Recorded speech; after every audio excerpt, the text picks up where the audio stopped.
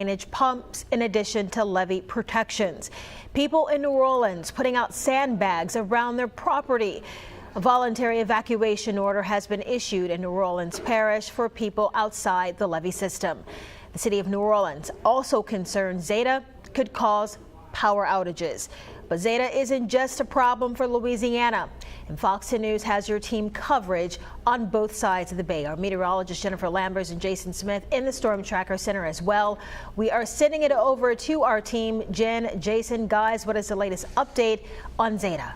Well, what we're seeing is a storm that has undergone rapid intensification at landfall. And Jen, you know, we may see winds right now. They're sustained at 110. The surge could be much higher than that 4 to 6 feet. Yeah, exactly. And the storm moving so fast with it, too. Now, let's go ahead and take a live look at that currently heading towards Louisiana and then us right on that track. But Jason, I know a new advisory just came out. That's right. And we're seeing landfall basically occurring right now near Timbalier Island in Port Fourchon, Louisiana. We'll wait for official word on that from the National Hurricane Center. This is the 4 o'clock advisory, and it looks like it will go in the books as a 110 mile per hour category 2 based on what we're seeing. It's over the marsh now, and water temperatures here running about 76 to 78 degrees. So we're not likely to see much more intensification at this point just because it's running out of fuel, and the forward speed northeast at 24 miles an hour. We've actually continued to see the pressure drop though, so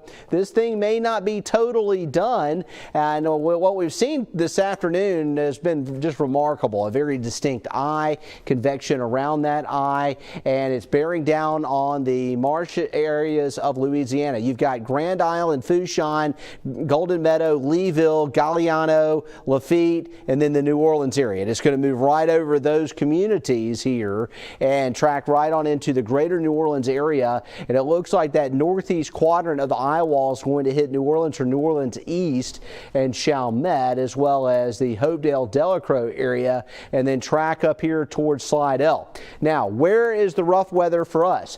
The leading edge of what's likely going to have the potential of producing tropical storm force winds is about made it to Petty Boy Island. It's almost to Dauphin Island. We're watching the outer rain bands for the possibility of tornadoes. So far, we have not seen that, but we also are under a tornado watch here. We're on the eastern flank of the system. And the track, if you take a northeast track, and this is a substantial update in the track. This just came down from the National Hurricane Center. The center line of the track is now going right through Greene County. So it's going to come a little closer to us than we would like.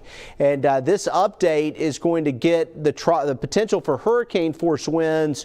That is a more definite scenario now for our area, because the center of the storm comes through a portion of George County and up into Greene County and up here into Washington County and then up into Clark County. And you know, the hurricane force winds extend out about 35 miles from the center. So even if it's a category 1 when it makes it to Slidell or even up here around Leakesville and Loosedale, we could see hurricane force conditions getting almost all the way over or into Mobile County, especially northern Mobile County up here around Citronelle. We're keeping an eye on Dauphin Island. Right now, not too bad yet. You can see there the camera shaking a little bit. We're still a couple hours away from conditions going downhill. But this is what is important here. The forecast track has changed and it shifted, and now it includes directly portions of our area with the center of the path. So that is a new update. The wind field right now is 150 miles from the center. So we're looking at the hurricane force wind field right here, and then we've got the tropical storm force winds. These are major tropical storm force winds in the orange, and the yellow, those are going to be tropical storm force winds anywhere from about 39 to about 50 miles an hour. And that's almost made it to Dauphin Island and almost made it to Mobile County.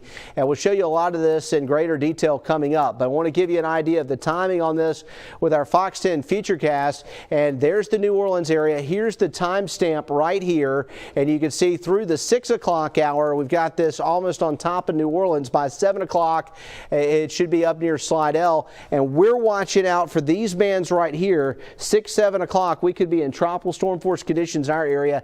If you're concerned about storm surge in our area, the tides will start going up quite a bit, especially in that 7, 8, 9, 10 o'clock time frame when we get more of a southerly wind. And look at the core of the storm potentially right over our area at 8 o'clock and 9 o'clock. And then as we get into the 10 o'clock hour, that will lift back up into Clark County. So that's an idea of what's going on right now. We'll take a closer look at all of this coming up later on here on Fox 10 News at 4.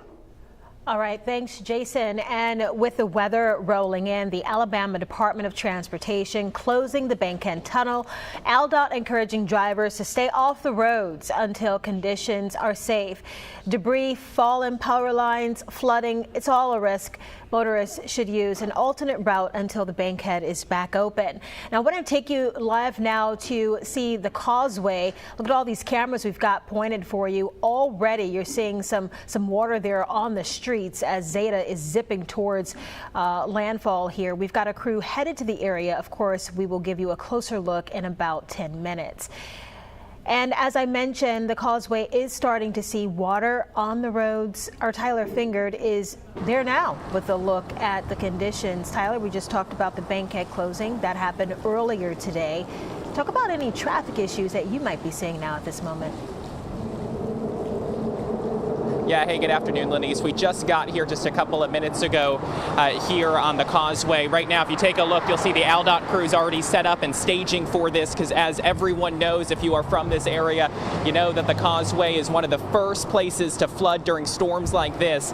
And there's already some water pooling over there. Not a whole lot as of now, but as we pull out the camera and come back over to where I am right now here on the side, right by the seawall, you'll see that this is where a lot of the water is pushing on. Every so often you'll have a wave crash up here and it will send some water in the air, and over here as well you'll see some of the seaweed also pooling up here, some already on the seawall here, a lot on the ground as well. That is a concern because that will block some of the drainage when more of that surf continues to make its way here on the Causeway. This is obviously a concern during any storm. This place can flood with very little winds. So that's why ALDOT is out here. That's why the Bankhead Tunnel is already closed, and the city of Spanish Fort telling all businesses inside their jurisdiction here along the Causeway to close at 7 p.m. That's their goal, to make sure no one is on here who needs to be making sure that nobody is here on the Causeway to keep people safe as the storm system continues to move through. Lenise? All right, thanks, Tyler. We'll be checking in with you later. For now, we want to go over to Gulf Shores. I can hear that wind kicking up behind our Michael Warwick. Michael, Jason just saying a few moments ago that we won't really start to see the effects of Zeta until about 7 o'clock, but that wind there, mighty strong, and people were still cleaning up from Sally. Yeah, it's crazy to think about that. We're only beginning to see the conditions here in Gulf Shores. Who could forget? I'm standing essentially right where Hurricane Sally made landfall just 43 days ago. Right now, as we wait for Hurricane Zeta, you're feeling strong winds, high waves, even some folks out here taking a look at the conditions because they are impressive, giving us a wave here as they check this out. Governor Ivey and the city of Gulf Shores have asked visitors to leave this area. Take a look at the waves, though, as Hurricane Zeta gets closer and closer. I'm standing about 20 yards, 15 to 20 yards from the tide, so it is approaching the end of the sand. And what a reminder this is for everyone who lives in Gulf Shores, who sees this every day, what Hurricane Sally did to the Gulf State Park Pier. I was just talking with a security guard here at this condo complex who rode out Sally that night, who can only pray that Hurricane Zeta, is not near as bad. We can only watch and wait for Hurricane Zeta to get closer and to see the damage, if any, it'll bring to this area. We're live tracking the conditions in Gulf Shores. Michael Warwick, Fox 10 News. All right, Michael, and Gulf waters are closed, but several people going out in the wind and the rain to take a few pictures of what they're really hoping to be the last storm of the 2020 hurricane season, although we know back in 1985 there was Hurricane Kate, so it It can happen. That happened in late November. But our Baldwin County reporter Ashton Irons hitting the beach as Zeta first started to make its move towards land and has this. The Baldwin beaches already starting to feel the effects of Zeta as the wind and rain move in, and crews putting up double red flags this morning. To just come down here and get some pictures of the beach without getting soaked, but yeah, it didn't work out that way. 5 storms and a pandemic later, people aren't letting wind and rain deter them from enjoying the beach. Several people are relieved as Zeta stays to our west, but our area is still bracing for some impact. Zeta is expected to bring 4 to 6 feet of storm surge, 8 to 12 foot high waves, isolated tornadoes, strong winds, rain, deadly rip currents, and potentially even more coastal flooding. We're still trying to recover from Sally, man. It's been rough, but we'll do it. Yeah. Gulf Shores and Orange Beach both closed all city facilities early ahead of the storm. They have also declared local states of emergency. Gulf Shores encourages visitors who can go home to ride out the storm further inland. Some of the water could go underneath condos and interrupt the electrical services, take care of some of the elevators, and maybe even flood some vehicles. I'll make sure to stick with Fox 10 on air and online as we continue to track Zeta through tonight. Reporting in Gulf Shores, Ashton Irons, Fox 10 News. And if you live in Baldwin County and you need sandbags, you have very little time to get some. The Robertsdale Central Annex will hand out bags at the Baldwin County Commission office on Palmer Street for about another 20 minutes. You've got to bring your own shovel, and each person is limited to 25 bags each. Hey there everyone, I'm meteorologist Jennifer Lambers checking in on your traffic, taking a look out at the Bayway. You can start to see some rainy conditions picking up out there, but also keep in mind Bankhead Tunnel now closed in case you are heading out anytime soon. We're seeing that green building up on the map. One accident to report on right now that is closing that lane, so this is going to be completely closed. At US 43 northbound, there is an overturned vehicle. Just something to keep in mind in case you do use this route. It is currently closed. Now checking in on the Mobile side, everything's still looking good. No accidents to report on. But again, that Bankhead Tunnel currently closed. It did just close at 4 p.m. But Wallace Tunnel moving smoothly at this hour. Bayway and Causeway looking fantastic. So those drive times across the bay right now, 7 minutes in both directions. We'll keep you updated through the 4 o'clock hour. Lenise. Thanks, Jen. Investigators are working to find out what caused at least 2 jarring explosions and a massive fire at a Stockton gas company. Fox News anchor Byron Day with the details. There's nothing but smoldering debris left from the blast and fire at Stockton LP Gas on Highway 59 in Stockton. Firefighters telling Fox 10 News the first call came in at 10:45 this morning. When we pulled up, it was a fully involved structure fire with 2 propane trucks involved, and I believe it was 2 pickup trucks involved, and everything is a total loss. Don't know exactly what started the fire, but it was a pretty intense fire once we rolled up on scene. Sammy Kilgos lives next door. She tells us what she heard, then saw. I was actually in the bedroom watching TV when I heard one large explosion. Wasn't sure what it was. I actually thought it was a tree that fell on the house. I proceeded to get up, and the second explosion, by the time I was in the hallway, I knew it wasn't a tree, and ran to the door. I opened up the door. The heat knocked me backwards. There's neighbors on the opposite side closer, and I went over there and beat on their door to try to get them up and get them out. It took quite some doing, actually. I didn't think I was going to get them out. Kilgos telling Fox 10 News neither she nor the neighbors were hurt, but she did see one person taken away in an ambulance. She believes they worked at the plant. Byron Day, Fox 10 News. Firefighters say one of the plant workers was working on a propane truck at the time that fire started. Units from at least 9 other departments in the area responded. We've got more hurricane coverage for you of Zeta straight ahead. A lot of eyes on this storm. One group watching closely, local power companies. The job ahead to keep the lights on next. Thank you for watching Fox 10 News at 4. The news continues.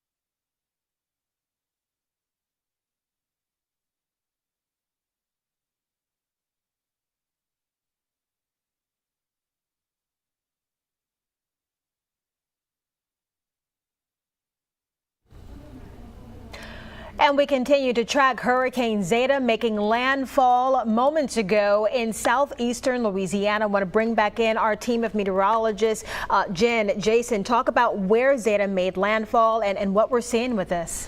Well, we did get the update from the National Hurricane Center that it's making landfall near Cocodrie, Louisiana. It's really splitting the difference between Cocodrie and Port Fourchon, Louisiana right now. And Jen, we've been tracking this with team coverage throughout the day. This storm has undergone rapid intensification upon landfall again. It has, yes. When it was making landfall before then, we were expecting it to be that Category 1. It underwent that rapid intensification. It was interacting with that low pressure system, not doing really what we expected with it. So it got up to that Category 2 hurricane strength right now with sustained winds at 110 miles per hour. Yeah, let's talk about the steering flow a little bit here. I've got the upper low over on my side. You've got the upper ridge. You get a counterclockwise flow around an upper low, and so that's what's forcing it northeast, but the ridge has been one of the primary factors as well. Yeah, exactly. This ridge is what was steering it further towards the west, so keeping it further away when it was in the middle of the Gulf, but then with that low coming further in, it's actually changed it, shifted it a little bit back east, but luckily it is making a good sign with that, and that it is making it move faster.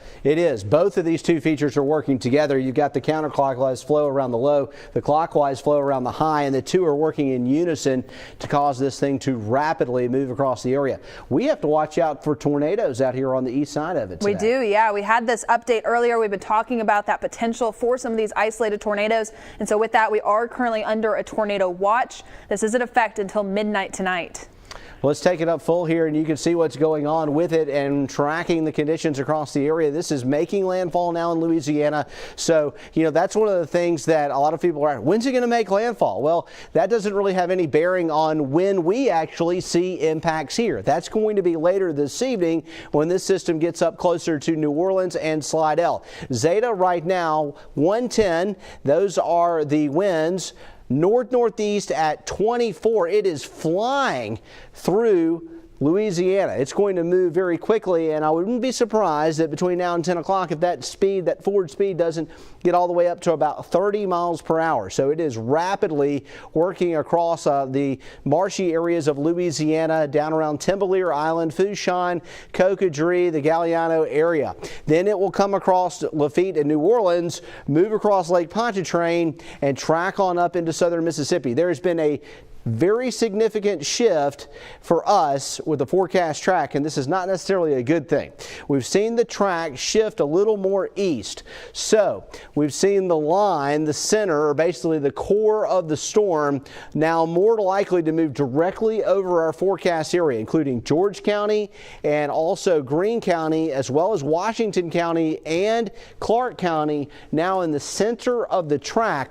That's going to bring the hurricane force and tropical storm force winds a little further east across our area as this storm moves in. So two things have happened. Number one, the storm is stronger than expected. Number two, the track has shifted just a little more east, and both of those two things means we will see greater impacts here.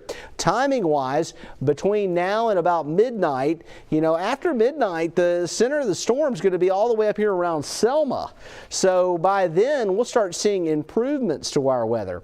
But in the short term, things will go downhill. The edge of the tropical storm force winds and the potential of that now spreading in on Dauphin Island, southern Mobile County, southern Jackson County. As Zeta is making its approach, the tropical storm force winds 150 miles from the center, with it being a little closer to us. In fact, going right over us is essentially what's going to happen with it. We're going to have to watch out for an increase in winds that could cause problems with power outages and also an increase in surge. We remain in a level 2 slight risk for severe weather. So are we seeing anything tornadic out there right now? So far, so good. No rotation in this storm right now. The heavy tropical storm force condition is going to be in these rain bands here. They're pretty close to Grand Bay. They're already over into Pascagoula. And then you get major tropical storm force winds there where you start to see the yellow and the orange coloration. And timing it out with our future cast, by 6 o'clock, we've got the core of the storm, the eye, going over New Orleans. Then by 8 o'clock, we've got it here around Slidell. And look at this right here. You can see those rain bands that could potentially have tropical storm conditions within those rain bands, possibly even hurricane conditions around 9 o'clock in Leakesville, Lucedale, Greene, and George County. counties, and then further to the north on up into Washington County, and then by 10 o'clock up into Clark County. Things start to improve closer to the coast by 11 o'clock and midnight. So that's a breakdown on the timing right now. This system likely going to have a little bit more of an impact on our area based on this updated forecast track from NHC. It may come a little more our way, and so as a result, even though it's making landfall near Cocodrie, Louisiana, it's still potentially going to track over our area in some form or fashion very soon this evening. Lenise? All right, Jason, and power crews in Baldwin County working to the last minute. The county taking a huge hit during Sally. Some people without electricity for more than a week. Our Baldwin County reporter Hal Sherrick finding out power outages are expected this time too. It's not so much what Zeta brings, but what Sally's left behind that has power company officials concerned. Strong winds tonight could cause some more problems. Baldwin EMC crews spent the day doing what they were able in preparation for another tropical blow. Leaning trees like this one on Cowpen Creek Road are causing. It's not so much what Zeta brings, but what Sally's left behind that has power company officials concerned. Strong winds tonight could cause some more problems. Baldwin EMC crews spent the day doing what they were able in preparation for another tropical blow. Leaning trees like this one on Cowpen Creek Road are cause for concern with tropical storm force winds expected in parts of the county.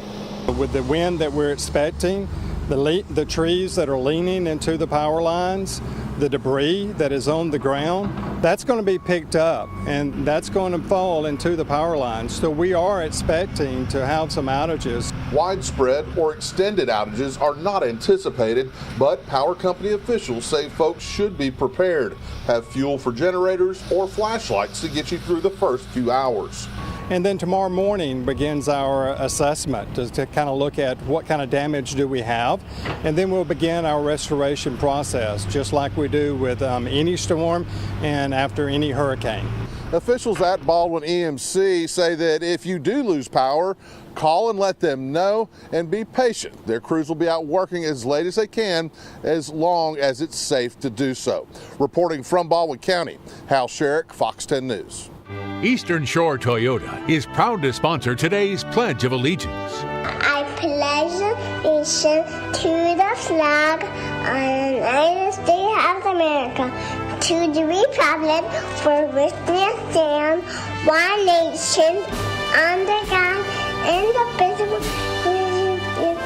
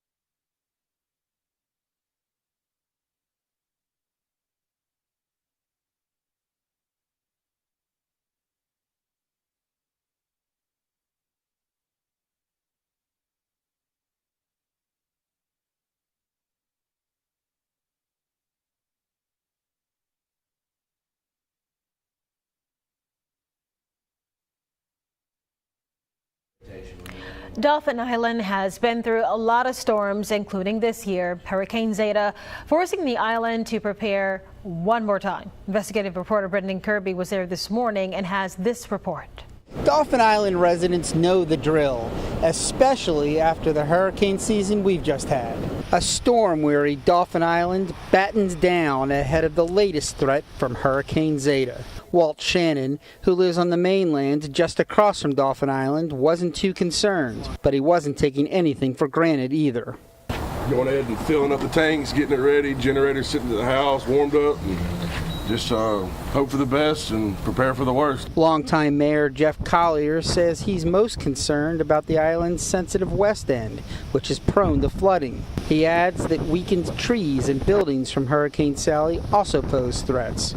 It's the visitors that the mayor worries about most. You know, folks enjoy coming here, and we try to work very closely with our real estate companies to communicate the latest information with them because they're usually on vacation. New Hampshire residents Al and Kathy Stevens, who own a vacation home here, say they arrived just after Hurricane Sally. This morning, they were watching the choppy water near Fort Gaines, not sure what to expect.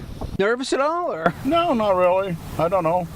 I've been in the trucking business my whole life, so I've seen an awful lot of weather in a lot of places, but I've never been through a hurricane. Reporting from Dauphin Island, Brendan Kirby, Fox 10 News.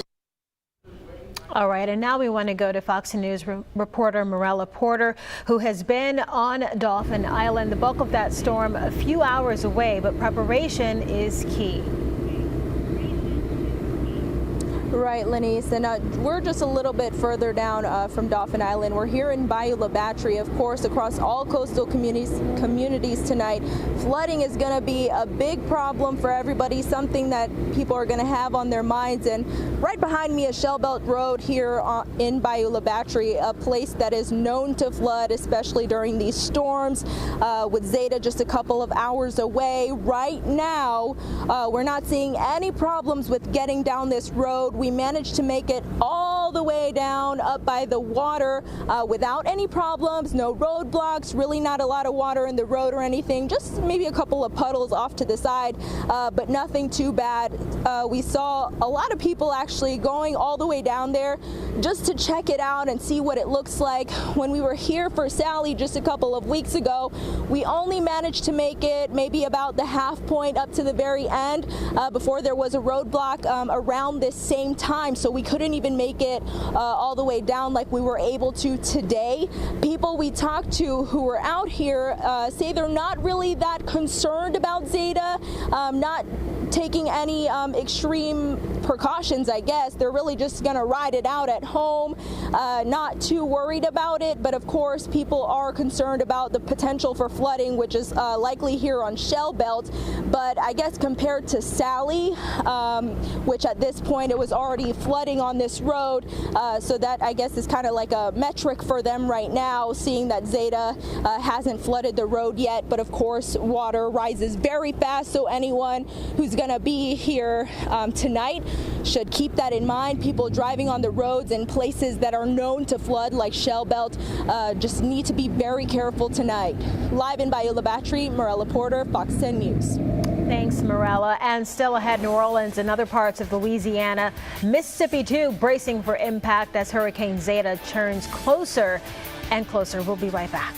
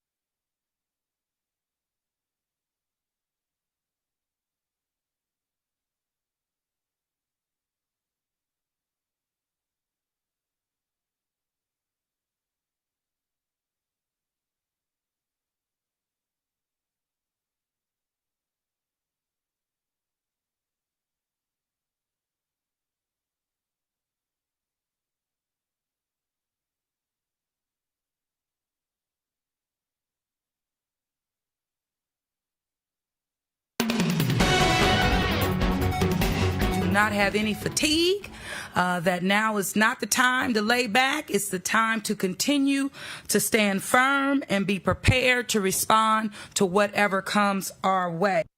Yeah, no time for fatigue in Louisiana. That was the message ahead of Zeta, the storm now about an hour away from New Orleans. Zeta making landfall as a Category 2 hurricane. The storm carrying wind of 110 miles per hour, expected to bring tides of 4 to 8 feet above normal levels in some areas. And taking a look now at Mississippi, also in the crosshairs of the tropical threat, the city of Biloxi asking everyone to get ready. Shelby Myers is joining us live now with a look at the conditions. Shelby, here we go again, bracing for yet another storm. Yeah, absolutely, Lenise. And you can see right now that the winds have picked up dramatically in the last hour that we have been out here on Biloxi Beach. We've been roaming around in the FOX10 storm tracker truck and just kind of taking it in what was going on. You can see people are still here at Lighthouse Pier at the park. Some people are looking at the ocean, at the waves. This is bigger waves than you typically see out here on the beach. Typically, it is extremely calm out here. No casinos were forced to close, but some, like the Scarlet Pearl, have chosen to close down. The Mississippi Gaming Commission have asked people to just not drive out in this, and for their workers to discourage people from leaving the casinos if they're already there during this weather. Now, the city, the mayor telling me the same thing. He wants people to get off of the roads and stay off of the roads until this storm passes by. You can see on the roadways here as Dauphin moves over there, the traffic signals are all blinking along Highway 90 because crews have actually taken out the electronics just in case the storm surge does reach the lights. So if you are in this area, keep that in mind. Highway 90, where a lot of folks travel parallel to the beach here, is expected to be covered in more sand and potentially storm surge if it does get that bad. But again, Zeta effects really being felt here. Earlier today, we heard from a couple who were out on the beach taking it in with their sons. Take a listen. Have you done any preparations at all, generator, anything at all? No, ma'am. Just pick everything up out of the yard and wait it out. What do you think about the waves right now? Because this is a stark contrast what it usually looks like. Yeah, we don't usually see this. That's why I'm out with the kids, because if we want to see waves like this, we usually go to Florida. Yeah, again, like I said, the waves here on Biloxi Beach typically super calm, but right now they are rolling more than normal. This wind picking up more and more from just an hour ago max when I spoke to those guys last. So definitely feeling the effects of Zeta here on Biloxi Beach. We're going to get in the storm tracker truck. We're going to be roaming. We're going to get to a safe spot, possibly on top of a casino rooftop there, and we're going to bring you live coverage later on throughout the night. For now, live in Biloxi, Shelby Myers, FOX10 News.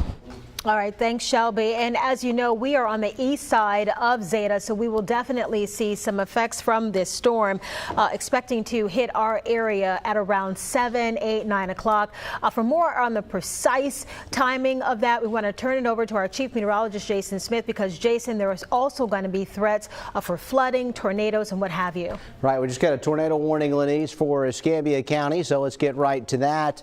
We'll be covering that for you here for the next quite a while here on FOX10 News. Okay, right here we've got a tornado warning. This just came down, and this shows you the warned area, the storm-based warning. We've been watching this cell. This is one of the cells on the outer bands of the tropical system of Zeta, and it is produced a tornado warned area here for areas over into Escambia County and right there near Admore. So here's the cell itself right here. I'm tracking along with meteorologist Jennifer Lambert. We've got a possible tornado right now, and this is going to be just north of the McKinnon community here and tracking towards the north up near Walnut Hill, and actually looking at it on as far as velocity, inbound, outbound velocity and rotation. This thing is rotating here, so we likely do have a tornado going on here very close to State Highway 99 here. It's going to be on the east side of State Highway 99, and also as we look a little bit closer here, we've got Pilgrim Trail right there and Sealy Road. So possible tornado out on the outer edges of Zeta, and this is something that is very common. We've seen this tornado threat. We've been telling you about the tornado watch, and here it is with a possible tornado occurring. Now, these are going to be fast-moving tornadoes. You can see the radar image just updated, and Jen is working our way up with street level. And if you see any of these streets here, if this rings a bell, if this is here in your area, be watching out for the possibility of a tornado. That just came down from the National Weather Service. We have a tornado warning in effect right now for Escambia County, Florida, and that's tracking north. If it holds together, it could end up as a tornado in Escambia County, Alabama, not far away from the Atmore area as this moves to the north, and it's headed on up into the Walnut Hill area, and then tracking it further to the north. It's going to keep moving up to the north over 99A and 92 and 97 here as it works its way up towards Pine Forest and up in the northern parts of Escambia County. So here's an overview of what's going on radar right now. We have a tornado warning in effect for Escambia County, possible tornado with rotation out on the outer edges of Zeta. Zeta is making landfall right now in Louisiana as a Category 2 hurricane with winds at 110 miles per hour, according to the National Hurricane Center. So we've got the storm making landfall to our west, but out on the edge of it, we've got these rain bands that are producing possible tornadoes. And this one here right near McKinnon. And actually looking at it on the velocity product, there are times where we have tornado warnings. It's hard to make out what's going on, but we can tell that the raindrops are going both towards and away from the radar. And this is a very tight couplet here. So it's indicative of a tornado, certainly. And this is moving right on up here to, it's going to pass just to the east, we believe, of Walnut Hill. Let's take a look at the storm-based warning. I want to show you a wider view of the radar as well so you can see what the threat is in this area. And there's the storm-based warning there, so the red area. And if it holds together, it is going to go right towards Atmore. Then we've got all of this yellow right here. That is a tornado watch for these rain bands that are spilling off of Zeta. Let's go back to composite radar. I want to show you the loop so I can kind of explain what's going on. We've got these two bands right here coming in off the Gulf. This one is the one that's tornadic, that's tracking up towards Atmore. This is well north of Pensacola. Then here in Mobile County, we're going to get the leading edge of the tropical storm force winds starting to break out west into Dauphin Island, southern Mobile County, potentially western Mobile County, and then you get into major tropical storm force winds over in Biloxi. And this is how it works. You've got an eye of the storm down here that's near Cocodrie, Louisiana, and it's bearing down. It's about 30 miles from the New Orleans metro area. You've got hurricane force conditions, and then out on the outer edge of it, this is where you're going to get the tornadoes, typically in the northeast quadrant of the storm. So right there, we've got in the northeast quadrant one of these outer bands, and that's prompted a tornado warning that's currently in effect right now. We'll go back into street level here, and I'll show you a little more of what's going on with this storm as it's lifting up to the north here. And there's 97, which is a substantial route between Pensacola and Atmore. And it's going to track up across between McKinnon and Walnut Hill. Your possible tornado is going to be located right here, and looking at it on radar, this could be a significant tornado. A lot of times when we have a tornado on the outer edges of a tropical system, it's typically a weak EF0 or an EF1, and we don't see a very distinct signature. And I'm going to send it over to meteorologist Jennifer Lambert. She's checking out this as well. And Jennifer, you know, this one stands out quite a bit as we're looking at it and tracking it right now on our storm tracker. This really does, Jason. You were talking about how tight this is, and it is. You can see those colors predominantly, that green and that red, and they're close together. It's not broad looking, but also it's important to note that this is extremely fast moving. Right now it's moving north at 40 miles per hour. So just going to be breezing by that Walnut Hill area, crossing over 97. I'm going to go ahead and pop up the debris signature just to see if we're picking anything up with this, and not seeing anything on debris. Even if I back it up just slightly, Still not picking anything up, so that's good. Normally you would see a bright ball at some sort, and that would be showing debris lofted into the air. It doesn't quite pick up on the radar, but not seeing that. So that's a good thing to see so far with it. But again, this is a very prominent looking tornado warned area, this velocity couplet. You can see the different colors within it, and as it is tracking further up towards just the side of Walnut Hill. So right now crossing over South Highway 99, heading closer towards Beasley Road, Morgan Road, Arthur Brown Road, near 97. So in case you know anyone in this area, give them a call, let them know, just to make sure that they know that there is the tornado warning currently in place. And this even just got a brand new sweep scan. You can still see it. Looks to be broadening out just slightly on this latest scan. But mainly the Walnut Hill area needs to be in shelter right now. This is looking pretty good on radar so far. So Walnut Hill, get into your safe space, away from windows on the lowest level. Interior areas, that could be a closet, that could be a pantry, just a bathroom on the interior of your home. It's going to be the best place to see. But I do agree, Jason, this is looking much different than what we typically see with these hurricane-warned tornadoes. And normally these warnings don't last long. This one's going to be in effect for the next 15 minutes.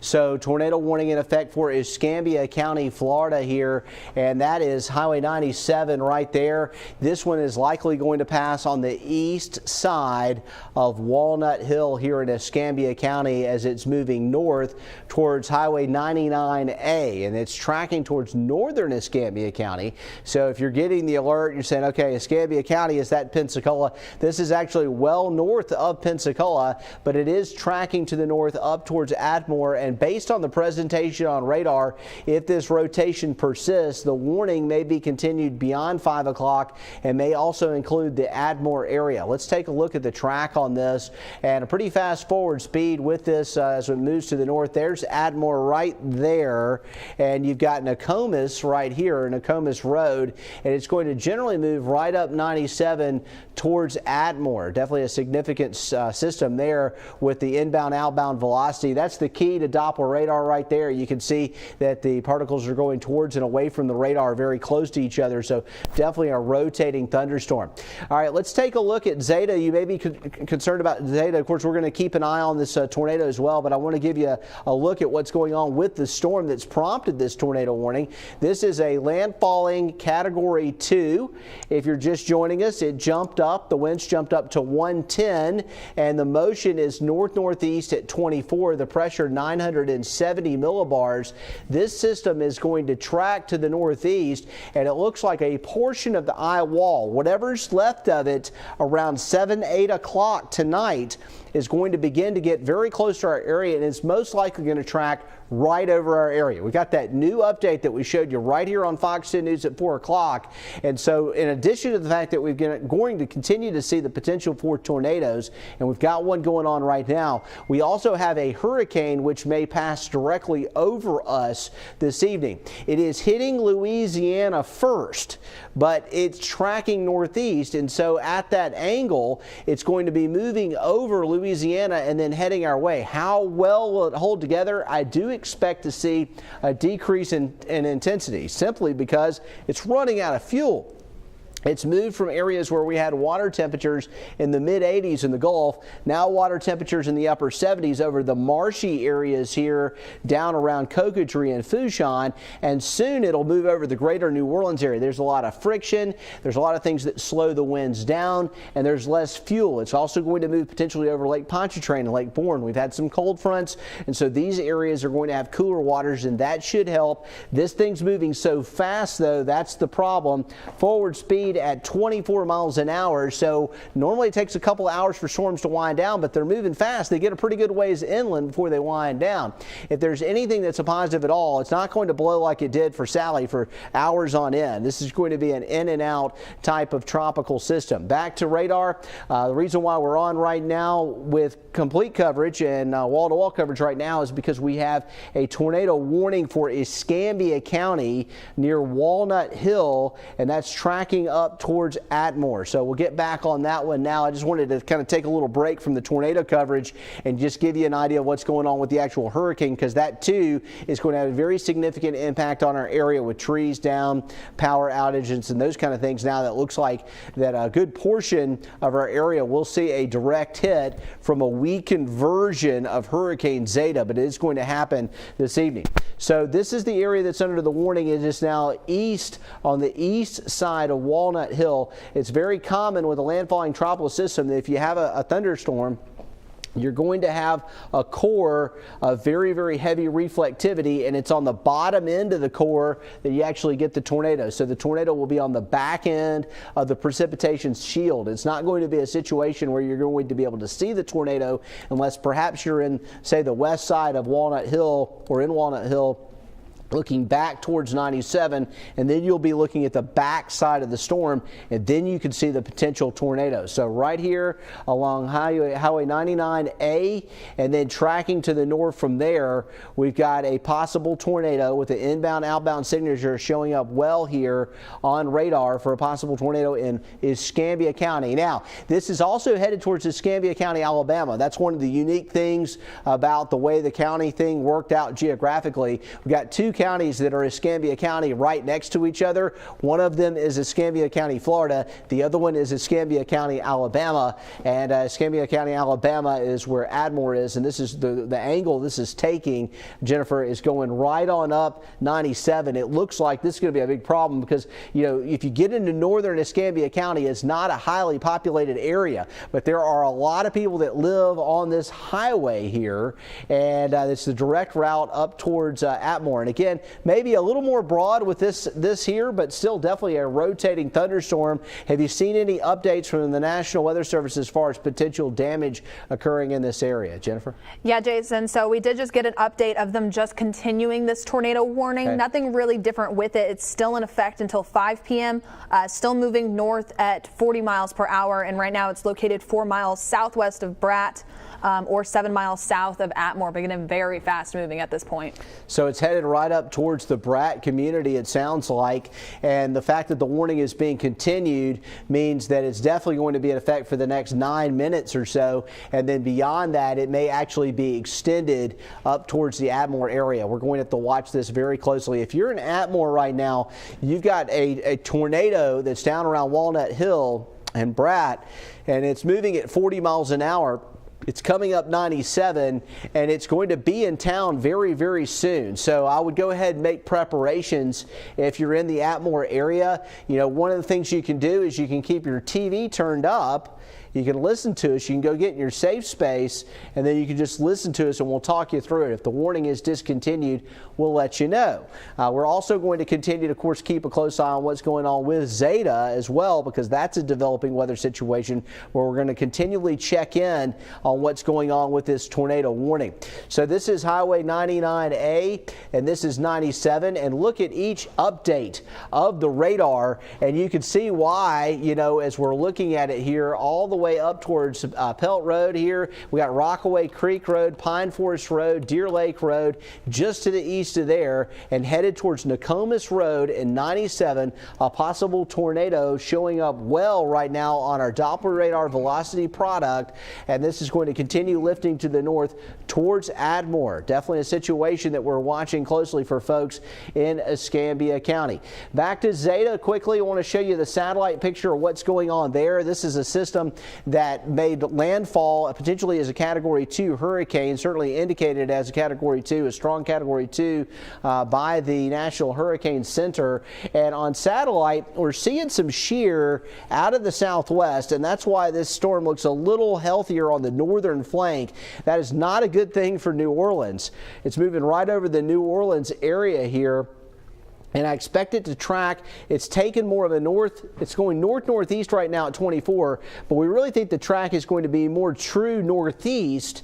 And so, yeah, if you follow my hand here, this thing's going to go right up into George County and up in, it may even clip northwestern Mobile County, and that's going to drag the eastern side of the storm right on up into Mobile County and up into Washington County. So this thing's going to be quick, but it could cause us some problems with potential power outages because we may get hurricane force conditions in Greene County, George County, Washington County, Clark County, possibly Mobile County, and definitely pretty much area wide, we're going to get possibility of tropical storm force conditions here. So looking at the track on Zeta, Jennifer just put it up here, we've got the situation with the storm coming ashore near Cocodrie. It looks like it may move right up across Delacroix and Hopedale and New Orleans East and Chalmette, end up over around Slidell, and with the angle it's taking, you can see the center of the track goes up through Greene County, Washington County, and up into Clark County. Hurricane force winds presently extend 35 miles from the center, so really anywhere along this cone, if it follows the track that the Hurricane Center put out at 4 o'clock, is going to put potential direct implications in the path of places like Bluesdale, Leakesville, Chatham, Jackson, Grove Hill, and Thomasville. Now, it will weaken as it goes inland, but it's moving so fast, it's going to have less of an opportunity to wind down. Back to our active tornado warning right now as we're checking in really on a lot of different moving parts, and that's how it is with a landfalling tropical system. You have the potential tornado threat, and then you also have the actual storm itself, which can be a formidable situation along with the surge and all the different things that can happen. So we're now north of Walnut Hill. We're bearing down on Bratt. This is the Atmore area, and along 97, that is where we have the current tornado warning that's going to be in effect through 5 o'clock. So it's going to be in effect for the next 5 minutes. And then this is tracking right towards Atmore. Hopefully it is not a verified tornado for where it is right now at 97 or Atmore, but if I was in the Atmore area right now, I would be preparing for a possible tornado. This is going to end up being towards the west of Canoe and should be a little to the east of Nokomis. Now, it may go over Nokomis Road, but Nokomis Road is right here over on the Florida side. If you can't tell, this black line right through here, that is the border between Florida in Alabama. So this thing is about to cross the state line, move out of Florida and move into Alabama, and it could be going right towards Atmore. This is definitely a concern as it comes up 97 here, and looks like it's going to potentially cross US 31 in Atmore. We'll see if the National Weather Service continues the warning. We've got about 4 minutes to go with the warning right there. So what we're looking at is not your normal radar image. This is our velocity product, which shows us the direction of the rain particles, whether they're being driven towards or away from the radar. And we've got that going on right here in the same spot, so that's an idea that we have a rotating thunderstorm. This is Pine Barren and Church Road. We've got, it looks like Meadows Road right there. Again, right along 97 here, and this rotation area is just about to the Florida-Alabama line. For more on this, we'll send it over to Jennifer, who's been tracking this as well. And, you know, Jennifer, we've been watching Zeta all day. We went under the tornado watch this afternoon. We've talked about the threat. This is no surprise. Exactly, Jason. Yeah, we're under that tornado watch, and the entire area is under that tornado watch, and that's in effect until midnight tonight. So something to keep in mind. Charge your devices right now. Have a way to get those alerts because you're going to find yourself most likely needing those. So just something to keep in mind. Keep your phone handy, keep it charged, and have a way to get any of those alerts. Now, nothing new from the National Hurricane Center right now. Also, nothing on Facebook. I do monitor the comments just to see anyone in that area. So in case you are in Atmore, get into your safe space, get into your shelter. Again, this is just below Atmore, about to cross over that state line, crossing over Meadows Road, Nokomis Road, and also Rockaway Creek Road. So I was just looking on Google Maps too, just places in that area. I do have the State Line gift shop, and also just in that area, David's Catfish House very near there, just in case you know where any of these businesses are. That's right now where we're seeing this tornado warned area moving over. Now it's still continuing, still looking decent on radar. You can see that red and that green very predominantly so far, and crossing over near Atmore for this tornado warning, still in place until 5 p.m. Right now, I did just get a new update from the National Weather Service here in Mobile. They did say that rotation is broadening. However, they're watching the trends for the possible tightening of this couplet, so coming back to looking formed and looking better. If it remains broad, then the plan is to let that tornado warning expire at 5 p.m. So we'll continue to keep a close eye on it. That's only in about a minute and a half from now, but just keeping an eye to see if it does keep that broad nature and if they do let it expire. Jason? Yeah, so no reports of damage so far, and we are looking at a more broad rotation briefly for at least about a 10-minute period there. We had a very, very tight rotation. So this is Atmore. We've got a rotating situation here. Possible tornado. It would be just on the west side of 97 and tracking up over the west side of Atmore as it moves towards the north. And we'll stay here with you on this. But the other thing I want to do real quick, Jennifer, if you could pop up the satellite loop on Zeta. I want to see if we have an update as of the 5 o'clock advisory. Still not down yet, but one of the other things that we're watching, in addition to the fact that we're going to see if this warning is continued beyond 5 o'clock, which may not be the case because the National Weather Service may have tipped their hand a little bit, talking about the rotation getting broader, looking a little better for Atmore right now. We've been getting updates on the hour. So normally when you get an update at 4, you get an update at 10 p.m., then you get another one at 4 a.m., that kind of thing. You get some little intermediate advisories in there. But when you have a landfalling system, the National Hurricane Center will push updates at the top of the hour. And I want to bring this live to you here on Fox 10 News. It's likely going to come down within about the next 30 seconds or so. We should get an update on the intensity and the forward speed on Zeta. We just got a new forecast track too at 4 o'clock, but we're about to get another intensity update. And one of the things that's happened with this, and this happened with Sally, it happened with Hurricane Michael last year, and that is that the barometric pressure has unfortunately dropped as it's coming in. So the pressure gets lower, typically the winds come up, and so at this point, you know, this thing's been really on the verge of being a Category 3 major hurricane for New Orleans. The center of this thing is near Lafitte, Louisiana right now. It's going over Golden Meadow and Leeville, and it's going to track up directly towards the greater New Orleans area. And it looks like the center, a portion of the eye wall, is going to impact New Orleans as well as the Chalmette area and continue to move to the north towards Slidell as it moves across. And I still don't have that advisory down. Let's check the latest on the tornado warning, Jennifer, and see if it's still in effect. It looks like it expired. Yeah, it looks like they've expired the tornado warning. So I guess at this point we're going to roll back in to Fox 10 News at 5 p.m. If that's what we need to do here. You guys just let me know how we want to do this and we'll proceed. The tornado warning for northern Escambia County has been dropped. It's been allowed to expire, and we're going to start Fox 10 News at 5 p.m. right now.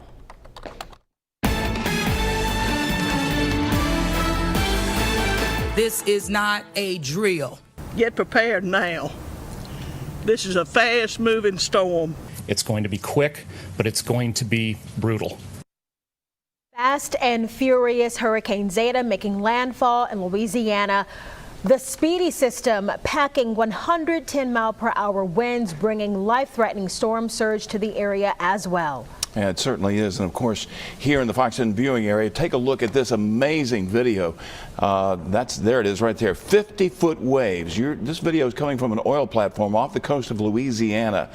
They say they recorded wind gusts of 150 miles an hour as Zeta sped past. Closer to home, the Cat 2 storm creating severe weather as well as rough surf and rip currents off our beaches. Zeta expected to zip in and out of the area fast. The impact, though, sure to affect recovering residents across the Gulf Coast. Our storm tracker team tracking Zeta from every angle tonight. Our Michael Warwick with a look at conditions in Gulf Shores. Tyler Fingered across the bay as waters rise along the Causeway. Shelby Meyer standing by with an update from casinos in Biloxi. But first, we're going to bring in our chief meteorologist, Jason Smith. Jason, this storm already spinning up trouble.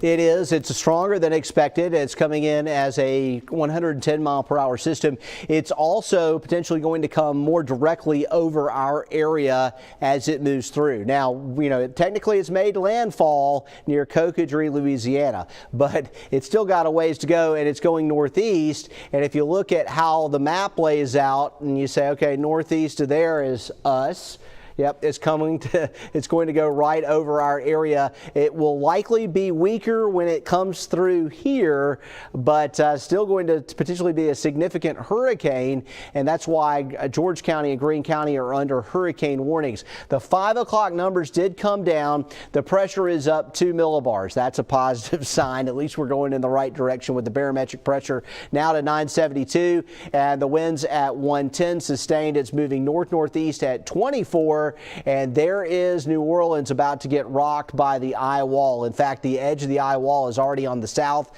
side of town, and it's working its way to the north. It's going to cross over and into the Lake Pontchartrain, Lake Bourne area and move up through the Wrigley's and head towards Slidell. So there is the eye coming ashore. It looks like that right there would be Port Fourchon. You got Grand Isle. There's Cocodrie. It's pretty much over the Galliano area, the Lafitte area right now, Golden Meadow, that part of Louisiana, if you're familiar with it. It's tracking north-northeast at 24. It's produced some rain bands out here that have prompted tornado warnings. We're not currently under one right now, but that could change at any time. We're also looking at the edge of what's likely going to be tropical storm force conditions getting into George County, western Mobile County, and down around Dauphin Island. So I expect an uptick in wind and rain here in our local area. This was that tornado warning we had earlier in Admore. That is not rotating now, so that warning has been expired. If it's continued, we will let you know right away here on Fox 10 News at 5 p.m. We are under a tornado watch for this area. Quickly, I want to show you the track, and this is the big change. This came down at 4 o'clock, and what it's showing is the center of the track is now locked in on George County, Greene County, Washington County, and Clark County. That means we're going to get a direct hit from whatever's going on with Zeta by the time it gets up here. It has to go a pretty good ways across land, so it's going to lose some strength, but it is still going to go directly over some counties in our area, and it'll be close enough to Mobile County that we may get hurricane force conditions, especially in the northwest part of the county. We could have power outages as a result. We're also going to be looking at tide gauges, and we'll have complete coverage as we go through the newscast here on Fox 10 News at 5.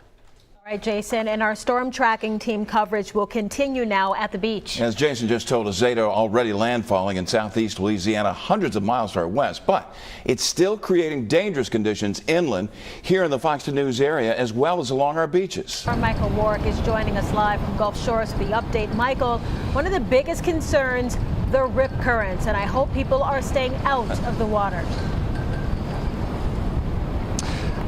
Yeah, nobody's touching this water. Double red flags are up, meaning the beaches are closed, the waters are closed. Really over the last hour, man, has it picked up, certainly in terms of the wind, the sustained wind, and then you get a gust, enough to even make it hard to get out of your vehicle if you're opening up your car door. But you see the strength of these waves. And the tide as it comes in, this has gradually gotten closer and closer to the end of the sand. You have to think this is the exact same area, folks. 43 days ago, 43 nights ago, dealt with Hurricane Sally and all of the devastating damage it brought to this area. Folks here can only hope that Hurricane Zeta, as it makes its pass in Louisiana and then approaches our area, will not bring near the damage that Hurricane Sally did last month. Folks here, really, as we go into these next few hours, we're just not certain what kind of damage Hurricane Zeta will bring. We'll be covering it for you here along the beaches in Baldwin County as we go throughout the night. That's where we're live. Michael Warwick, Fox 10 News. All right, thanks, Michael. And really quickly, getting back to the tornado warning that we had in Atmore, according to police, no reports of damage. They did have reports of straight line winds, but again, in Atmore from police, no reports of damage so far there. And of course, crews in Baldwin County are working up to the last minute, getting ready for Zeta. Yeah, those power company providers telling Fox 10 News, Baldwin County reporter Hal Sherrick, that they do expect some outages. It's not so much what Zeta brings, but what Sally's left behind that has power company officials concerned. Strong winds tonight could cause some more problems. Baldwin EMC crews spent the day doing what they were able in preparation for another tropical blow. Leaning trees like this one on Cowpen Creek Road are cause for concern with tropical storm force winds expected in parts of the county. With the wind that we're expecting, the trees that are leaning into the power lines, the debris that is on the ground, that's going to be picked up and that's going to fall into the power lines. So we are expecting to have some outages. Widespread or extended outages are not anticipated, but power company officials say folks should be prepared. Have fuel for generators or flashlights to get you through the first few hours. And then tomorrow morning begins our assessment to kind of look at what kind of damage do we have. And then we'll begin our restoration process, just like we do with any storm and after any hurricane. Officials at Baldwin EMC say that if you do lose power, call and let them know and be patient. Their crews will be out working as late as they can, as long as it's safe to do so. Reporting from Baldwin County, Hal Sherrick, Fox 10 News. Alabama Power hard at work staging personnel and equipment ahead of Hurricane Zeta's landfall. They say they're expected to respond to affected customers after the storm. Now, you're encouraged to have a storm readiness plan already in place. Go ahead and charge up those devices now, your computers, your tablets, your smartphones. You can also perhaps pick up a battery operated charger. That way, if you lose electricity, you can still contact your loved ones and stay weather aware. Well, as Hal just told us, Riviera Utilities already anticipating power outages for their customers in Baldwin County. So here are the numbers on your screen to call if you live in Foley or Daphne and you lose power and you need to report it. You can also visit Riviera's outage map at outage.rivierautilities.com. The city of Gulf Shore is shutting down all city-managed facilities and departments in preparation of Zeta. Police, fire, other essential services will continue to operate. Yeah, the city's still calling for visitors and tourists to voluntarily leave the beach. Meanwhile, people living in low-lying areas like West Beach, Little Lagoon, or Fort Morgan Peninsula, you need to leave too. And if you live in an RV, a mobile home, and you're looking to avoid flooding, you can park at the Gulf Shore Sportsplex overnight. That's on Oak Road West. Just park in the West Visitors Side lot. And we want to remind you, a shelter of last resort now open in Robertsdale. It's located at the Baldwin County Coliseum on Fairgrounds Road. The Baldwin County Commission and EMA telling Fox 10 News full COVID-19 restrictions will be in place. And by the way, that building will stay open until 11 o'clock tomorrow morning. Across the bay, the Mobile County EMA also recommending people living in storm surge zones to evacuate. They say if you live in a manufactured home, you should try to find another place to stay during Zeta. Shelters are going to be open too, but because of COVID-19 concerns, you've got social distancing and space will be limited. The main shelter is at Theodore High School. Medical needs shelter is going to be available too at Burns Middle School. That is on Gerby. We have the locations posted for you on our website. Just log on to fox10tv.com.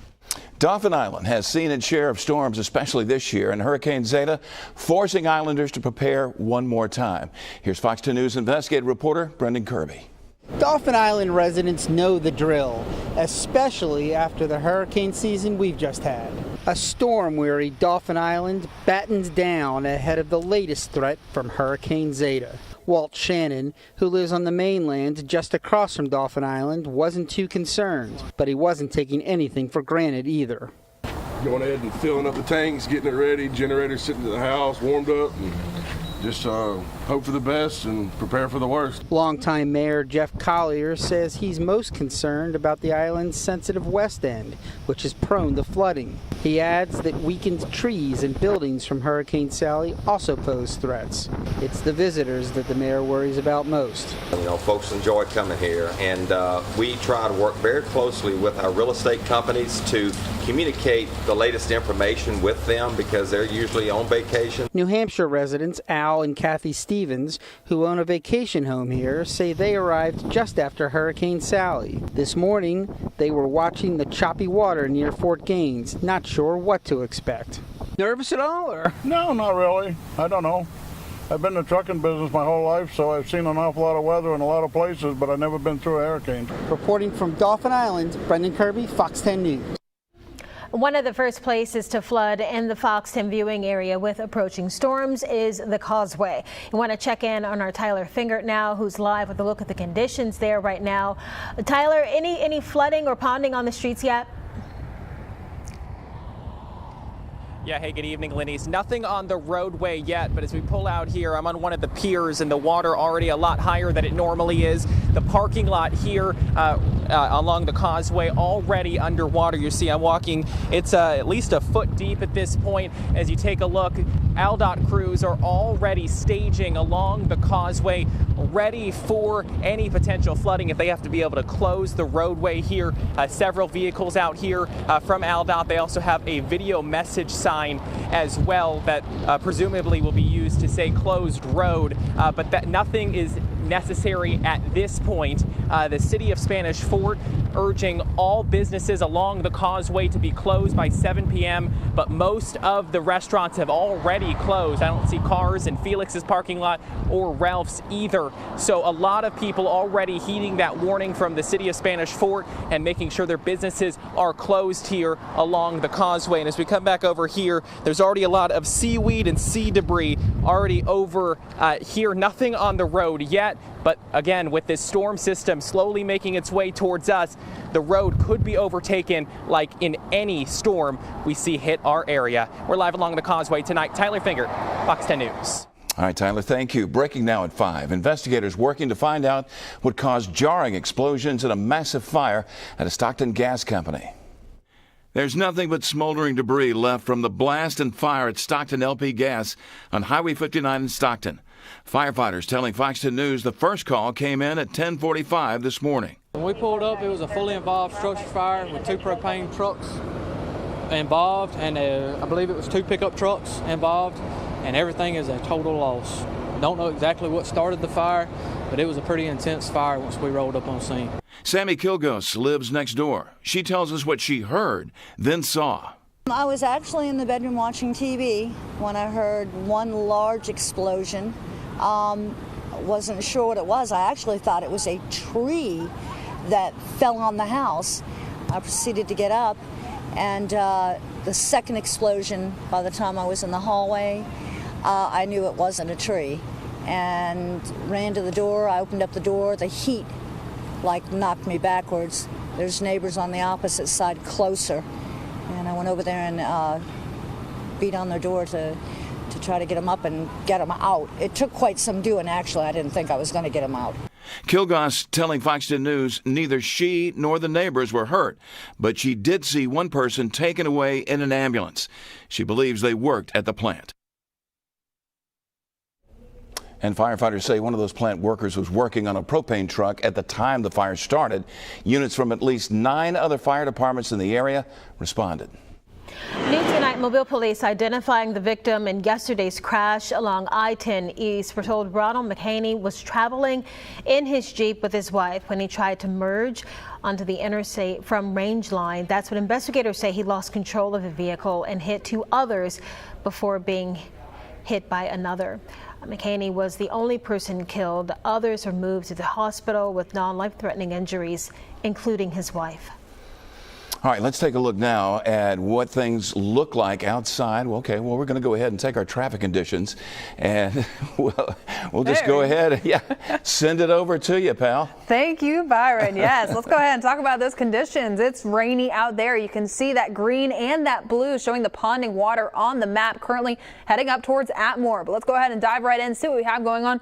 One road closure to talk about. This is going to be just north of Axis on 43, also near Salco. So something to keep in mind. This is going to be right off of I-65.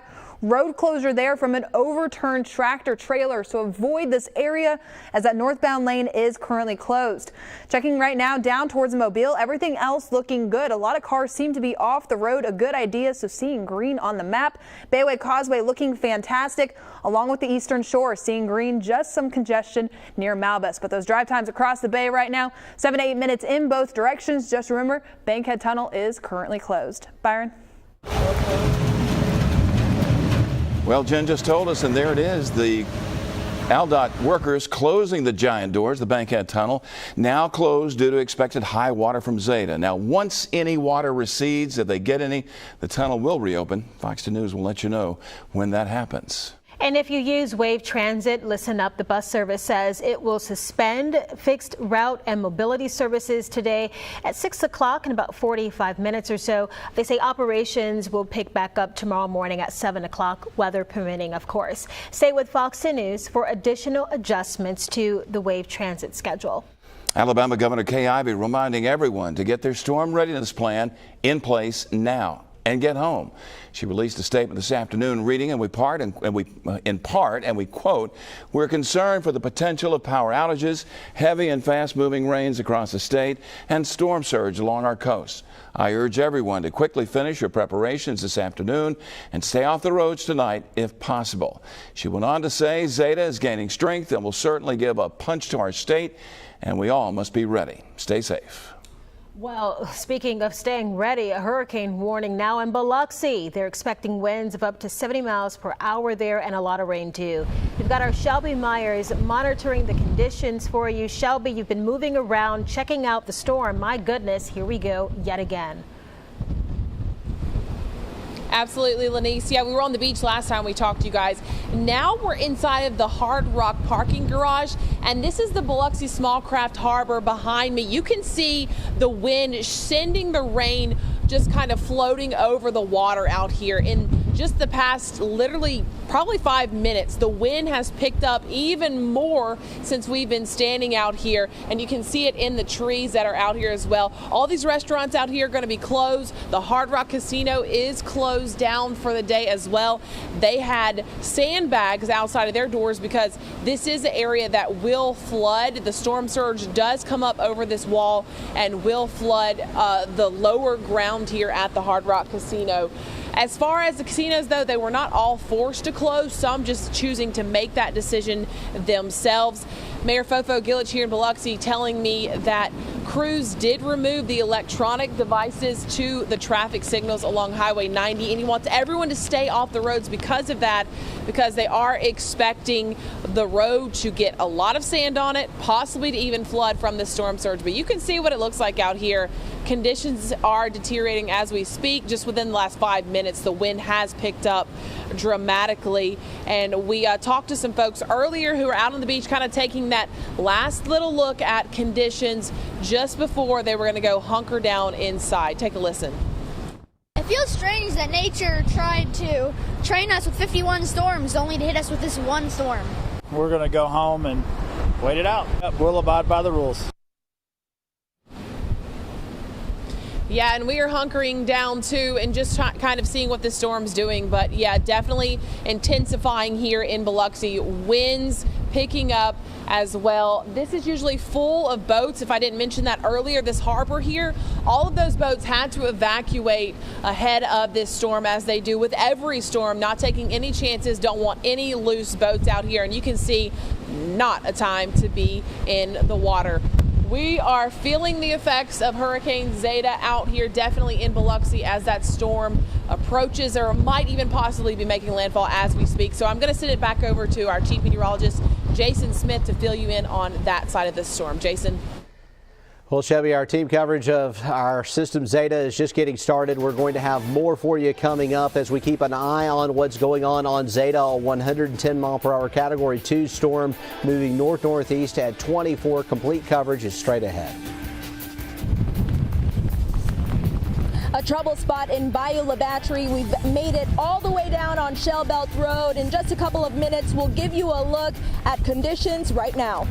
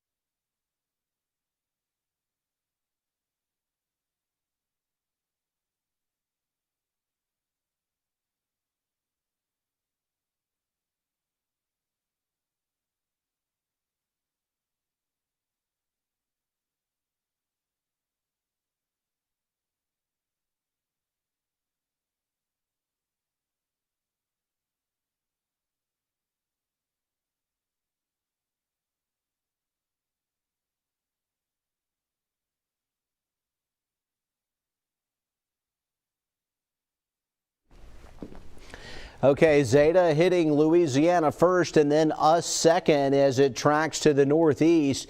It is a very well organized, strong Category 2 storm. The eye is very distinct. The convection around the eye is very prominent. It will weaken, but it's moving so fast that, you know, it normally takes a couple hours for tropical systems to begin to weaken over land, and in a couple of hours, this thing will be in our backyard. So that's the deal with Zeta, fast mover. All right, here we go. Northeast at 24 now. It's speeding up. It could be up around 30 miles an hour before it's all said and done. Winds at 110, and we had a report of winds up around 95 miles an hour sustained in Golden Meadow. Highwall just moved over that area. It's bearing down on New Orleans now. Pressure is 972 millibars. Taking a look at this here, you can see right along I-10 and I-110 here and back down across New Orleans East. That's the worst of it. It's just getting in on that live shot we had with Shelby Myers earlier here in Biloxi. The edge of the potential of some tropical storm force wind gusts are getting close to Mobile County now, and this is going to happen really fast. I mean, we're going to go from 0 to 60 here in about the next hour as we see this rain band right here over Horn and Ship Islands. That is almost to the edge of the west end of Dauphin Island. That's your tropical storm force conditions right there. And we're actually seeing some of this yellow here too in parts of Jackson County and George County. That's also an area. We've been watching out on the outer edge of it for the possibility of tornadoes. I heard a couple of alerts go off, but it looks like we're good. Right now, we are under a tornado watch, but currently no warning. So I'll back it up to radar. Some of these exterior rain bands could become tornadic at times, but right now we're not in that situation. This was the new forecast track that came down at 4 o'clock. Big shift, big change. You know, it's amazing how much of a difference just about 20 miles can make.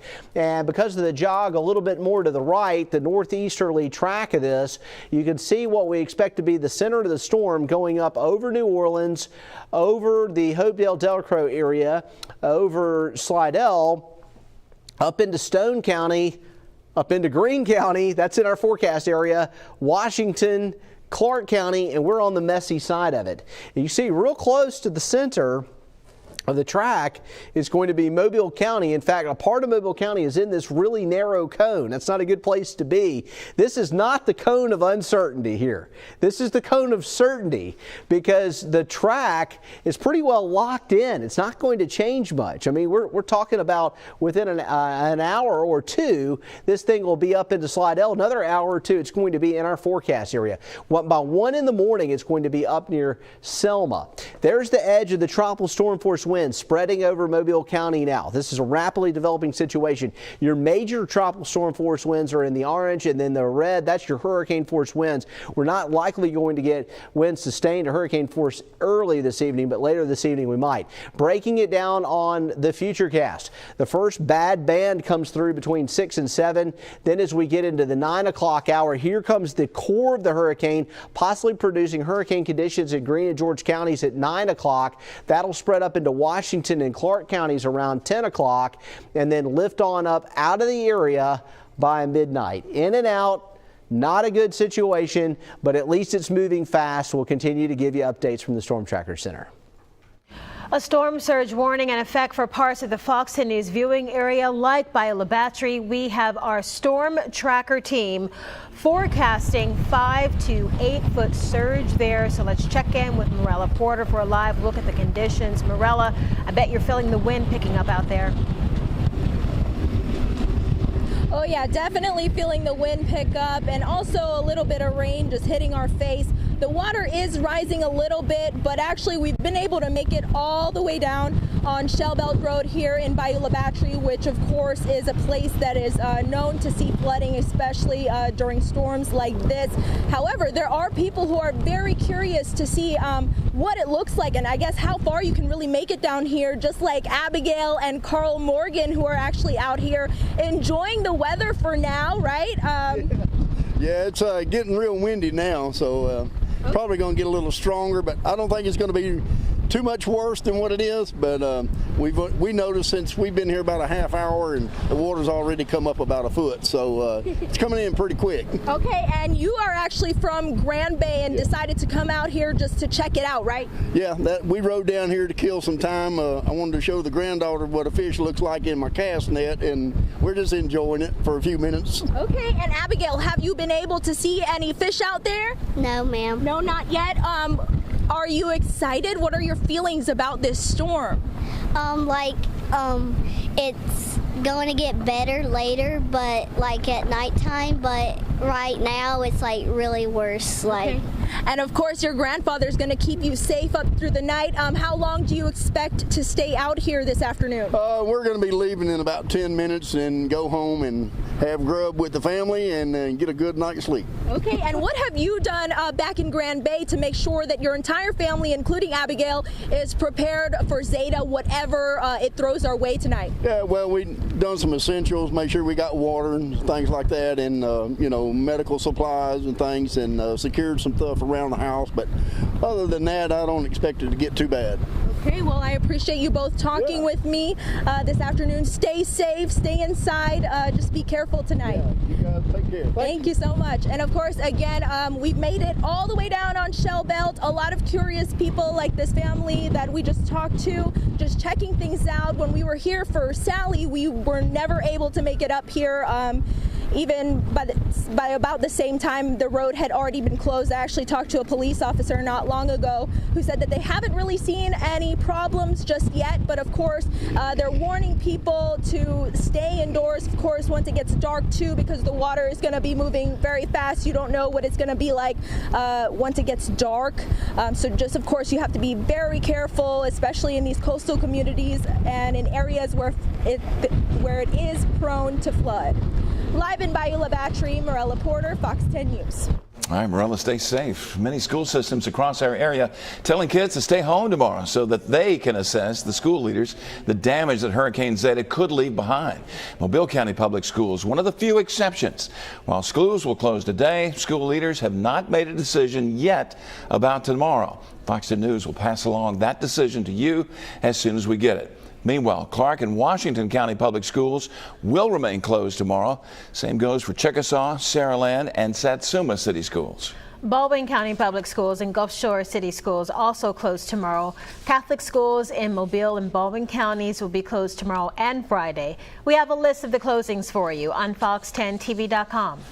After the break, rough surf and rip currents as well as other severe weather being reported along Alabama beaches and inland.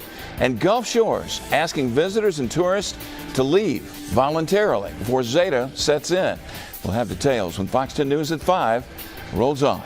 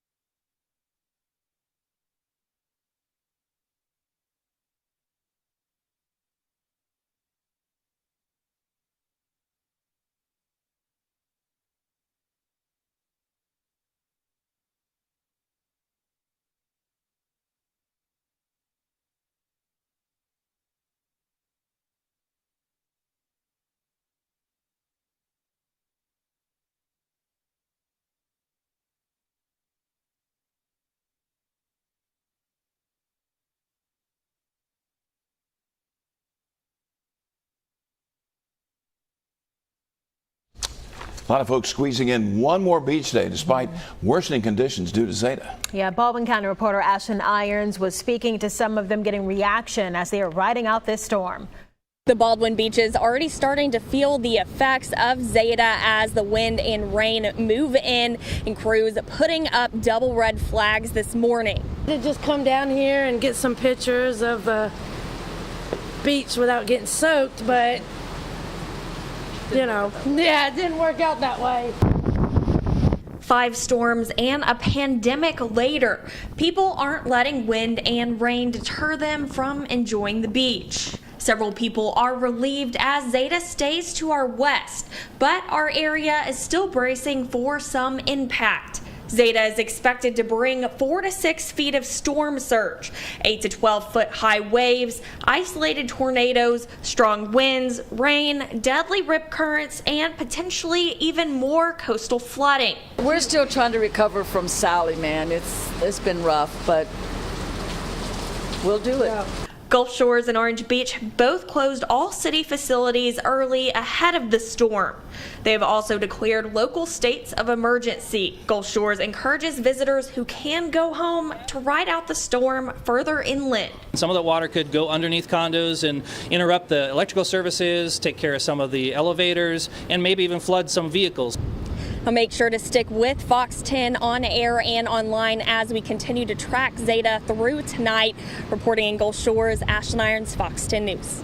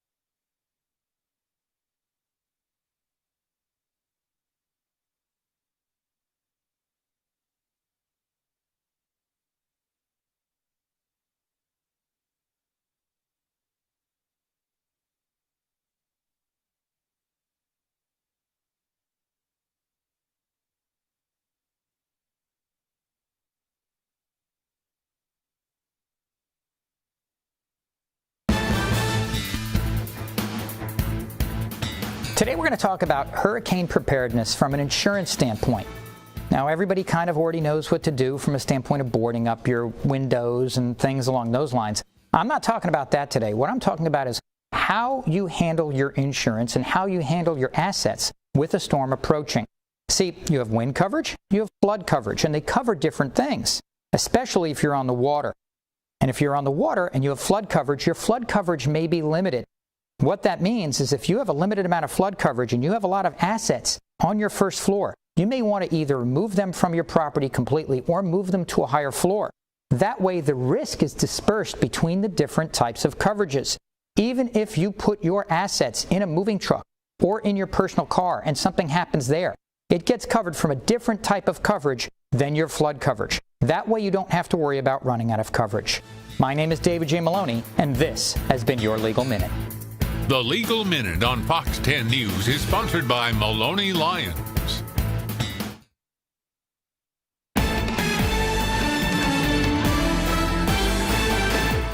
Still breaking at 5 Zeta, making landfall in Louisiana. Yeah, the fast-moving storm packing over 100-mile-per-hour winds. It's expected to bring possible life-threatening storm surge to that area. I want to check back in with our chief meteorologist, Jason Smith, for the latest information from the National Hurricane Center. Jason, what are we finding out now? Well, it is, Byron. This is another system that's made landfall as an intensifying system. Never what you want to see. Storms getting stronger as they move in. And this one is bearing down on the New Orleans area. We've talked a lot about Louisiana, but there's another aspect of this. It's moving northeast, which is going to drag the worst part of the storm into our area as we go through the early and middle part of our evening. We're only going to be contending with this system up through about midnight or 1 in the morning. We still may get some residual surge, but the core of it is happening and about to start happening right now. So there is the center right here, and the eye wall is in the greater New Orleans area, and it's going to track all the way up towards Slidell, but it's headed northeast, which will put it in Greene and George counties, Washington, Clark County, with the center of the storm. Winds at 110. I expect this thing to weaken. There's no way for it to get stronger. It may have gotten a little boost in the upper levels as it's interacted with that upper trough, but it's running out of fuel. There's no more warm water to draw off of. It's over cooler, marshy water now, and it's headed for land, so it's moving inland now.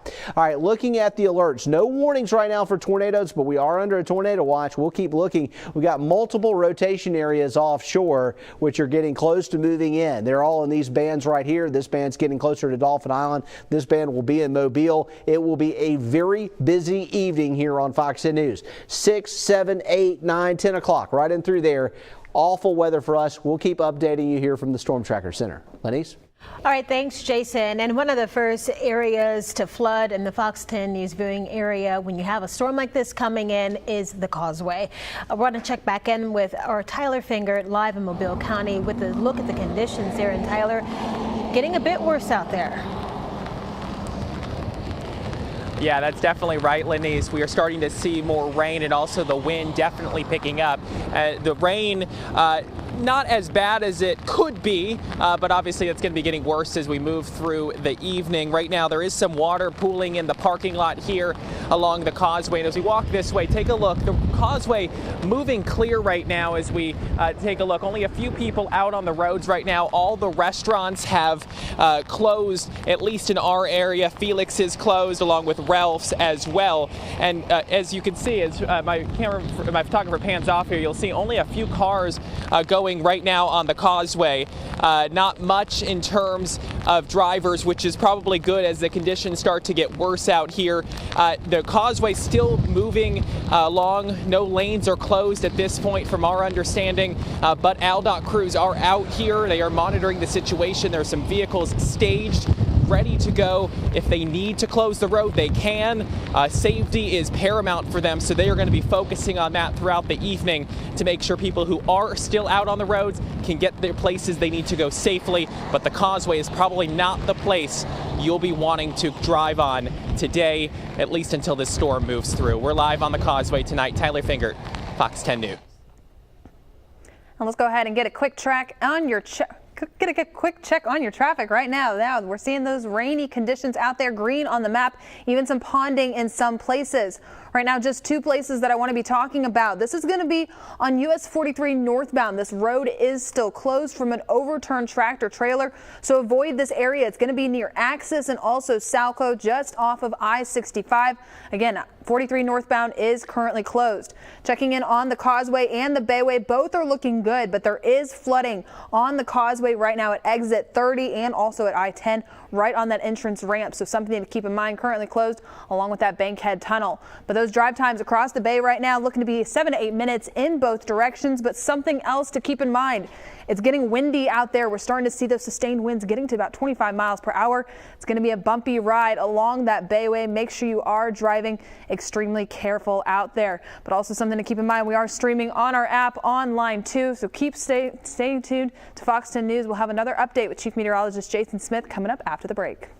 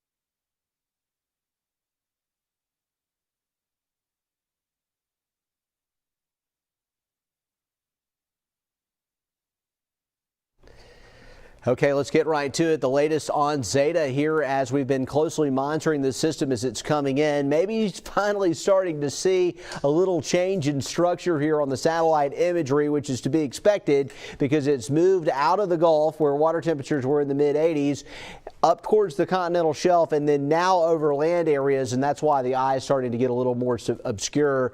It's totally normal with a landfalling tropical system. Right now, the Hurricane Center has it as a 110 mile per hour Category 2. This is the advisory as of 5 o'clock. It's right in the heart of the New Orleans area, and some of the worst of the storm out here on the east side of the storm as it's passing to our west is moving through and beginning to enter our forecast area. We're not quite to the most intense part of that yet. Expect the worst of it to be in our area from about 6 p.m. to about 10, 11 p.m. tonight. So there's going to be a quick little 3 or 4 hour window which is going to be very, very active. One of the things we've got to watch out for will be tornadoes coming in off those rain bands. Right now, we are under a tornado watch for the entire area. And as we look at Mobile County right now, we're not seeing any rotation, but we are starting to get in a moderate to heavy rain. Same thing for Dauphin Island. Tropical storm force wind gusts are possible anytime now. And then these individual cells right here are all starting to rotate. So as they move in, we could have tornado warnings going like crazy. We'll have to watch out for that. I expect that to happen between now and about 6:30 p.m. This is the new updated forecast track. We won't get a new one until 10 o'clock. This is as of the 4 o'clock advisory. We may get a position update at 7 o'clock. But what the Hurricane Center did, they put the center line in our forecast area. They've got this thing coming right up through Greene County and Washington, Clark counties. So that's where we're concerned about possible power outages if we have this thing moving really close to or over our forecast area and we're in the nasty east side of it with tropical storm force winds or even hurricane force winds. We may have some problems. Good news is it's quick. It's not like Sally. It's not going to just sit here all night. And the track, we've got it by 1 in the morning all the way up above Selma and getting up towards Prattville and Otagoville near Montgomery. So this thing's going to quickly zip across the southern part of the state. Let's break it down. Here's your futurecast. All right, this is 7 o'clock right here. At 7 o'clock, we should have it about even with Slidell. We're going to be getting south winds at that point, and that's going to drive up our surge and our coastal flooding threat. That'll continue through the 9 o'clock hour. Winds will be southerly and southwesterly, and the core of the storm could be producing hurricane conditions in Greene and George counties. Then we've got the core of the storm up into Washington and Clark counties. The southern end of it may get more scattered. We still have the onshore flow at 10 o'clock, and then we see it get out of here fast. Tomorrow morning, it'll be sunny, and we'll see cooler weather for the extended forecast. So definitely some big changes ahead in your outlook. But in the near term, the next several hours, we're going to be watching for rotating cells coming in off of Zeta that could produce tornadoes, rising tides, and also some heavy winds. We may get some tropical storm or even hurricane force winds in our area between now and about 11 o'clock tonight as conditions continue to go downhill. We'll have more for you coming up here on Fox 10 News. We'll leave you with this live picture of Perdido Pass.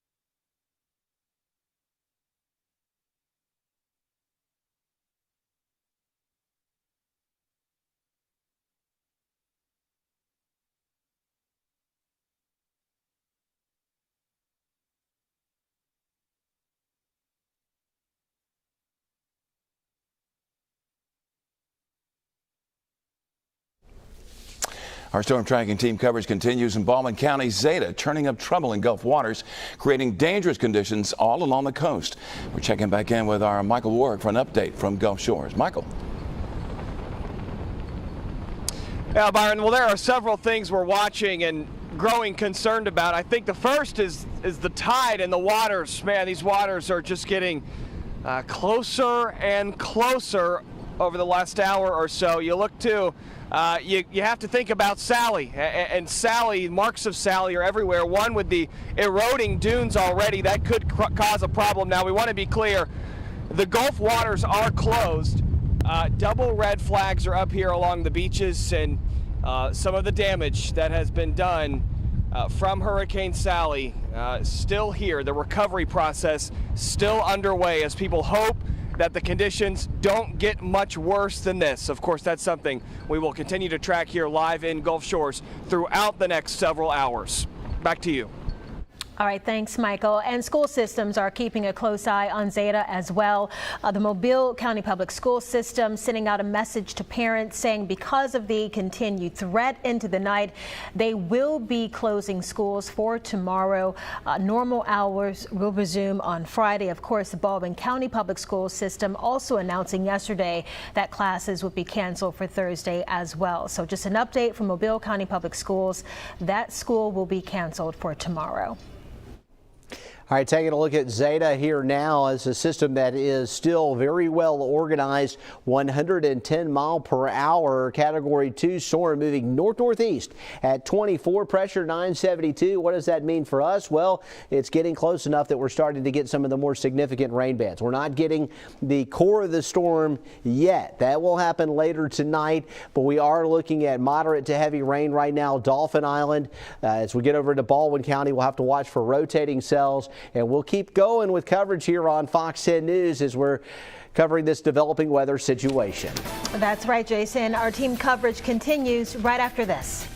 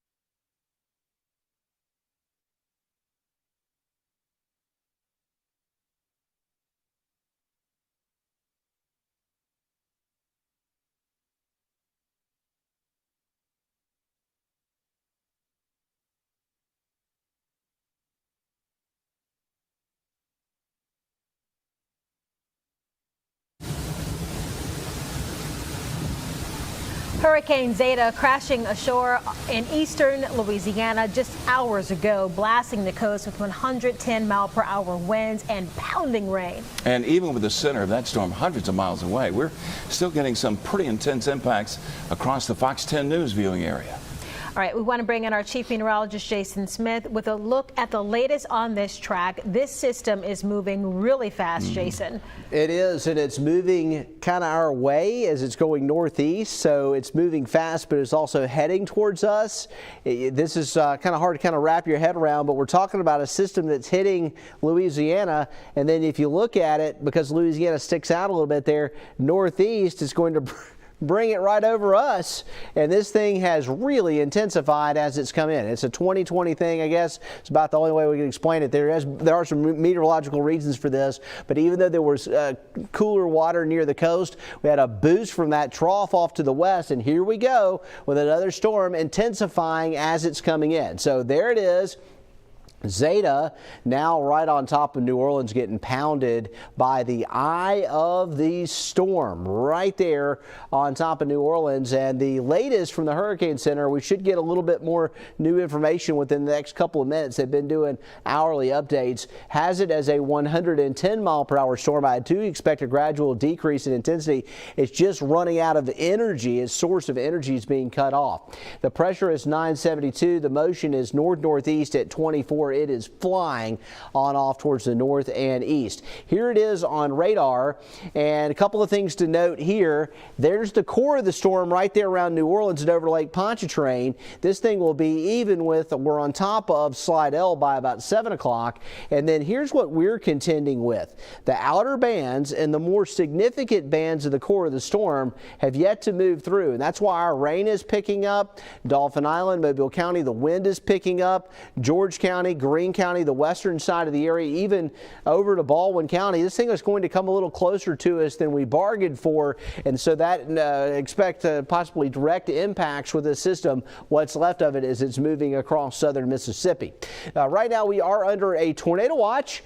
There are the possibilities of tornadoes popping up at any time with this system, and we've noticed some rotation with some of the cells out over the Gulf. Everything we have on the land areas right now, we're not seeing rotation at the current time. We'll watch it, but Mobile County is starting to tap in to more intense impacts from this one, as well as George County and Greene County, and our winds are sustained right now at about 30 miles an hour at Mobile Regional Airport. Offshore, there's a rotating cell. There's one. Here's another. We've seen some rotation in these two, so we'll have to watch this. We may get to a point within about the next hour that we see multiple tornado warnings going again. Hopefully we don't see that, but that is a possibility out here on the eastern flank of the system. Look at the track. This is the Hurricane Center track, and again, the storm's now moved up to about right here, and we've got it moving across our area. In fact, just got a little update on the track. So that's interesting there. It still brings it across Greene County, Washington County, and Clark County, and the system is being placed here in New Orleans. So I'll back it up a couple of frames, and we'll see where we stand with intensity. 105 is the intensity now. So this just came down. This is the 6 o'clock information. 105 mile per hour sustained winds. It's still holding together remarkably well over the greater New Orleans area. The pressure is 973, and that we expected it to speed up maybe 30 miles an hour before it's all said and done. Right now, north-northeast at 25.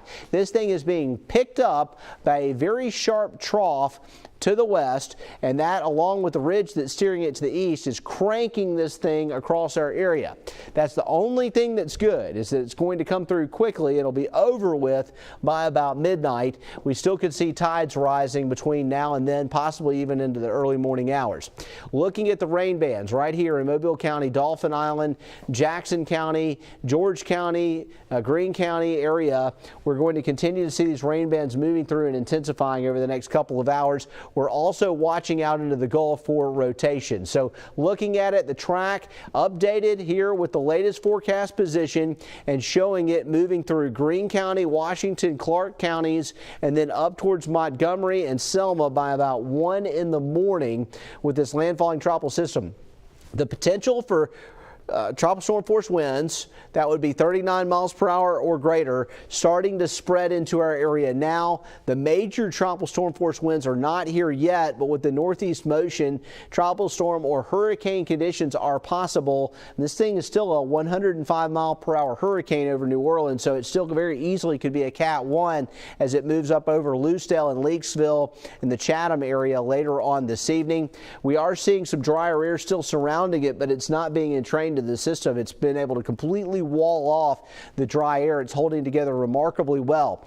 Model update. This is your RPM model and taking you into the 7 o'clock, 8 o'clock time frame. We got it up above slide L. Here we are getting some of those rogue bands out on the east side that could produce tornadoes. The core of the system should be by 8 or 9 o'clock in Greene County and Washington County. Some parts of Mobile may avoid the core of the storm, so we could avoid hurricane conditions, but we could get hurricane conditions in Greene County, Washington County, and Clark County through about 11 o'clock. It'll start to improve after midnight as the precipitation falls out of the back end of the storm. Drier air wraps in, and by tomorrow we'll be back into the sunshine. That's an update now from the Storm Tracker Center. All right, we're going to head out now to Biloxi, where the Mississippi coast has been under a hurricane warning. Our Shelby Myers is joining us live now to talk about the conditions. Shelby, I've been looking at different tweets on Twitter, people saying it's starting to pick up there. Absolutely, Lanice. It's picking up. Every time we've spoken to you, it's gotten windier and windier. We're seeing small little branches like this just blow across us like they weigh nothing. They're already pretty little, but it's picking up out here. You can see behind me that the trees are swaying more and more. And eerily enough, we just heard a loud siren go off throughout the city of Biloxi. That is the hurricane siren reminding residents to take cover, to make sure you're hunkering down, not out and about on these roads. And that was the main message that the mayor, Fofo Gillich, wanted to let residents know. Stay off the roadways. This is nothing to play around with. And now those conditions are intensifying, so even more of a reason to be at home hunkering down. But you can see some people still choosing to drive up and down these roads. The lights are going to be flashing, blinking, because the city crews have removed the electronics in those so that they will not get hurt or not be damaged through storm surge. Some of these casinos choosing to shut down, like the IP where we are standing under the awning here, the parking garage area. Other casinos staying open, like I've heard the Golden Nugget and a couple other casinos are staying open, but Hard Rock, where we were earlier, closing down. These winds, though, the main story as Hurricane Zeta is impacting this area. They continue to blow around. Nothing to play with out here. Again, just evidence of the strong category 2 that this hurricane has been as it comes onto land. We've talked to some people earlier. They said that they were going to hunker down. They weren't too worried about this hurricane, but they were just going to stay inside, heed the mayor's warning to stay inside as well. There are a couple of shelters that are open in this area, just something to keep in mind, but everybody seems to be, for the most part, off the roadways, other than a few stragglers. Listen to that. You can hear the wind pick up ever so often as those gusts come in. So conditions definitely intensifying here in Biloxi again. We're a little bit north of where we were earlier from the Hard Rock Casino. We wanted to get away just in case the bottom floor of that parking garage did flood, and that happens sometimes here in Biloxi. Those parking garage floor levels will flood as the storm surge comes up. So we're definitely hunkering down here at the IP a little bit north of that, but you can still see the impacts being felt here in Biloxi. Lanice. Yeah, Shelby, I want to talk to you a little bit about the wind, because we can see it there as it's picking up. When you were driving in, did you see any of the beachfront restaurants boarded up? You know, I haven't really seen any boards, but we have seen the sandbags that are in front of the windows at some of these casinos, just kind of making sure that the water will not get inside. There's some here at the IP, there's some at the Hard Rock. All of their doors and entryways had those sandbags, but as far as boarded up, no, did not see that. Gas stations closed there along Highway 90. Mainly folks just kind of getting out of the way, but it doesn't look like too much of that boarding up going on here, Lanice. All right, thanks. Shelby Myers reporting live in Biloxi. Our storm tracker team coverage continues in Baldwin County. Zeta already making landfall in southeast Louisiana, hundreds of miles to the west, but it is creating some dangerous conditions inland in the Fox 10 News viewing area and along the beach. Michael Warwick is joining us live from Gulf Shores with another update. Michael, I can see the winds picking up out there where you are too. Yeah, I almost lost you there for a second because of how loud the wind is. I mean, it's blowing up my rain jacket here. It's really intensified, especially over the past hour and a half, 2 hours or so. And one thing we're watching, we've moved up under this parking deck here along the beach because the water is just getting closer and closer to the dunes. You know, and Hurricane Sally, of course, where we stand right now is completely underwater. The hope is that that will not be the case with this storm, but it is certainly something that we're watching for. We want to mention again, the water is totally off limits. I mean, we're looking at waves at least 6 or 7 feet high. It could be even taller than that. So the waters are closed. If you think back to yesterday and the day before, the city of Gulf Shores asked visitors to leave this area, to evacuate this area. Not everyone has done this. You see a lot of tourists who an hour ago were actually walking up along the sand impressed by the wave strength. That is no longer the case, but it is something we're watching for because the dunes have significantly eroded because of Hurricane Sally. So in a lot of areas along the beach, there aren't many stoppers for this water. So if it does continue to surge closer and closer to some of these condominium complexes, it could just blow right over, you know, that last layer of sand. So that's something we're watching and we'll continue to monitor. The other concern in Baldwin County, and as it gets darker, we'll be able to get in our storm tracker truck and go out and look at some of the neighborhoods around South Baldwin County to see, because the concern was the debris, of course, the debris being picked up by these sustained winds and wind gusts and becoming torpedoes. So county leaders, the Emergency Management Agency has asked folks to stay off the roads, stay indoors, because it's dangerous out there with debris possibly flying around. So we'll be taking a trip out in the storm tracker truck here tonight when it gets dark to see if there is any damage and property damage, trees down from debris, or of course, like, you know, just wind blowing trees down. So something to watch for. We'll continue to stay here in South Baldwin County tracking all the conditions for you guys. Back to y'all in the studio. All right, Michael, one more thing before we let you go. I know you talked to some of the homeowners down there. People are trying to recover from Sally. What are they saying tonight? And I know that there are some repairs still underway, but, you know, the high winds from Zeta could cause some real issues. It really could cause some real issues, and there's so many reminders around Gulf Shores of Sally's damage. So this week, and especially over the past couple of days, as people realize, wow, hurricanes, we are going to feel effects from Hurricane Zeta. It's that feeling of just being on edge and worried, and there's so many lessons. Every single homeowner you talk to down here will say we learned so many lessons, and it's been good to see this week as people prepared for this hurricane, taking those proper precautions, gassing up their car 2 or 3 days ago, preparing with food, preparing with batteries, keeping a very close eye on the forecast track. And it's those kind of preparations that people made here in Gulf Shores that eased a lot of their concerns as they got ready for Zeta's arrival. So, you know, of course you're going to have some people who said, oh, you know, Hurricane Zeta, well, it's not making a direct hit. This is going to be a piece of cake. And it very well may be. We're certainly hoping for that. But you cannot let your guard down, and I don't think a lot of people did, given the impacts that Hurricane Sally made just 43 nights ago. Byron, Lenny's. All right, Michael, thanks very much. And our Michael Warwick there reporting for you live.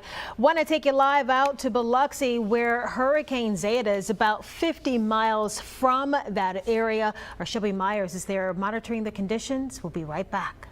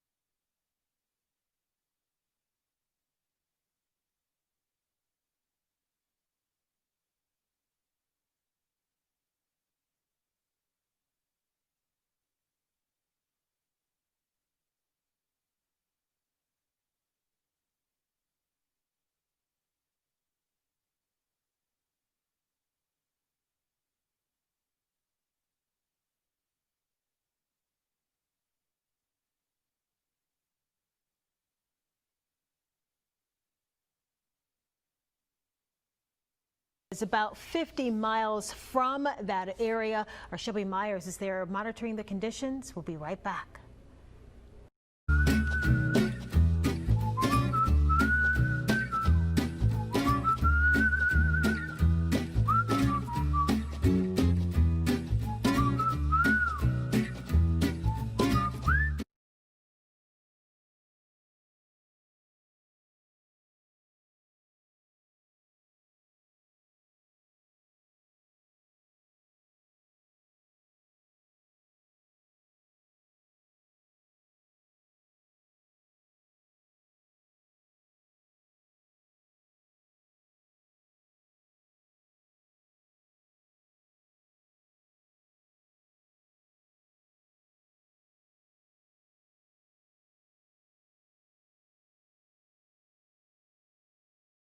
Shoot up my heels. I would tiptoe out of bed because my heels hurt so badly.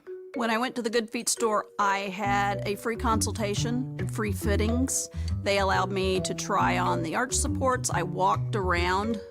Zeta coverage. Want to take you out live now to our Tyler Fingard, who is in our storm tracker truck on the move. Tyler, really quickly, just getting some information talking about the old Causeway and how it's going to be increasingly affected when that surge starts to arrive. What are you seeing now out on the roads?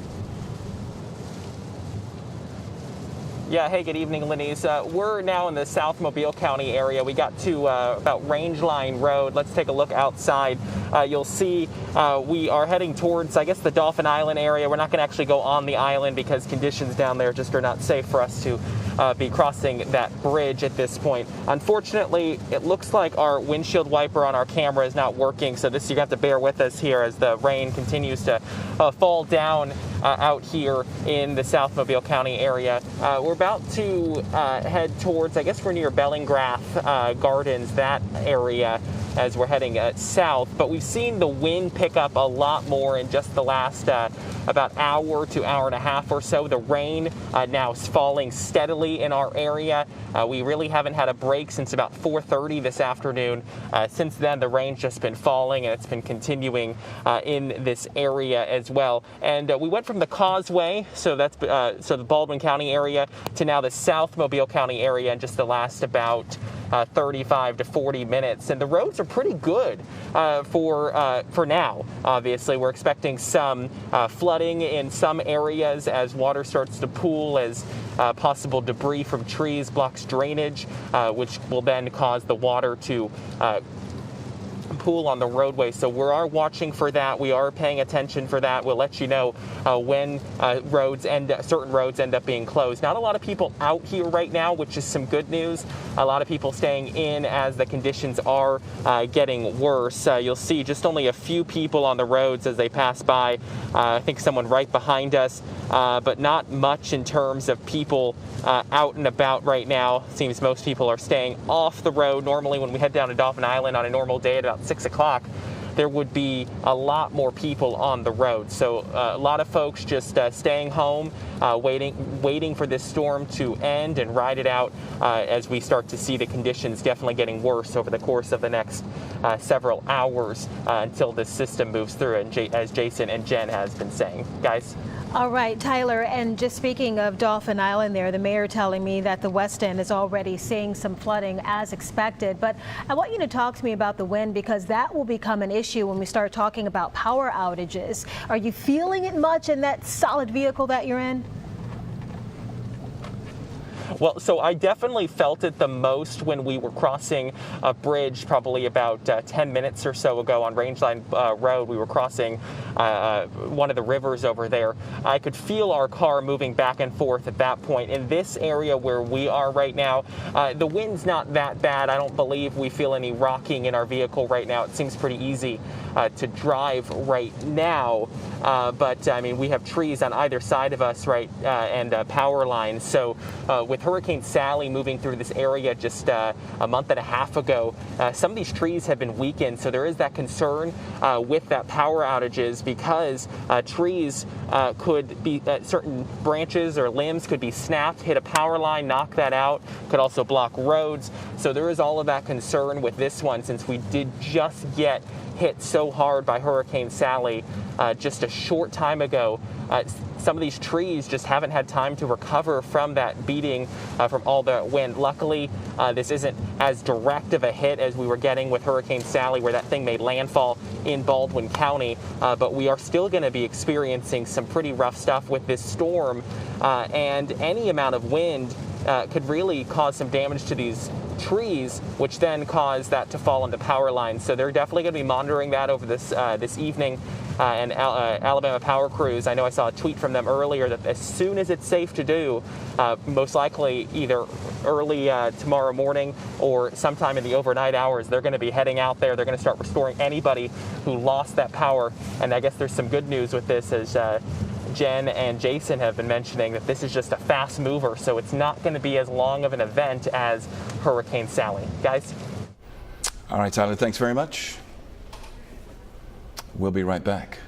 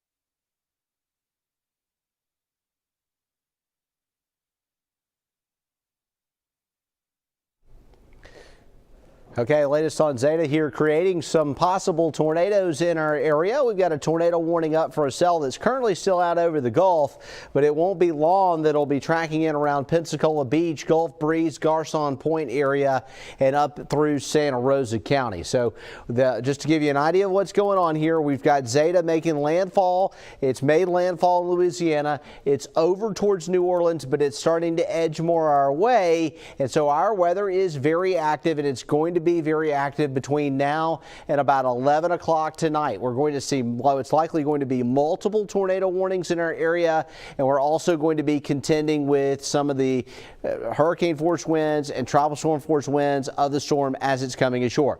Right now, we have a tornado warning in effect for Santa Rosa County, and the possible rotation area is out over the Gulf.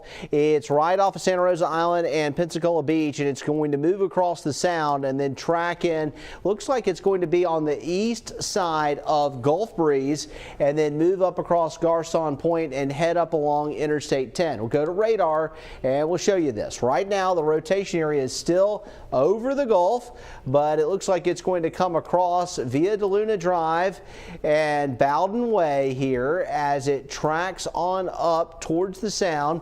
There's the bridge between Gulf Breeze and Pensacola Beach. So this is the road leading east across from Pensacola Beach, and there is your rotation area right out there into the Gulf of Mexico. This is coming off of a hurricane.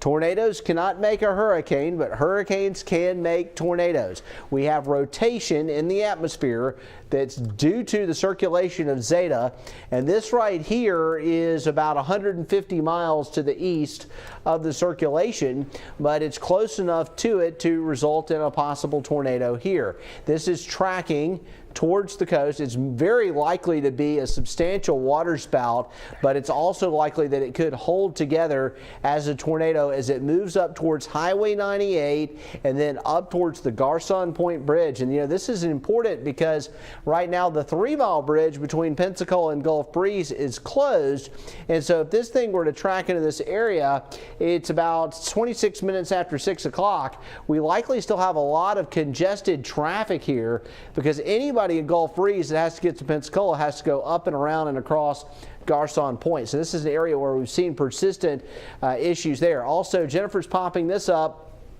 2 tornado warnings in the area now.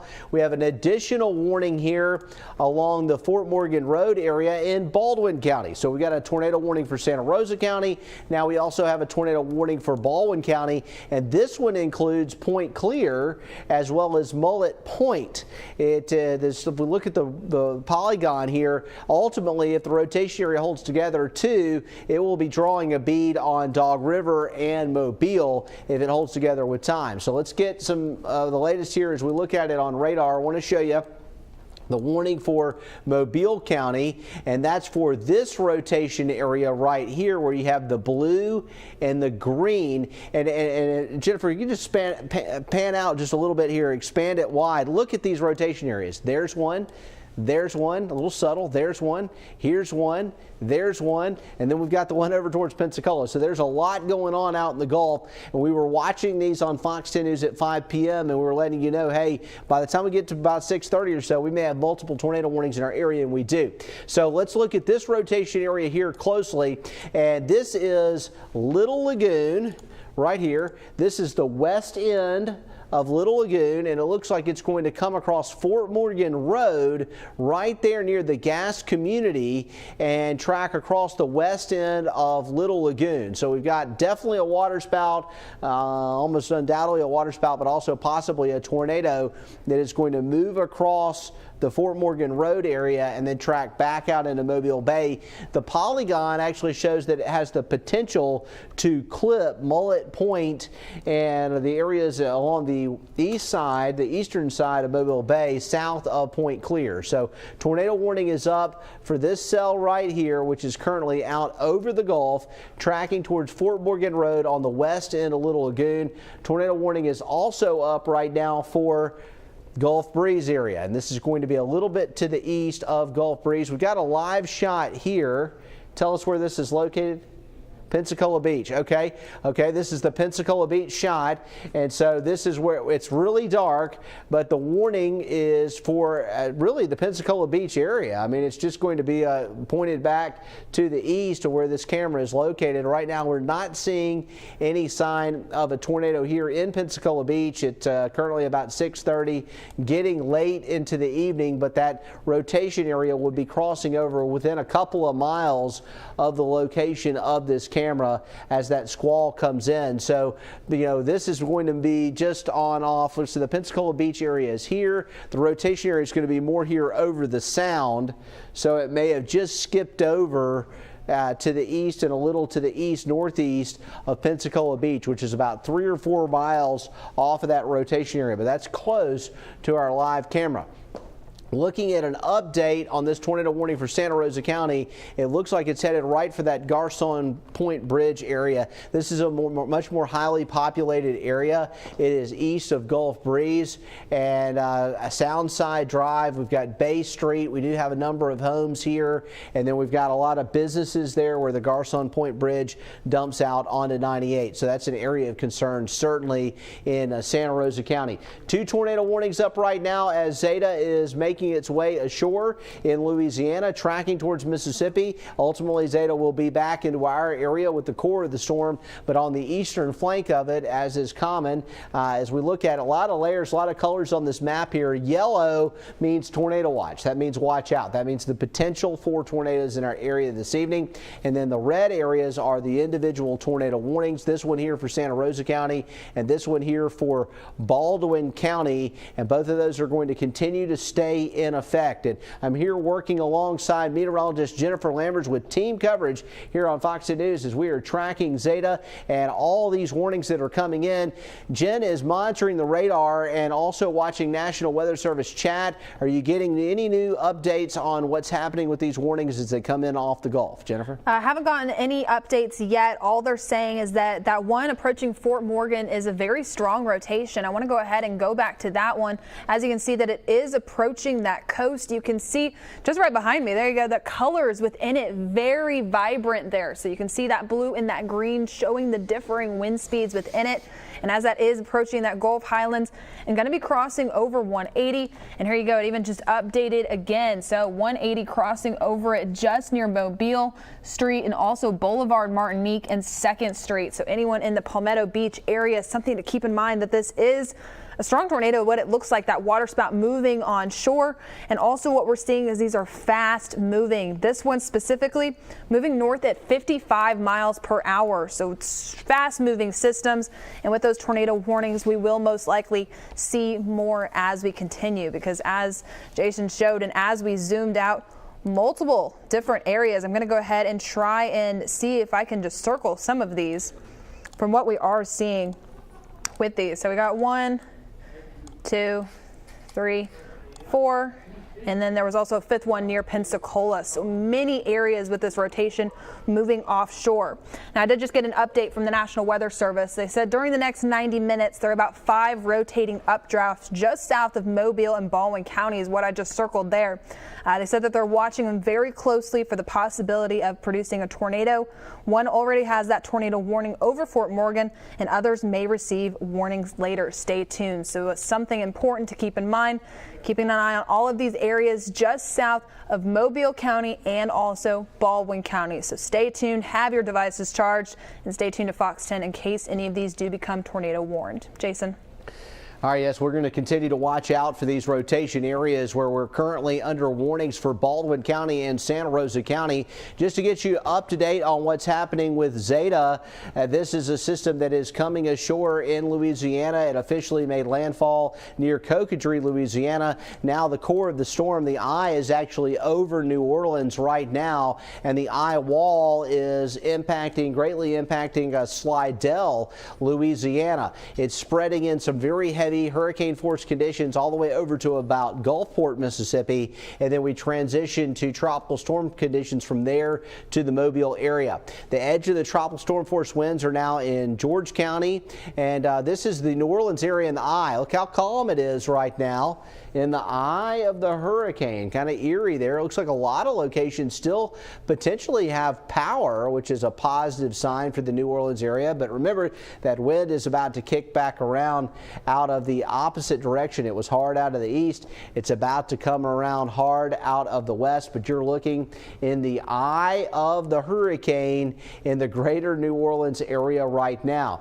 So as you can see, emergency responders trying to get in different places, and there may be areas where it's dark, where there normally is power and light. Some of these may be very close to substations or grids where we do indeed have power right now, and there's still a little bit of daylight to work with as well, which is common to see a little break in the cloud canopy over the actual eye of the storm. So that's New Orleans, showing you the loop of radar here. Zeta, let's see, it's currently 635, so 105 mile per hour Category 2 hurricane, and the core of the storm, the eye wall, is coming through Slidell. Then we transition into tropical storm conditions.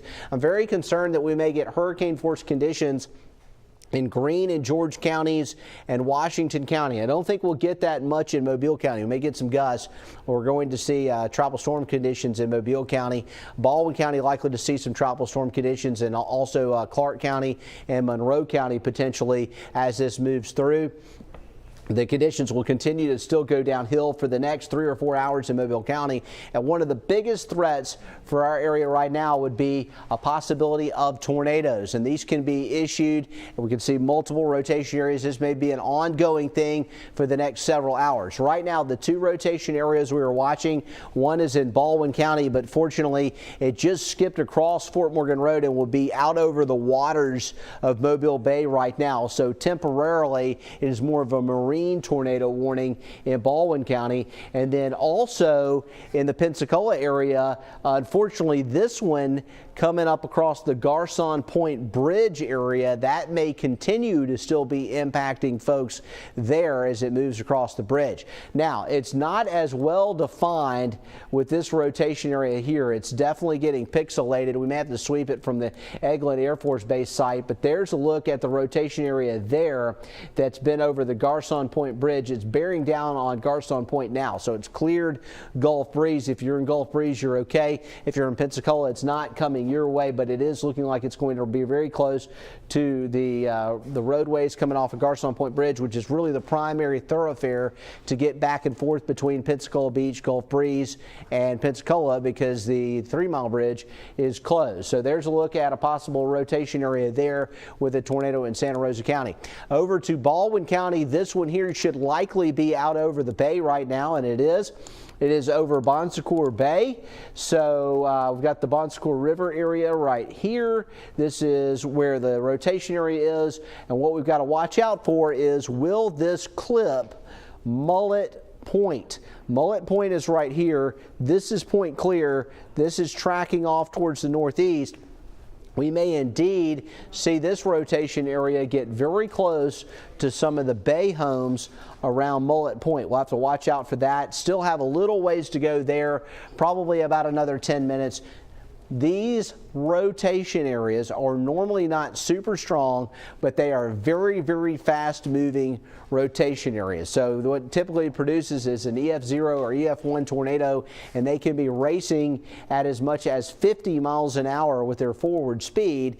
And you might be sitting there saying, oh, okay, well, it's south of me about a good 10 miles or so. I'm good for a little while. But really in about 5 or 10 minutes, it's going to be bearing down on the Mullet Point area. So hopefully it will stay out over the bay and not impact those areas. The rotation area itself is going to be most likely in the center of this inbound outbound velocity here in the Fort Morgan area as it's tracking on off towards the northeast. This is Weeks Bay. You've got Pelican Point right here. This is really close, but I think it'll end up on Mullet Point Road there as we get up here along 98 here. As we get up, I believe that's County Road 1 right there. We'll have to look it up as we zoom in a little bit tighter here. Let's get in street level here and see what we have going on as far as some of the identifications there. Is that County Road 1? County Road 1 right there, Jennifer. So we'll have to watch out on County Road 1 off of 98. There's Mullet Point right there, and we've got a rotation area just out in the bay off of that. There's a look at the rotation area, possible tornado or definitely water spout out over Mobile Bay that's tracking in towards Mullet Point. That could have an impact. And, you know, you've got a situation right now where, yes, we expected higher than normal tides in Mobile Bay, but I would imagine that most of the people in places like Mullet Point would maybe not have evacuated for this thing. We were not under a mandatory evacuation, but here we are out on the far eastern edge of the system, and we could actually be seeing some tornadoes going on in this area. So we're still under a tornado warning there for Baldwin County.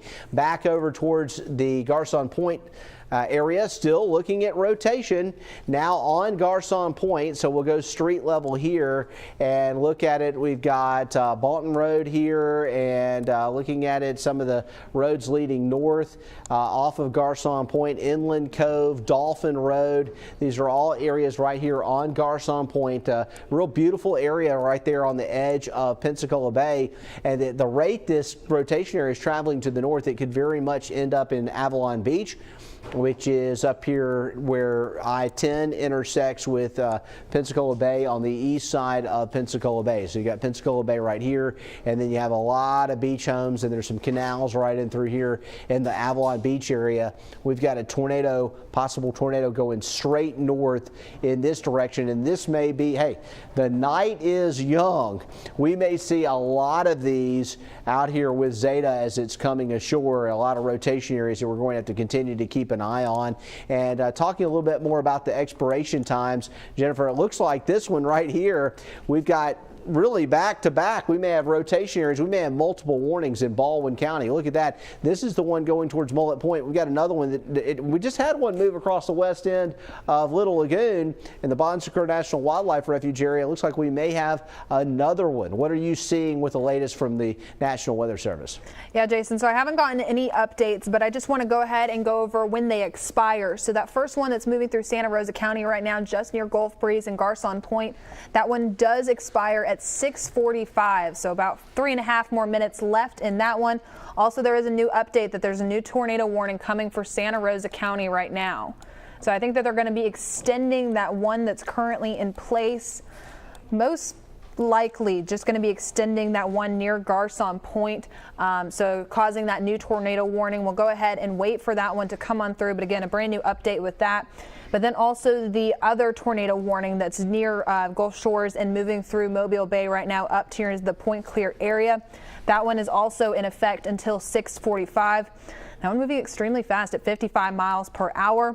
The one in Santa Rosa County moving north at 45 miles per hour. So above 45 miles per hour for both of these systems, moving extremely fast, and just waiting for, again, this new tornado warning to come out in Santa Rosa County. But as we were just showing you, multiple areas offshore right now, and I'll not be surprised if we see one come soon from Mobile County on the coastal region, so near Dauphin Island potentially, with some of these areas of rotation just offshore. Jason? Yeah, let's take a look at some of those other rotation areas. So we know we've got one. There it is, the new storm-based warning that Jennifer was telling you about for the possible tornado in Santa Rosa County. That warning's been continued, and it's going to include the west side of Milton, and really almost all of Pace is going to be in the path of this. We've got Chumuckla up here, but down on the southern end of it where the rotation area is right now, it's really down here more around Pace, as it's going to be coming across from Garcon Point. So it's going to be tracking to the north through this area right here and ending up in the rural sections of Santa Rosa County. Right now we've got a rotation area. It's in Avalon Beach. It's tracking through Pace, and it will be lifting to the north. And there's a look at the rotation area there. Right now in Avalon Beach, here's Pace right here, so we're going to have to watch out for a possible tornado going right up across.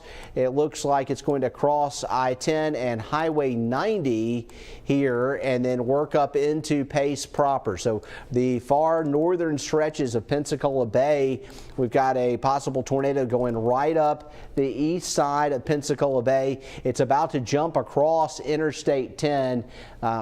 Jennifer's rocking the radar a little bit there so you can see the progression of it.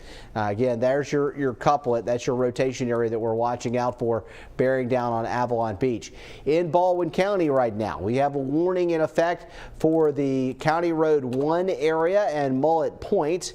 And so looking at the possible rotation area, it's starting to broaden out a little bit, which is a favorable sign, but still we're going to be watching this one. This is the Barnwell area south of Fairhope. We've got the point where Highway 98 takes the Big Bend. You come down off of Point Clear, and near Fisherman's Discount here, where 98 takes that hard bend back towards Weeks Bay. That is where this rotation area is located. And then a lot of the bay homes are going to be right here along County Road 1, which leads down from Mullet Point down towards Pelican Point. We've got a rotation area there.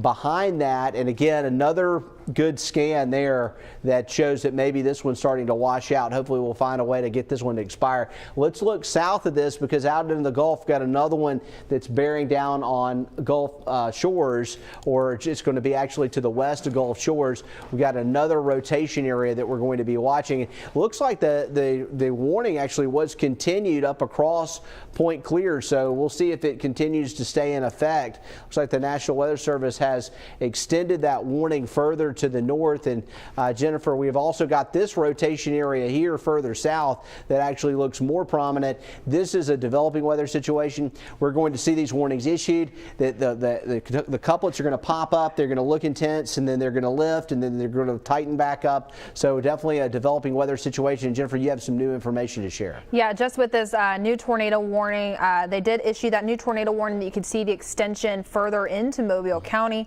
But right now it's 5 miles south of Point Clear, moving north at 55 miles per hour. Right now it was over the water of south of Gulf Highlands. So that new tornado warning is going to be for this one that we're showing you on radar right now. And going back to that, it does include Fairhope and just slivers of Daphne and Spanish Fort all included within this. So in case your tornado warning is going off and you're in these areas, just Daphne, Bayfront Park area, Fly Creek area, well, this is pretty offshore. This is just down near the offshore area in the Gulf of Mexico right now, near Fort Morgan, and also the Gulf Highlands area. So further away, and hopefully we'll continue to see these ones fall apart once they get closer to interacting with that land, just like we saw the one ahead of it. But it is two back and forth systems back to back that we're seeing. That one near Barnwell starting to fall apart, but this one, there you go, you can even see that new run with it picking up just slightly even more, looking a little bit better on the radar with it. They just updated that this Baldwin County warning is for the two strong rotating cells, the one near Point Clear and the second over Fort Morgan. So this tornado warning is for both of those systems together, and that they're both moving rapidly north. And we can see that with those speeds at 55 miles per hour. Jason. 55-mile-per-hour forward speed doesn't give us a lot of time. In fact, it's right on top of Gulf Highlands.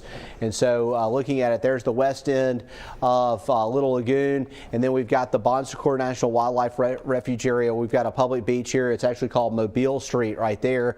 And then we've got the Gulf Highlands community. So this is going to affect some of the beach houses and the condominiums in Gulf Highlands. Won't be long. This will be back out over Mobile Bay, and then we'll have to track it across the bay because we've got a rotation area further to the north that's weakened, but this is heading in the same direction and may end up around Point Clear and also up close to Fairhope. We'll have to watch out for a possible tornado going on out of this rotation area here as it tracks to the north. And that is a long storm-based warning. Jennifer, let's pop it up again so folks can see. It's really because there are two rotation areas within it. One's down here on the beach. The other one was up around Point Clear. This one is weakened, but if this one holds together throughout, it really may be more of an issue for Mullet Point, Point Clear, and then ultimately perhaps Mobile County. It looks like it may catch an edge technically of Hollinger's Island or Brookley Field or the Bayway Causeway area, but at this point the rotation area that's more prominent of the two still could be about 20 to 30 minutes away from those areas.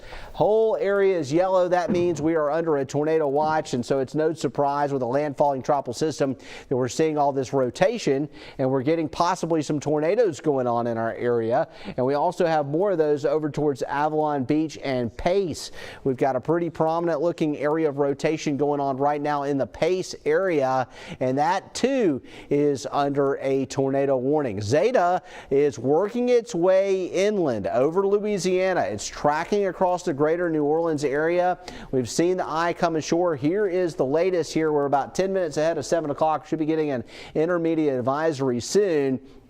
And the core of the storm is near Slidell, Louisiana now, and that's going to extend over to Bay St. Louis and Waveland, as well as Pearlington, Mississippi. And then that's where your hurricane force conditions are going to be. And we're close to getting in on hurricane force winds now in Biloxi.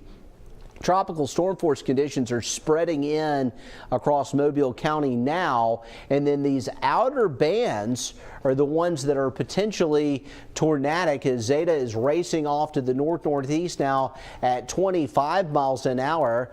And this is the Daphne area, is that correct?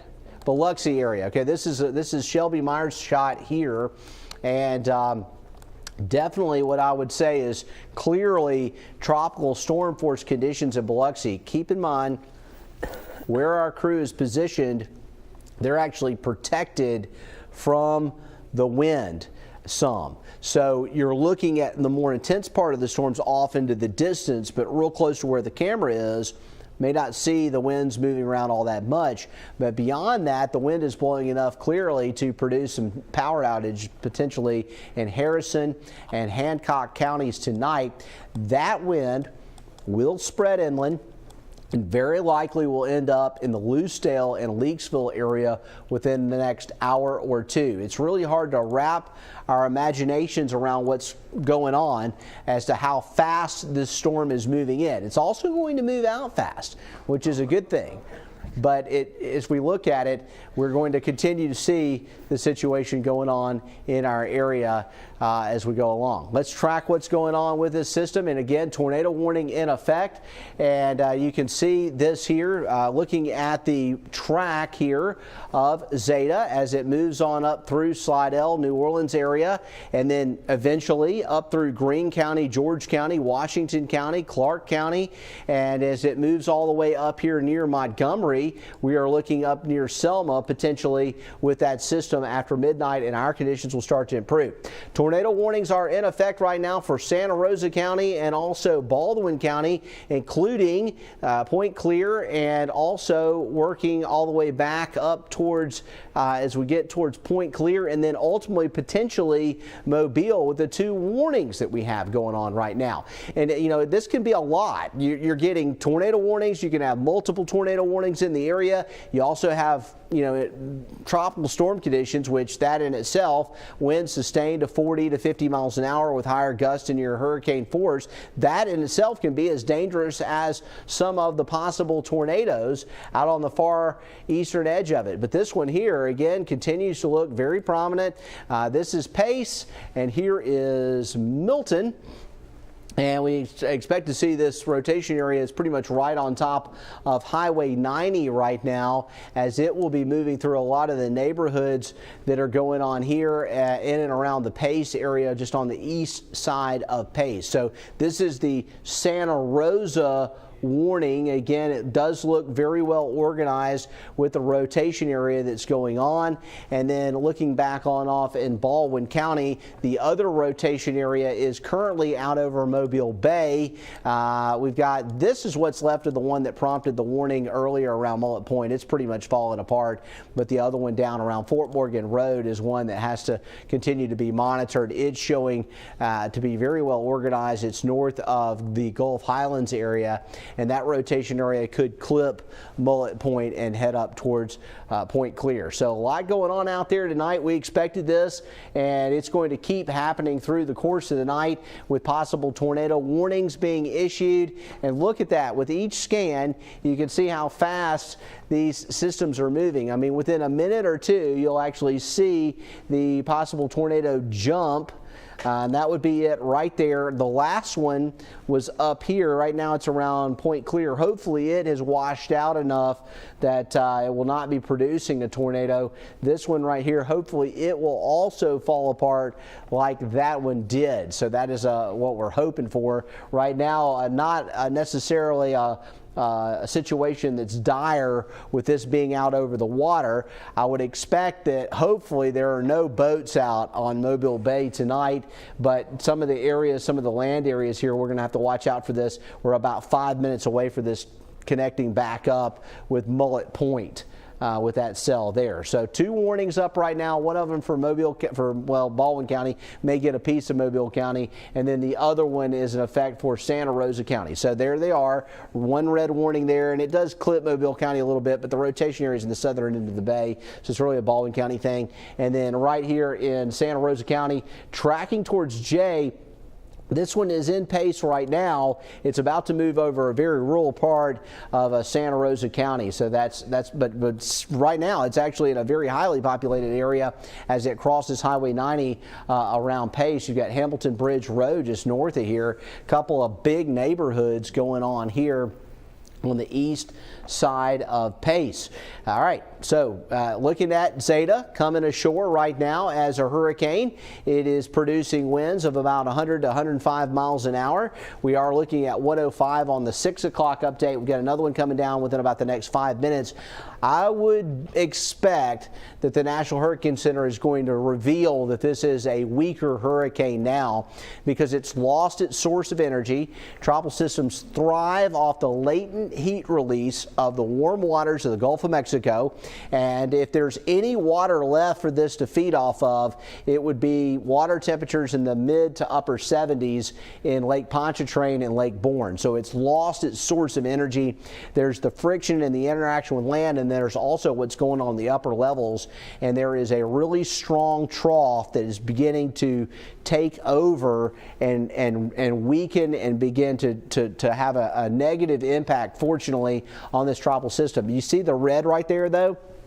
That's the eye wall in the northeast quadrant coming through Slidell right now. New Orleans has seen the eye. Winds are coming back around out of the west in New Orleans. And then what we're concerned about is this red thing may clip Greene County, Washington County, and Clark County. And that's where we could have some problems with hurricane force conditions in our area coming up here about 8 o'clock. Right now it's about 4 minutes ahead of 7. By 8, 9 o'clock and up to the 10 o'clock time frame, that's when we're going to likely see some of the biggest impacts there. We're going to take a break, but we're going to come right back with more coverage on possible tornadoes in our area.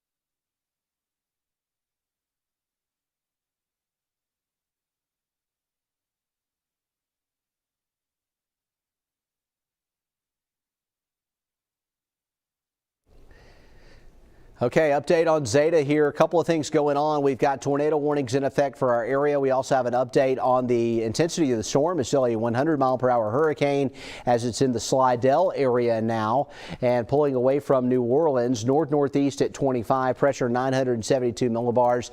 That is the update as of 7 o'clock. Quick look at what's going on with our tornado warnings that are in effect. We've got a warning up for Mobile Bay. This one here is still really more out over the bay right now. We also have a warning still up for Santa Rosa County. I expect a number of these warnings to be ongoing through the evening hours. The National Weather Service actually just put out a special product saying there is an increasing risk of tornadoes expected in our area. We are under a tornado watch. Let's look in here at the rotation right now that is over Mobile Bay, and at this point still some significant rotation going on here, very close to Point Clear, and we're not tracking water spouts here. These are tornadoes over the water. An ordinary water spout can form in a normal thunderstorm in the summertime, but this is possibly a tornado indicated by Doppler radar that will clip Point Clear and the Grand Hotel, and that's going to be between now and about 7:05. So if you're in this area, you want to be in shelter. It will skip out over the bay, and then it's likely to be out over the bay beyond that time. But a possible tornado near Point Clear, racing to the north at about 50 miles an hour. This is not one you're going to be able to see. Just stay inside and let this thing blow over. Most of these are F0, F1 type tornadoes, but you need to take them seriously. Also, quick checkup on the Pace tornado. This one is now north of Pace. It is getting over the rural sections of Santa Rosa County. Also, possibly a tornado going on here. Zeta, 100-mile-per-hour winds producing tornadoes on the outer bands. We'll keep tracking it as the core of the storm is going to get more into our area. We're getting reports of power outages in our area in Grand Bay and Tillman's Corner. Lenise, Byron. All right, Jason, thanks very much for the update. Let's go now to Biloxi to check back in with Fox News reporter Shelby Myers, who's been monitoring the conditions there. Shelby, it has been getting worse and worse. Yeah, absolutely, Lenise. We just had a huge wind gust right behind us, and you really couldn't see anything because so much rain and a little bit of debris just kind of circulated in that one area. It's like an opening into this parking garage here. Very intense for a second, and the winds just keep coming. Those gusts continue to come. You can see it as the trees move. There's a light fixture up there that's also moving pretty heavily with the trees there.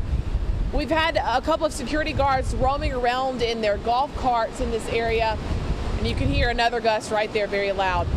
Roaming around though in their golf carts, checking on things, making sure it's still okay out here. So far, we're still just seeing small little limbs blow around. Nothing big in this area. We are again under the parking garage at the IP Casino, which is about a mile and a half north of the beach. And you can see the signs shaking still. This area getting feeling those effects pretty hardcore.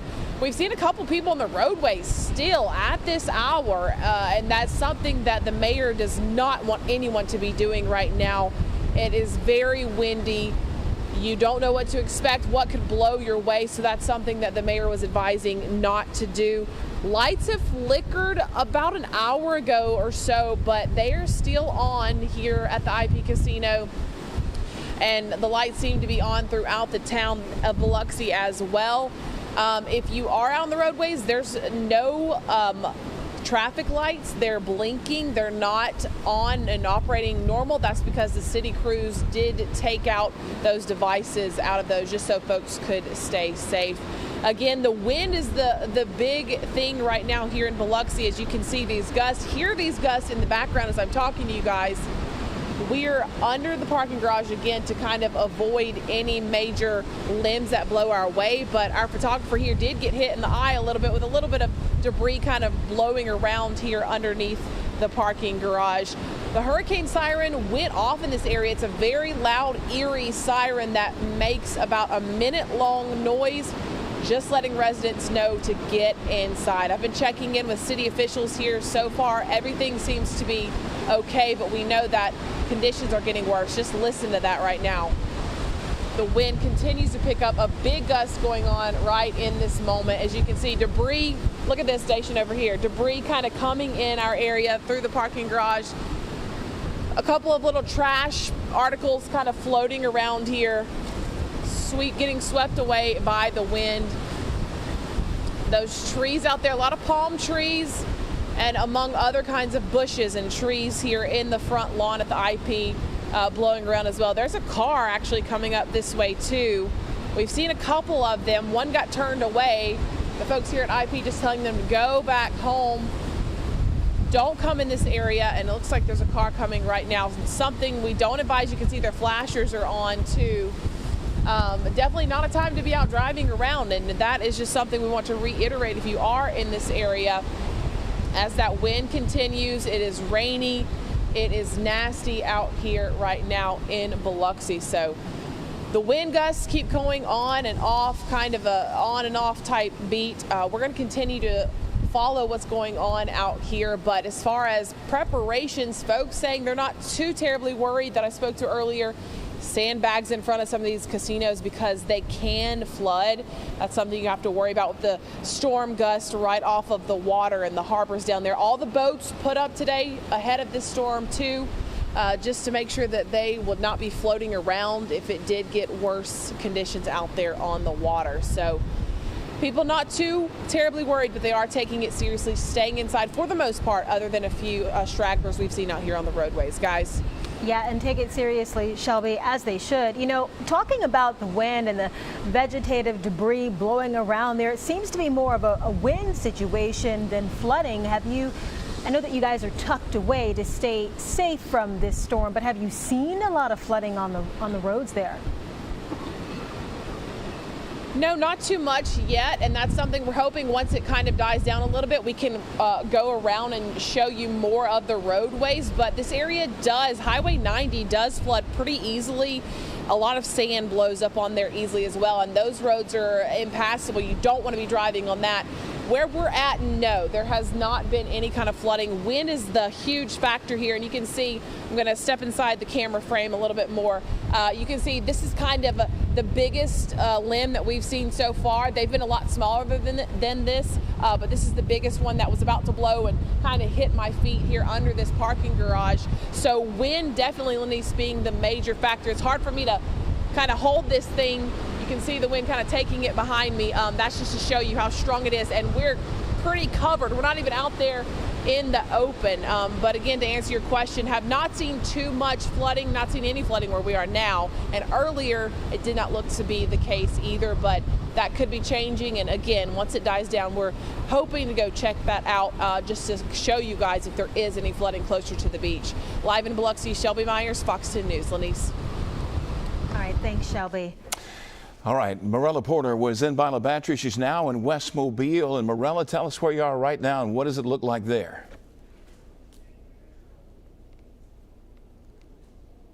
Section of Schillinger and Airport parked here so that you guys can get a better look with all of the light. There's a lot of light around here. You can see the rain falling to the ground, getting whipped. It almost looks like it's like sand moving across. It's been raining, I guess, pretty heavily, not too bad, but for the past couple of minutes it has been coming down. The wind has been, I guess, whipping here and there. Again, nothing too bad. Driving across West Mobile, we hadn't seen any lights out or anything like that. I know last time with Sally, that came to be a problem. Getting later and later into the night, lights going out, and especially in the darkness, those trees falling too and just coming up across them. We haven't had any problems with that. I know that across Mobile and other areas, of course, people were very concerned about debris that still had not been picked up from Sally just yet. We haven't had any issues driving at least across West Mobile, coming from Grand Bay to this area with debris in the roadway or anything like that. And there are still people, as you can see, out here driving around even this late and with the storm approaching. Of course, the roads are slick because of the rain, and again, just kind of windy here and there, but nothing too bad right now, Byron. Hey, Morella, I know you just left Bayou La Batre, and many people are concerned about storm surge there because that area does flood there in South Mobile County. What were the conditions like in Bayou La Batre before you moved on to West Mobile? before we had moved from Bayou La Batre, it wasn't that bad. I mean, again, we were able to make it as far as we could down Shell Belt, which last time around the same time we were there during the same time of day, and it had already been blocked off, maybe like halfway up Shell Belt to where those casino boats are parked. But when we were leaving, the water did start rising a little bit, but people were still driving up and down that road. So we left at about just before 6, and so the water was starting to come onto the roads, but it wasn't anything too bad just yet from that point. Well, we know they're getting 60-mile-an-hour wind gusts down there now, and of course it's early on as Zeta continues to move into parts of Louisiana, so we certainly want to make sure we keep an eye there and also in West Mobile. Morella Porter, thanks so much. And continuing now with our coverage, we've got crews spread out across the area. Want to bring back in Tyler Fingert, who's also in one of our storm tracker trucks, getting the conditions as they happen. Tyler, I know that you're heading back to the Causeway, and I've seen a few reports out there of down power lines in certain areas. Did you see any of that? What are you seeing right now on the roads? Yeah, hey, good evening, Lenise. I have not seen any down power lines, but I can tell you that the power is definitely out in different areas. The Bayway pitch black tonight. Let me flip around this camera. We'll show you what it looks like outside right now. Turn our windshield wiper on. That's the ALDOT crews right there. They have one of their info signs going saying that the right lane is closed ahead. And in just a couple of minutes, they're expecting a full Causeway closure as conditions are rapidly worsening. They just tweeted that information saying that right now the Causeway eastbound on-ramp to I-10 at Middle Bay is closed, and they're expecting to completely close the Causeway very soon as conditions rapidly worsen. That is a quote from that tweet. But as you take a look, it is really getting bad here. Just in the last about 30-45 minutes, it really has gotten to the point where you cannot see that far in front of you. Some people are still driving here on the Causeway. We are pointing eastbound right now. Normally you would see lights of some of the people driving on the Bayway. You could see some of those people, what looks like that car driving.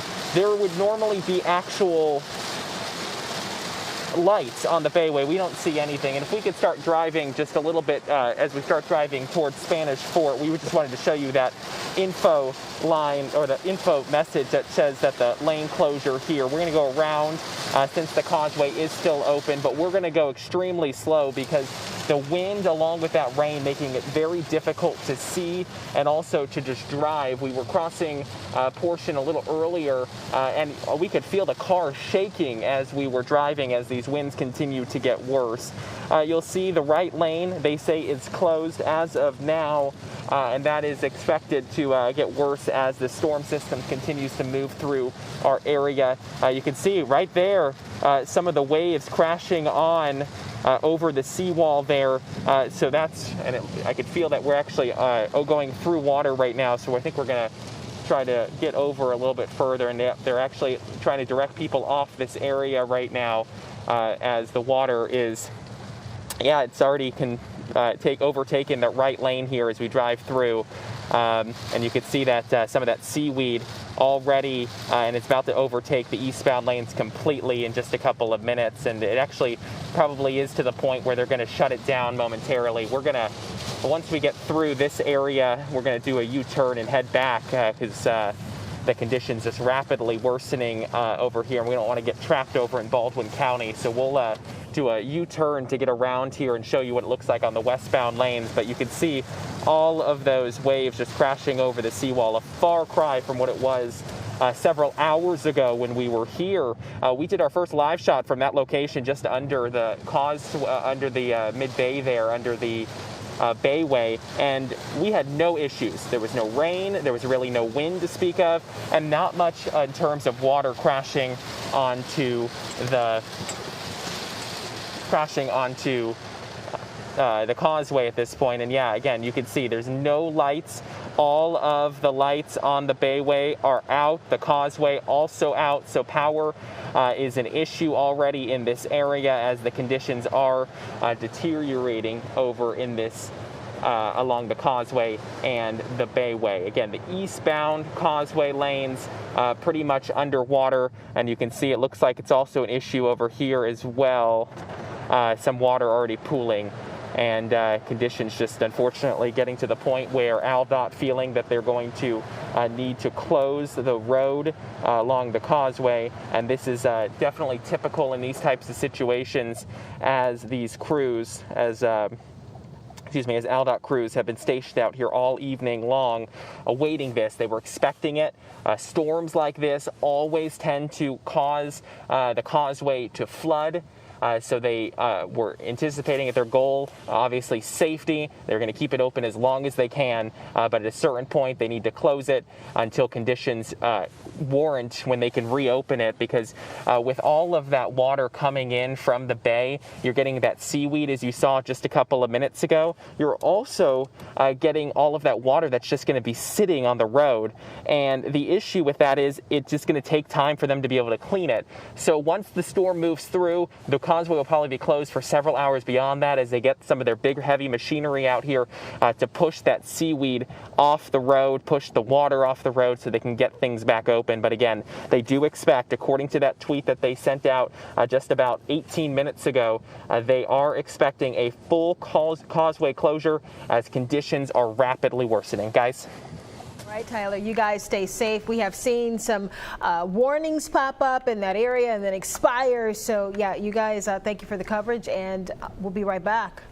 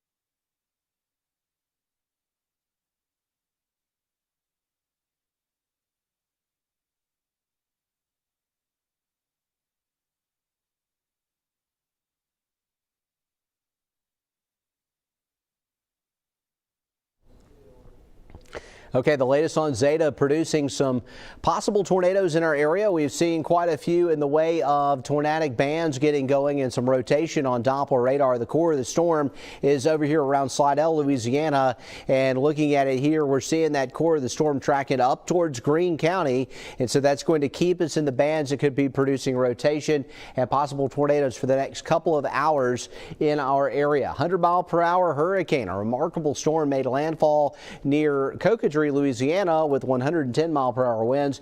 It's moving north-northeast at 25. Let's get right to the latest tornado warning that we have right now. One tornado warning on the board, and this is for northern Santa Rosa County here, and it looks like it's going to be moving through the Jay and Chumuckla areas and tracking up into Escambia County near Flomaton and the Kego Road area, and also Bruton as it moves its way on up into Escambia County. Let's look down into the core of this here, and we do have one tornado warning up, and it's a fairly broad rotation. It was very tight when this warning was first issued. At this point, with this vantage point and this radar sweep, we are seeing some rotation near Century, and boy, we don't need a tornado anywhere, but much less in Century. We sure had a bad one there about 5 or so years ago. Here is the Happy Valley area, and there is Century, and you've got your rotation coming in here on 4 and coming along 29. This is Highway 29 that leads north up into Escambia County and heads in the direction of Flomaton. 4 leads on off back in the direction of Crestview and the Yellow River. So looking at it there, you can see the quick north motion of this rotation area. Those are some of the streets where we are seeing potentially and neighborhoods an area of rotation. It is fairly broad right now. We'll continue to monitor this as it heads up into Escambia County as a possible tornado. And there's a look at it there. There's your rotation. Wall is right there. Here's Flomaton. There's Pollard. And it looks like this is going to go right up through Flomaton. I'm thinking that it's going to be a little to the east of Jay. And it looks like you get out towards Kego, you may be all right. But Pollard, Flomaton, Wall, Century, you've got this possible tornado lifting up across 4 and moving to the north. And these have been fast movers. They've been moving off to the north at about 50 to 55 miles an hour. So if you do get under a warning, you need to take it seriously. These are fast-moving tornadoes. You won't have much time to prepare if you hear one of these things coming. Looking at the overview of what's going on with Zeta, our hurricane, winds at 100. We should be getting another update at the top of the hour at 8 o'clock. We are starting to see the intensity dropping out some. For folks in Louisiana that are contending with this, I know it's kind of hard to imagine that the intensity is lowering gradually with the storm, but it's lost its source of energy. For us, the conditions are actually still going downhill, so they're still deteriorating because the core of the storm, while the storm itself has lost about 10 miles per hour on its maximum sustained winds, the geographical location of the storm is getting closer to us. And look at that. Right there, that dark maroon color there, that is really the edge of the eye wall. That's going to be the inner core of the hurricane. And this is in Jackson County, Mississippi right now. So it's right on top of Biloxi, and that's why it's been so windy in that live shot that Shelby Myers has been bringing us. And that core of winds is about to move up towards Loosedale. This is Biloxi right now, and these are likely going to be at least wind sustained. You can see the limbs coming off the trees right now. These are winds sustained to tropical storm force with gusts to hurricane force. And keep in mind, this live shot location is actually protected from the wind. So you're looking from a protected location back out. And so the trees and close by near that stop sign, not going to be moving around much, but the trees across the street, you're getting limbs and branches blown off those trees right now. What's going on in Biloxi is spreading towards Pascagoula and tracking up towards Loosedale and Leakesville and Greene and George counties, and those are areas that are in our forecast area. So the core of the storm now meandering or beginning to work very quickly in the direction of our Mississippi counties. So you've got George County right here. This is one of our counties, and also Greene County right here. You've got Leakesville, Highway 63, then Highway 98, and the Loosedale area. And as we look at the satellite imagery here, Jennifer has it frozen there. This right here is, at least in the mid-levels, part of the core of the hurricane, and it looks like that's spreading in, unfortunately, very close to, and it may even clip northwestern Mobile County, Washington County. These areas are going to be getting a real direct piece of Zeta. So a storm that came ashore near Cocotree, unfortunately, has taken that northeast track, and it's moving so fast to the northeast that most hurricanes within several hours of landfall really begin to wind down. But this one here is moving so fast that several hours after landfall, it's going to be in our forecast area. And so we're going to have to keep an eye on this edge of the storm. Will it brush western Mobile County? That is very possible. Certainly expected to be moving in north of Biloxi up towards the Lucedale and Leakesville. It's going to be a rough night here. We'll have a lot of power outages, trees and limbs down, that kind of thing, with wind speeds that are going on. So taking a look at it, the wind gusts right now have definitely verified, and we've seen wind gusts at 46 miles an hour in Pensacola, 47, 52, 61. We've got potentially in the forecast wind gusts over western Mobile County that could approach hurricane force. This is the prediction here with our futurecast modeling, and it's showing possible wind gusts to near hurricane force.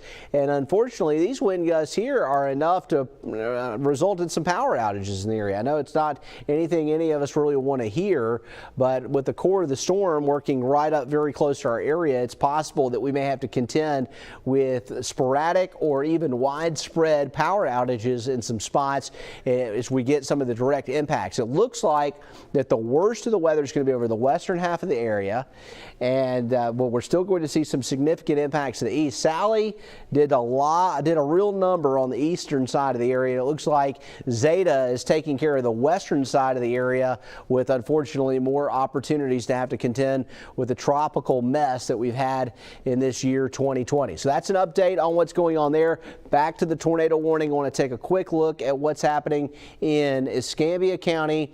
We have a tornado warning for Santa Rosa and Escambia County. It looks like it's been taken off the board, Jennifer. So we were looking at it earlier, and we had a tornado warning, but we felt like it was kind of a broad circulation. At this point, we are not under any tornado warnings in our area. That could change at any minute. We are under a tornado watch. We're also starting to notice the core of the storm itself, which can really be as much of an issue as some of these tornado warnings. I mean, a lot of these tornado warnings are, I'm not trying to minimize it, but they're for F0, F1 tornadoes. And if you're talking about the eye wall of a hurricane, that too can do a lot of damage, as we've seen. And we're going to be tracking that eye, that edge, and that core of that storm as it's getting closer to our forecast area here tonight. Byron, Lenise. Jason, thanks very much for that update. We want to go back out now to Fox News reporter Tyler Fingert. We are getting reports that crews are right now in the process of shutting down the eastbound lane of the Causeway.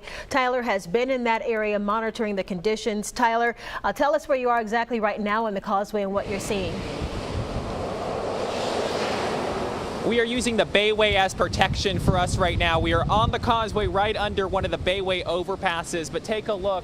You can see the eastbound lanes, aside from the ALDOT crews, are pretty much closed at this point. When we drove by just about 10 or so minutes ago, it was pretty much underwater, and now the ALDOT crews do appear that they have shut down the eastbound lanes just because it is no longer safe to drive on them. The water too deep, and that is obviously a situation that they don't want someone to get stuck, especially in these high winds and the storm surge coming ashore here as well. People actually were trying to go eastbound in the westbound lanes, and the ALDOT crews immediately stopped them. They cut them off and told them to go back around. They're telling people at this point to take the Bayway. That is still open, but if you are driving on the roads, if you're going on the Bayway, keep in mind there is no light. They have all of the street lights have lost power at this point. The Causeway from where we are all the way to Spanish Fort eastbound now off. Some of the businesses still have light. From what I can see, Felix's still has light, Ralph still has light and electricity, but most of the area here does appear to have lost power. And as you can take a look, that's one of the ALDOT crews driving through right now. It is driving through several inches of water, if not at least a foot of water at this point on the eastbound lanes. The westbound still passable at this point. So in just a second, you'll actually see a vehicle driving through, about to pass where we are right now. So the westbound still open, but there is water starting to pool on this side as well. So they are monitoring the situation, and they do expect both sides to be closed within the next about 45 minutes. So once we finish with this live shot, we're going to get to a higher ground and a safer area, because we are starting to see water pooling as well for us on the westbound lanes. But ALDOT crews monitoring the situation as this conditions continue to deteriorate here along the causeway. The wind just picking up, and that rain just continuing to pound us out here with both that rain and the wind. For now, live along the causeway, Tyler Fingert, Fox 10 News. All right, let's go to our Michael Warwick now. He is in Gulf Shores. And Michael, tell us about the conditions there. Yeah, well, these are conditions that we have been watching since about 3:30 this afternoon, and with each hour, they just get worse and worse. As we take a look outside, and there's a good vantage point here, right at the hangout of the wind, and of course the double red flags signifying that the Gulf waters are closed. But the wind is the primary thing that that cannot go unnoticed. These wind gusts, those sustained winds that remarkably, as Jason was saying a moment ago, I mean, the conditions are going to get worse here. We saw as we were driving along the beach boulevard, a piece of foam that had just flown across the street.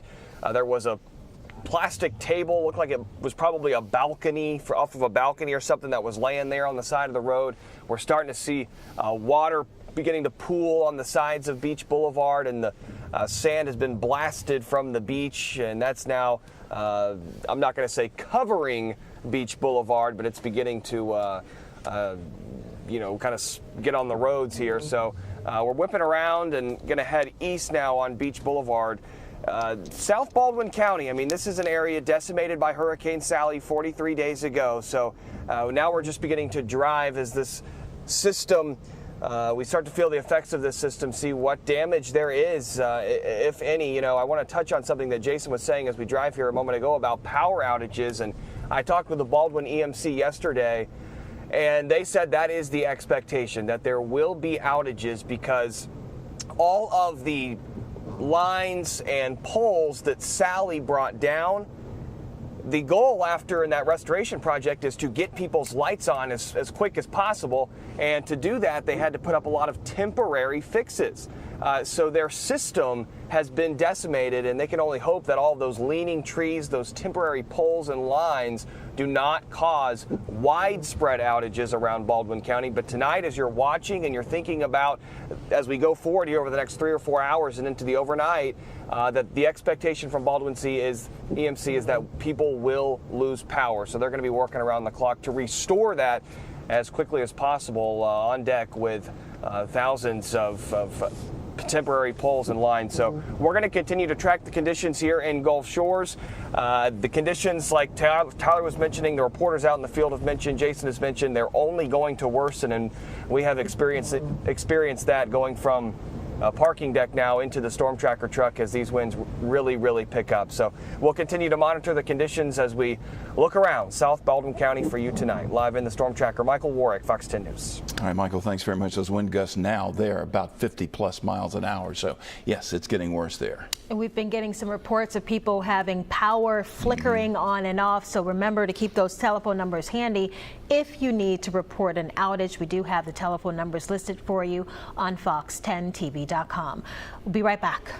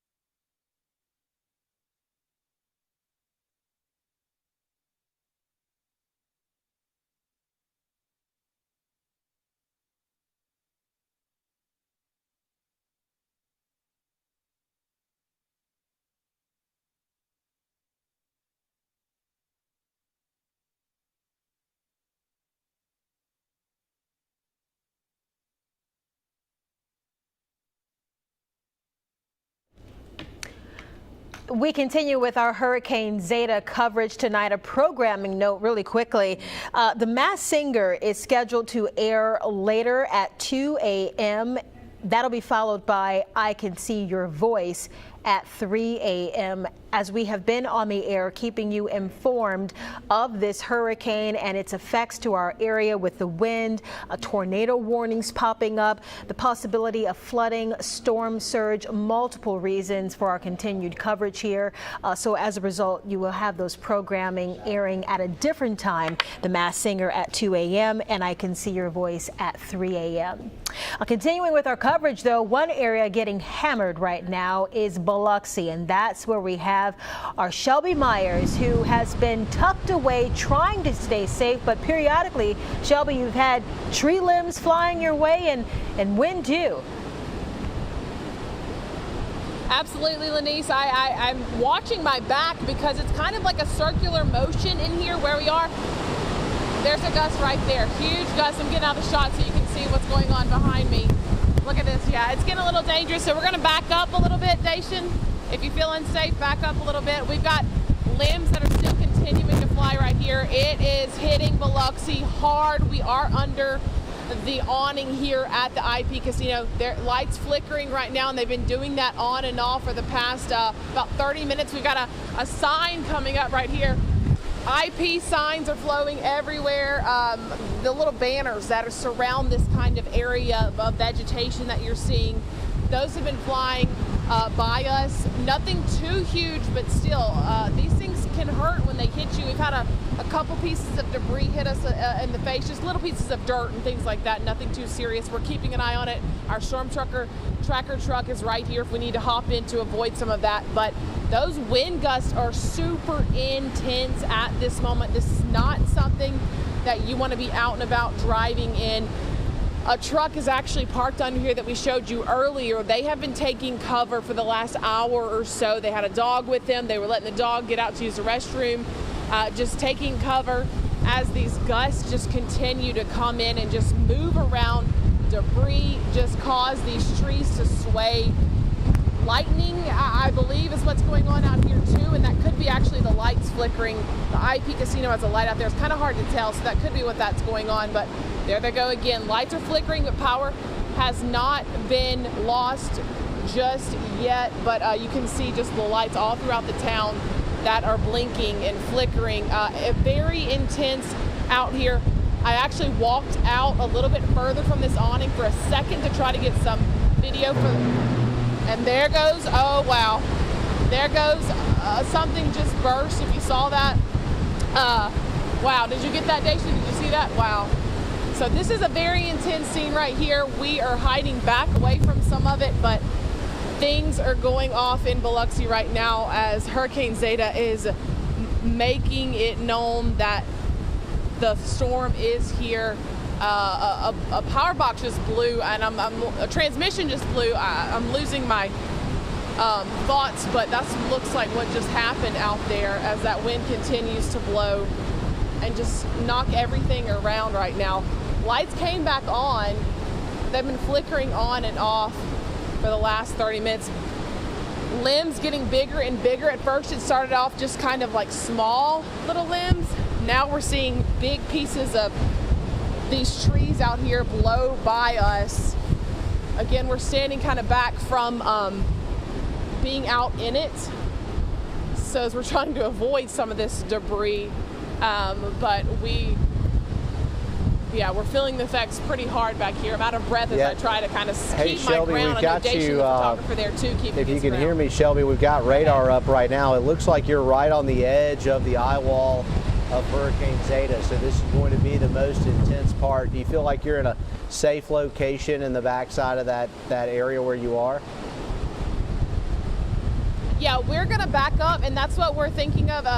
Photographer Dacian Smith giving me the, hey, let's kind of back up out of this. And crews right here at the IP are cleaning up stuff. They're kind of moving around, securing things. So we're gonna start to back up just a little bit, get in the car, we'll get it set up where you can see from our storm tracker truck to the live view. We're standing behind the truck right now, but we are like underneath this awning, and yeah, we're far back, but it still is getting a little more intense, Jason. So we're about to start kind of moving back even more. One of the things I've noticed looking at tide gauges on the Mississippi coast, most of the tides are running about 4 to 6 feet above normal from Louisiana into there. You feel like you got I know you're real familiar with the Biloxi area because you've worked there. You feel like you've got some pretty good high ground where you are? Yes, so we're not really worried so much about the water and the surge. We're about 1.5 miles north of the water, and that area is where it typically floods the casino floors. We've shown pictures of that in past storms, how it can flood the bottom layer. No, we do not feel like we are in a worry of flooding where we're at right now. Again, it's just the winds that we're seeing that are just super intense. Again, I stepped up. It wasn't quite this bad earlier, I will say that. I stepped up a few 30 minutes or so ago, and I did get blown a little bit, and I had to come further back. And then as we went live on air, it got even worse, and so now we moved further back. And so, yeah, again, it's just that eye wall, that wind. You're just feeling it heavily in this area. Power's still on somehow, but it's flickering. You saw something blue, a transformer, something over there blue just a second ago. So it's very intense right now, Jason.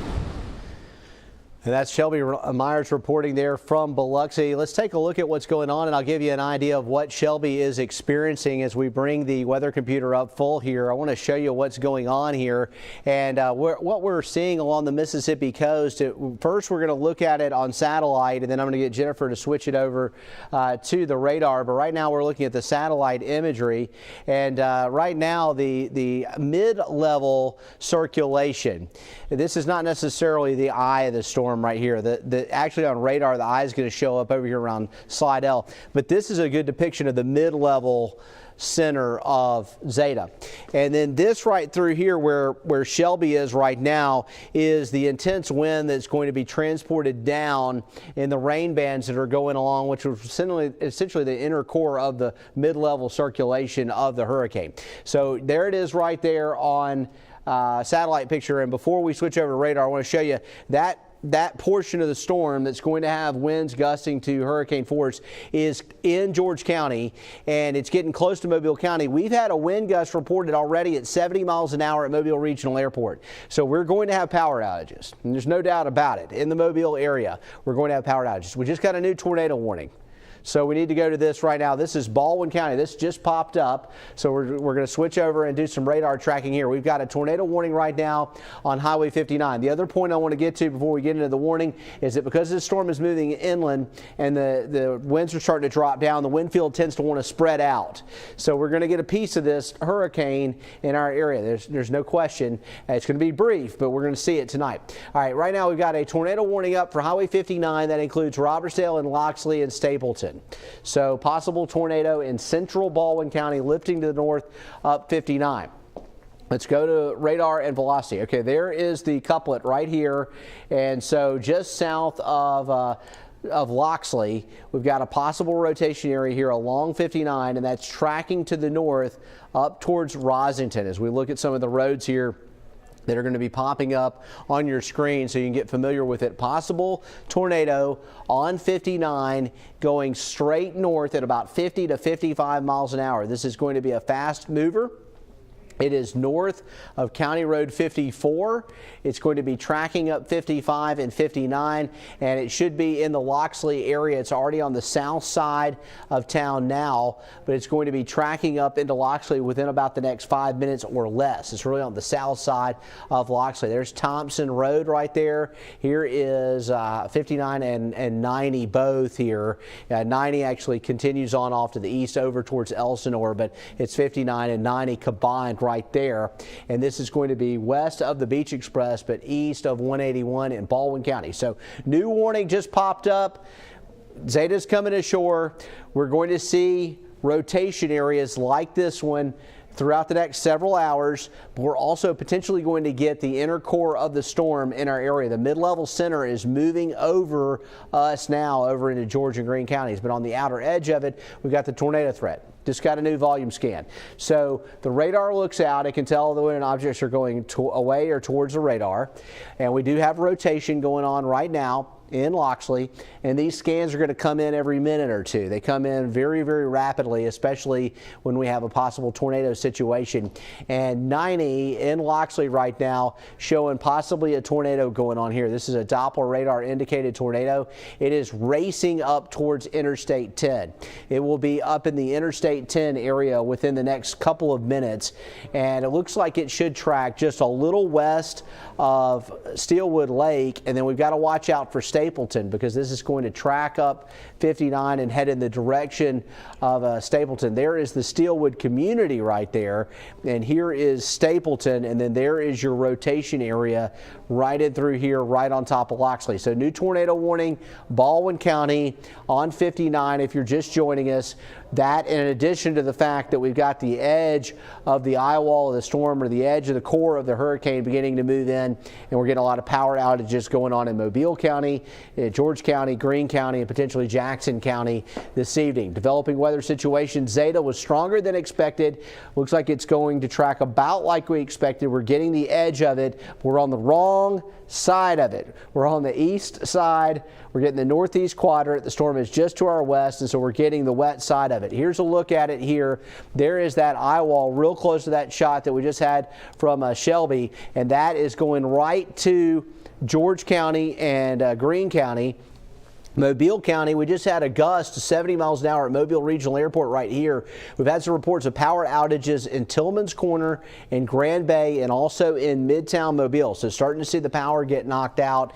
And then looking at the eastern side here, over to Fairhope, over to Bay Minette, that's where we're getting this leading edge here. And then your tornado warning is going to be for the lower end of that cell right there, which is coming through Loxley. It's actually cleared Robertsdale with the rotation area now, and it's tracking north up towards Stapleton, up 59, and potentially could end up in Bay Minette on US 31 if this rotation area holds together. We got to watch these because with a landfalling tropical system, you can see a rotation area like this 1 minute, and then 10 minutes later it's gone. Sometimes it will tighten up and stay tight and be rotating and producing the tornado on and off or continuously for a longer period of time. So that's a possibility as well. So here we are looking at 59. This one might be a little bit east there, maybe a little more over Steelwood Lake, and it looks like it's going to be continuing to track up towards Steelwood there as it comes up 59. It should be north of an I-10 now, and as we move on up further to the north there, we've got a truck route right there. We've got Steelwood Lake Road. We've got a county road right in through here. So this is all headed up 59 with a possible tornado. And breaking weather coverage here for you here on Fox 10. We got another tornado warning in the area.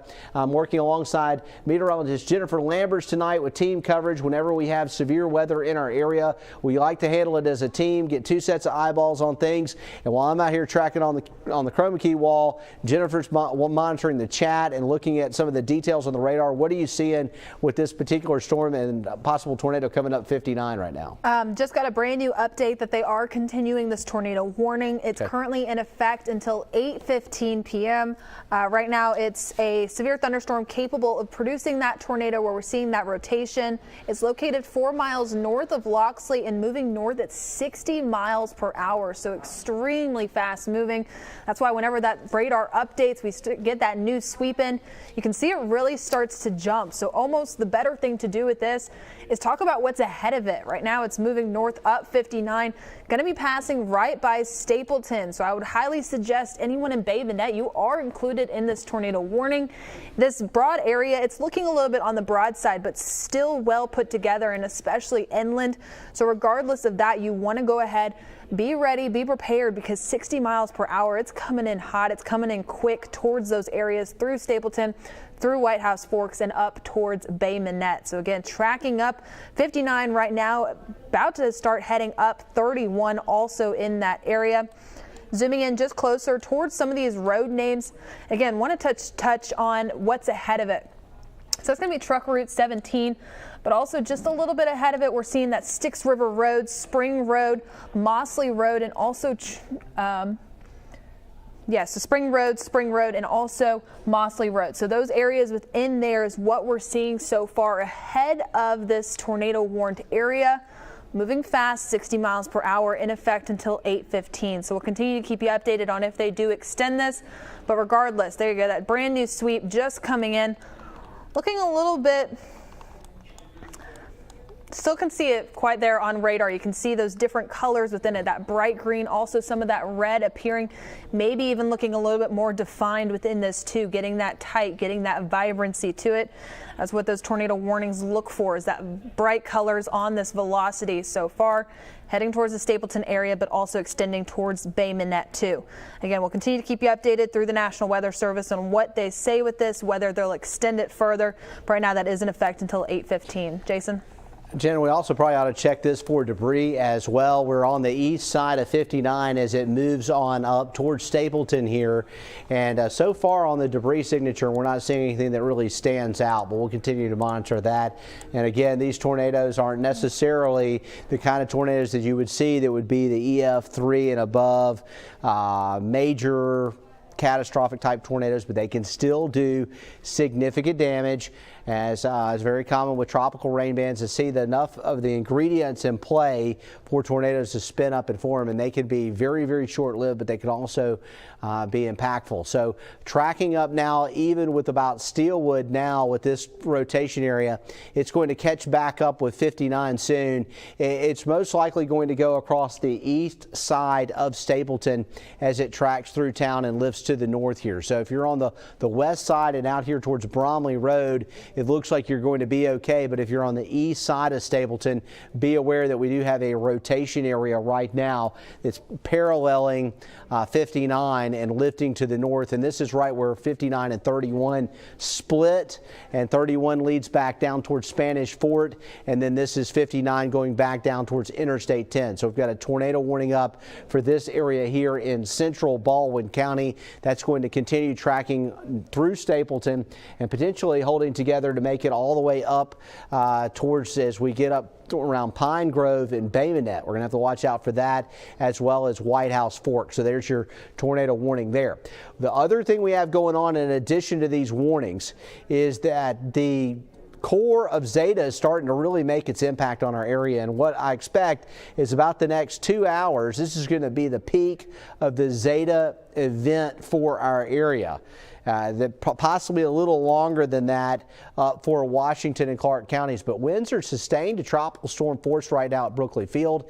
Right now they are sustained at 35 in Mobile, but we've had a gust to 70 reported from the National Weather Service in Mobile, and we're going to get potentially hurricane force conditions over the western side of Mobile County. And we got a report directly from National Weather Service Mobile of a 70-mile-an-hour gust, but looking at our computer system showing a 52-mile-per-hour gust in Mobile, 61 miles per hour in Pascagoula. The winds get lighter as you head east, but they're still significant. We've had gusts of tropical storm force all the way over towards Pensacola. All right, let's look at it on satellite again, because I'm going to show you the core of the storm as it's beginning to spread into our area, where the color turns dark maroon. Right there. It looks like a piece of that is getting over here in the Grand Bay into Mobile County, and all this is going to be lifting to the north. So this is going to be at least the mid-level center of the storm here over along the Mississippi coast. This is a pretty good jog to the east. I would expect, we've got an update coming within the next minute or two from the National Hurricane Center, and I'd bet that the motion's going to be more true northeast at this point. I think it's taken more of an easterly jog, and that mid-level center is going right up into George County and Greene County and into Washington County, and that's going to push the core of the heaviest winds for a couple of hours in Mobile County, and then spin them up here into Washington County and all the way up here into Clark County. So we're very likely going to have power outages and potential damage, not just from what we're seeing right now in Baldwin County with a possible rotation area tornado, but from the core of a hurricane working across the area. This is still a 100-mile-per-hour hurricane according to the 7 o'clock hour from NHC, and we should get another update within the next couple of minutes to see if it's been decreased a little intensity. It still is likely going to be at least a Category 1, possibly a Category 2 hurricane with the next advisory. The pressure was 972 millibars at 7 o'clock, so this is only an hour later. It's got that fast forward speed, north-northeast at 25. I'd say we probably have more of a northeasterly motion here. Now, the radar is actually showing the center more over here towards Slidell, but if we look at the satellite picture, at least the mid-level and the upper-level portion of the storm, and it may be starting to separate a little here. But that is over Harrison County, and so what's happening is that the winds, the rain that we got going right now, and we're getting the downdrafts in there, and then this wind's being transported down to the surface in some of the rain bands that are occurring, the heavier rain bands that are occurring right now in George County and Jackson County. It's always more intense when you're in the rain bands of a storm with the wind. I mean, the rain's bad too, but when the wind's going on, that's just an idea that when you got that rain happening, that the winds could be even higher. Looking at Mobile County right now, the edge of the core of the storm hitting into Grand Bay right now. It's spreading out towards the Tanner Williams, Big Creek Lake. It's going to head right on up towards Citronelle here soon in Boottown. We're going to watch out for that, and also the Gulf Crest area. So Zeta is making its presence felt right now in Mobile County, and certainly our Mississippi counties as we're getting the edge of the storm. Back to our tornado warning right now in Baldwin County. I want to show you what's going on here on 59 as we get up to the Stapleton area. The National Weather Service still has us under a tornado warning for this cell here, and we continue to note some rotation with it near the Stapleton area. It's getting further to the north, and this is a more favorable looking sign, Jennifer, here. I'll let you shed some light on this as well. The rotation is a little more broad. You've got the Pine Grove community here. There's Bay Minette, and it looks like perhaps this is a little bit weaker right now. Yeah, exactly, Jason. It's kind of hard to see it on radar, but it is right just to the east of White Forks, just crossing over 31. I'm going to go ahead and circle it. But again, that's a good sign to see that you can't see it very clearly on radar right now.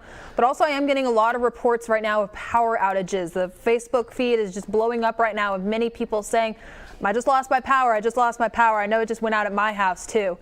So just remember that we are streaming on YouTube and also Facebook Live, just in case your power does go out. That way you can continue to get these alerts and stay up to date with any current tornado warnings. So keep that in mind, that we are live streaming and also reading your comments there. But as far as this tornado warning goes, we haven't gotten any updates yet. Still in effect right now until 8:15. A new sweep just came in too. Looking just a little bit about the same, kind of hard to see there. It almost looks like it moved a little bit to the west, just north of White House Forks right now, moving up 31 and across County Road 138, County Road 138.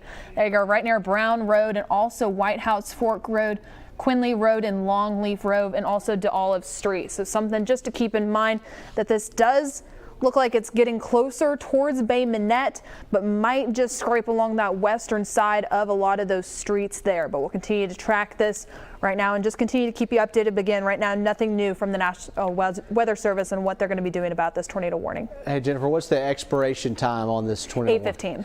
Okay, so it's going to be in effect for about the next a little 12 minutes or so. Right now, 8:03, tornado warning up, and in Bay Minette, it is more of a broad rotation right now. Oh, they just canceled it. They just canceled the warning. Okay, just canceled the warning for Baldwin County. Just to get an update before we go back to some of our reporters that are doing an excellent job out in the field bringing us some compelling pictures. I want to take a quick look at the statistics as of 8 o'clock on Zeta. We should have a new update on Zeta from the National Hurricane Center. And Jennifer, you pop up the satellite image right now with the label there that shows us what's going on. This is 8 o'clock, 90. Okay, the winds are down to 90 with Zeta right now. The motion is north-northeast at 25. The pressure is 974 millibars. So as expected, Zeta is beginning to weaken. But also as expected, unfortunately for us, now that portion of the storm is moving into our area. We're getting lots of power outages, big impacts here now that what is now a Category 1 storm moving through our area tonight, and it will likely go right across our area as a hurricane tonight over the western side of the area, with power outages becoming more and more widespread. Byron, Lenny's? All right, Jason, thanks very much. And speaking of power outages, we do know there were power outages in Baldwin County. We have numbers for you to call. We're going to get to those in just a second. But right now, Dauphin Island Mayor Jeff Collier is on the phone. Mayor, thank you for joining us. You know, you told me about 2 hours ago that already you were starting to see flooding on the west end of the island. Talk about the conditions and what you're seeing and hearing from people on the island right now. Well, Lanice, yeah, we started getting some saltwater flooding on the west end actually even before dark today, and so I've seen some pictures right up until dark with some people that were actually staying there. And we're probably right now having some quite extensive flooding in that area, and that's going to bring sand again back onto those streets and Benville Boulevard. So we're kind of, reproducing what we just got cleaned because we were cleaning up with Sally. The other thing that we've had here in the last hour or so, we're having a lot of power outages, mostly right now on the east end, but I've been in touch with the power company, and of course, I know there's power outages all over the county now, but we've had close to 1,800 customers on the island that are currently without power. Last contact I've had with our police chief, they've been monitoring the causeway leading to Dauphin Island. It was open as of about an hour ago. I haven't gotten the latest update, but we're experiencing some of the worst conditions we've had all day as we speak. All right, Mayor, as you were talking to us there, we had a bit of a power outage ourselves here on the backup generator here. You were talking about the outages, and also you mentioned Sally recovery. That's still going on. And I know prior to Zeta hitting, you were telling people, there's still tarp and still debris to clear from that. What's your biggest concern? Well, coming into the storm, my biggest concern was the storm surge and the saltwater flooding. But secondary to that, I cautioned our residents and visitors that, we've got a lot of, as you said, damage left over from Sally. We've got leaning trees. We've got trees with limbs that are hanging. And I really kind of cautioned everybody that when we get into the height of the storm, as we're doing now, to try to stay off the roadways, because you just don't know what might come flying out of here, a tree fall or limb fall, or structural materials. There's a lot of houses that still haven't been repaired, and so siding could easily be ripped off or roofing, and it's just not good to be out in the environment right now. All right, Mayor Jeff Collier, Dauphin Island, thank you for taking your time to talk with us. Be safe, sir. Thank you. All right, and really quickly before we take a quick break, I want to give you a new report that we got from Alabama Power. 18,400 outages in the Mobile area. It's widespread. Bayou La Batre, Saraland, Theodore, West Mobile, Pritchard, and Atmore. Fox News will continue with our special Hurricane Zeta coverage after this.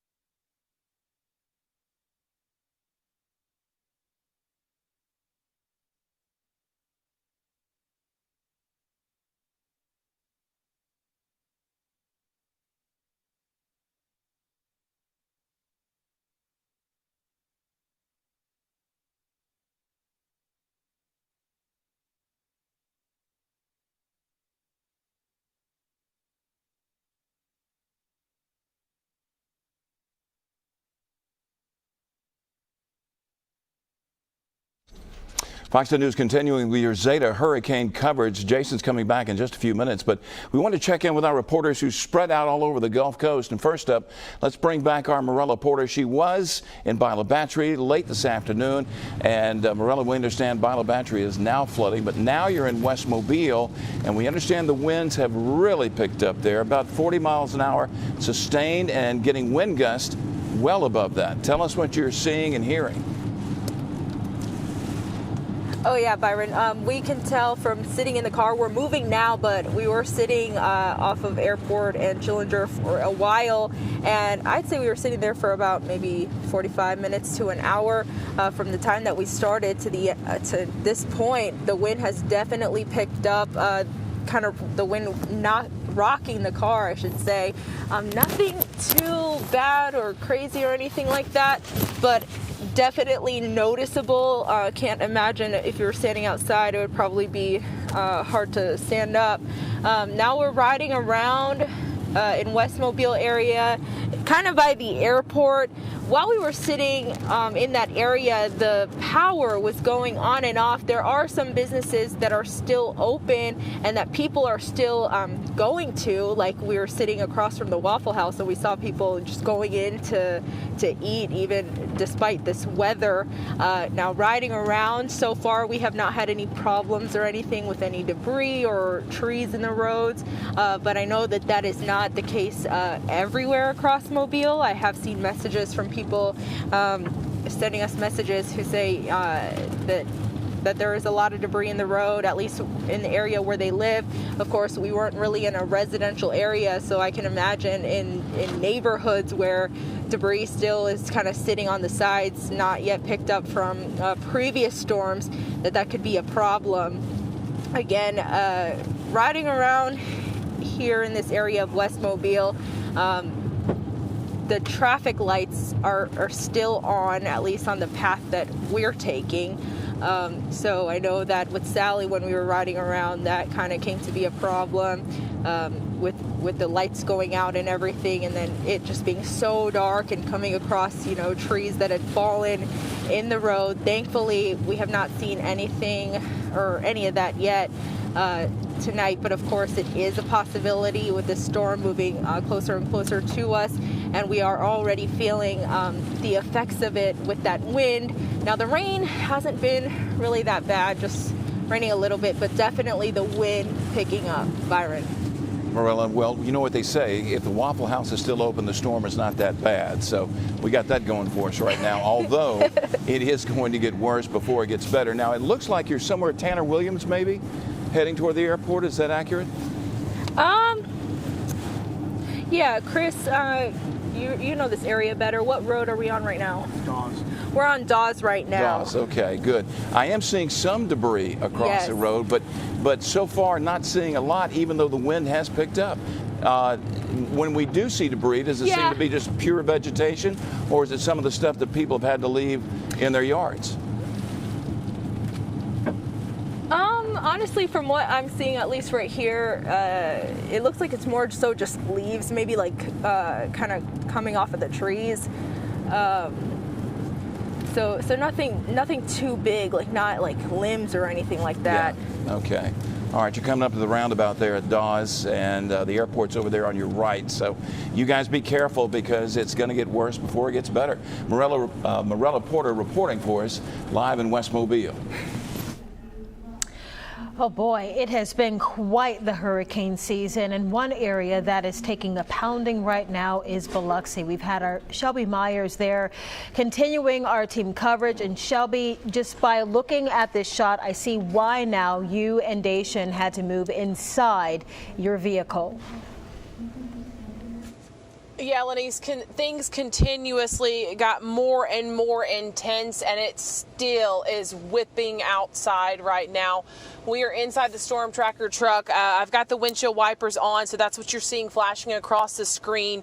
I'm trying to stop them every once in a while so you can get a better look, but The winds are still howling out there, and those trees, the vegetation right in front of the IP Casino are just whipping very hard. We saw some transformers blow a little bit earlier. We caught that live on camera. That's when things really were at a heightened point of this storm. It got really intense. We started backing up away from kind of the edge of this awning here, and now we're inside the storm tracker truck, and we can still feel the winds just moving the truck just a little bit, just slightly as it blows by, and things just still intense as this storm continues to hit this area of Biloxi. The lights flickering on and off throughout the last 2 hours or so, never fully going off, but definitely some power surges here and transformers blowing. We saw that one earlier, we caught it on camera, then another one blew like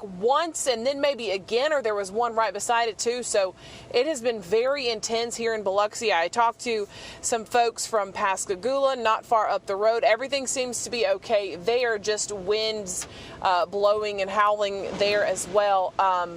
Wow, some seriously intense things going on. You can see out the window, guys. Electricity is flickering again. It looks like something just blew, and I can't really tell exactly what it is, but there's debris kind of blowing around everywhere right now. It's very intense still, guys. Wow, Shelby, yeah, we're looking at this live feed as you are. It looks kind of like some sort of insulation that might be blowing around there. Looks like an awning. Yeah. So you said you saw at least two that's what it looks like transformers here. go out. Go ahead.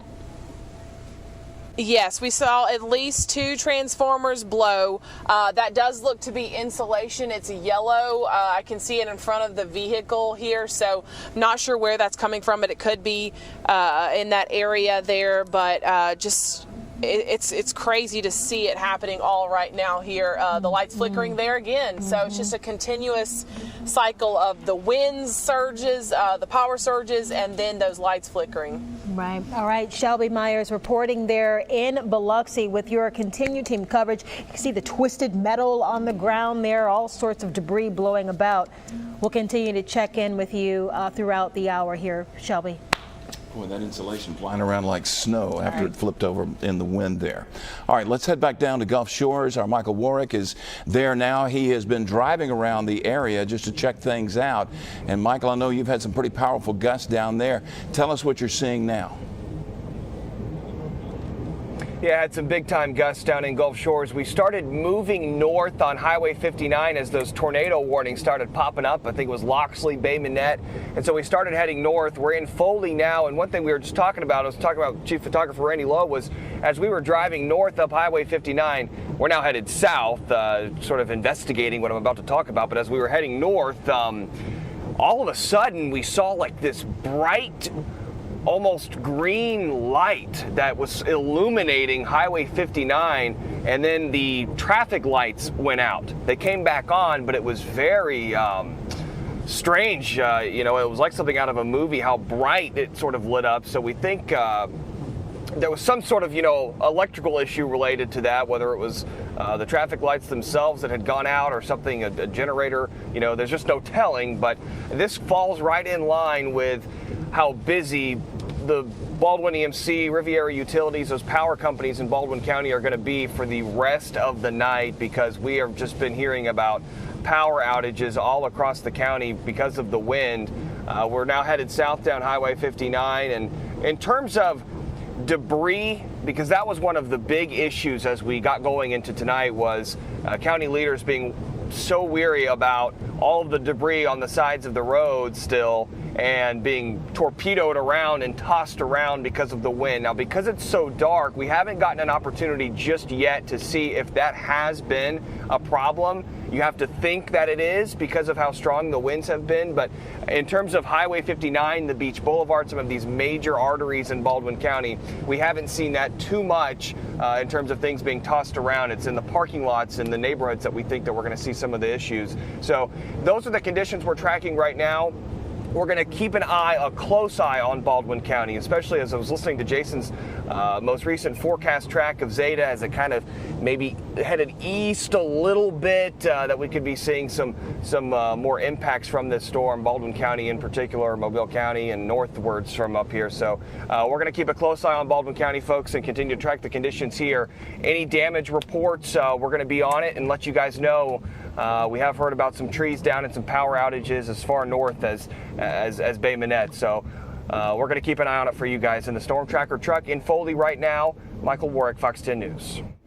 All right, thank you, Michael. And we want to turn our attention now to Tyler Fingert, who's been monitoring the traffic out there as well. Tyler, we keep seeing all these different reports of outages and issues on the roads. You're out there. What are you seeing? Well, I can definitely tell you there are a lot of outages if you are living in along Dauphin Island Parkway. We are now by the Dog River Bridge. Let me show you what it looks like here. The road impassable at this point. You can see there's a police officer's flashing lights off in the distance. And it's very hard to see because a lot of the power is out in this area, so the lights are out. So we actually driving pretty slow, but we did end up going through that water quite a bit and immediately had to back out. The water is pretty deep in this area. The road now closed along Dauphin Island Parkway right at the Dog River Bridge, and you can see there's a low-hanging either power line or some sort of cable line here that is pretty low compared to what it normally would be. Obviously, the winds have been very fast out here along Dauphin Island Parkway. I mean, you saw a lot of debris on the road as we were driving south from I-10 to get to this point in the last about 20 minutes or so. Lots of areas just in the dark from here where we are at the Dog River Bridge north to I-10. Several gas stations without power.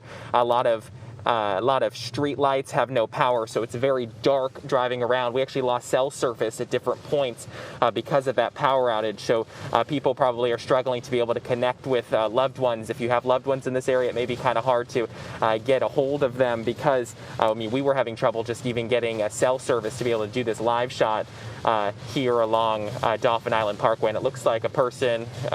looks like they spotted it in time. They may be trying to go through here, which is probably not advisable. I mean, you can see it is rushing water rushing across the road here. If you take a look, the rain picking up once again, but you can see that water is rushing across the road. It's not just sitting, but you can just see how deep this is.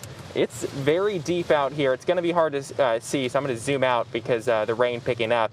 But it is several feet deep. Oh, and actually, I can see better with my eyes. It is over the wheels on that pickup truck that's going through. It looks like it's right on its pickup truck bed. That's how deep that water is. That's a very concern. It looks like he may be trying to turn around now, realizing it's no longer safe to get through. I'm not sure what he's doing, but it is, close to his pickup truck bed. It is a very deep water in this area. Now he's trying to back out. We did see a fire truck as we were driving up here. We heard that there may have been a high water rescue earlier out here, and we can see why, because this water is very deep. Not sure if this truck is stuck or not, but that's a very real concern right now as the storm is hitting. People really need to be careful with this water out here, because at any point it could get to the point where it's deep, your car floods out, and you get stuck, and then firefighters or first responders have to come out and try to rescue you. And in this case, it looks like he's able to reverse out of it, but it is very deep water out here. Police do have the road closed off in that area, and we're going to continue to monitor the situation on the road and keep you up to date. For now, live along Dauphin Island Parkway, Tyler Fingert, Fox 10 News. And as the saying goes, we'll be right back.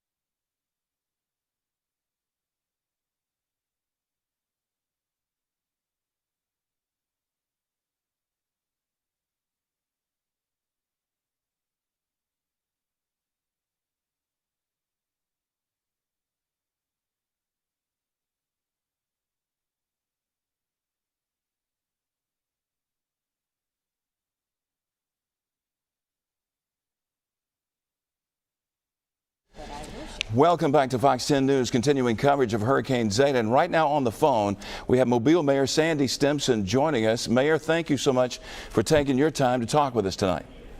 Glad to do it, Byron. Mayor, tell me, first of all, where are you? Are you in the command center, or tell us where you are and what you're seeing? I'm actually at home. I've just gotten off the phone with the command center and gotten off the phone with Alabama Power Company, so I'm monitoring it from right here. Good. What's the command center telling you about what's going on in the city so far? So, we're just really starting to get calls in the last hour, of power outages, of some flooding conditions and a few trees down. So it's really just started. From the cameras that we have around the streets, it's not looking like we have many of them blocked just yet. But, we've got a couple of more hours to go here before, we know exactly how we are. All right. Meteorologist Jason Smith here has been telling us that we're just getting into the teeth of Zeta. Tell me, the city seemed to be very, very well prepared, but there was still a lot of debris out on people's yards waiting to be picked up from Sally. That is still a concern for you. Is that accurate? Absolutely. We had no idea that we'd be looking at a second hurricane, or we would have probably done just a little bit different. We would have gone after the construction debris, we call CMD, because, it really becomes projectiles in a wind like this. But in the last couple of days, when we realized that we would possibly have the storm coming this way, we diverted and started picking up more of that instead of the leafy materials, which that's what we had been focused on. Mm-hmm. So possibly you're saying that maybe starting earlier and maybe starting with construction material first. Well, that's, Byron, that's the hindsight. That's what we would, on what we know today, that's probably what we would have done, is focus more on that. But at the time, with the information we had, I think we made the best decision. All right, Mayor, tell me, what else are you hearing from the command center as far as, we know that the Causeway's been closed, but any other flooding issues in the city that you're hearing about? Not that I've been made aware of. Truly, Byron, the media does an outstanding job between the three networks we have in the city. And there's nothing really that's not covered. So the information that y'all provide collectively is, that's as on time as anything we have. Well, we appreciate that very much, Mayor, but of course you have access to other information that we don't have, so we always appreciate it when you do share with us. Well, the things that we know have to do with the calls that are going in some of the stations, with fire rescue, there's a high water rescue. Of course, y'all have ears on that also. But, I think that at this point in time, based on, having tropical storm winds, I think that we're doing as well as we could expect to do. Right. Speaking of the high water rescue, we did get word that there was a high water rescue in the marina at Dog River. Did you hear any more about that, sir? I have not. Okay. I'm not. All right. Mayor Sandy Stimpson, we know it's a very busy night for you. We appreciate you taking the time to talk with us, and maybe we'll talk a little bit later on if that's possible. Actually, probably first thing tomorrow morning, early, when I get a real briefing and it's blown open, we have a good assessment, we'll be glad to weigh in. I'll know a whole lot more at 7 or 7:30. All right. We'll be talking to you then, sir. Thank you very much. Mayor Sandy Stimpson, Mobile. Thanks, Byron. Yes, sir. Thank you. Okay, let's get right to it now with an update on Zeta and what's happening with this meteorologically. We've certainly seen a lot of the talk about the impact in the area, and it looks like the core of the storm, the center's over Stone County right now. And so this thing's a little further east, unfortunately, than we were expecting, and it looks like it's going to track right on up into Greene County. So what that's doing is it's taking the edge of the eye wall into George County, and it's also taking some really intense parts of the storm closer to the Mississippi-Alabama line. We just had a wind gust of 78 miles an hour at Fort Morgan.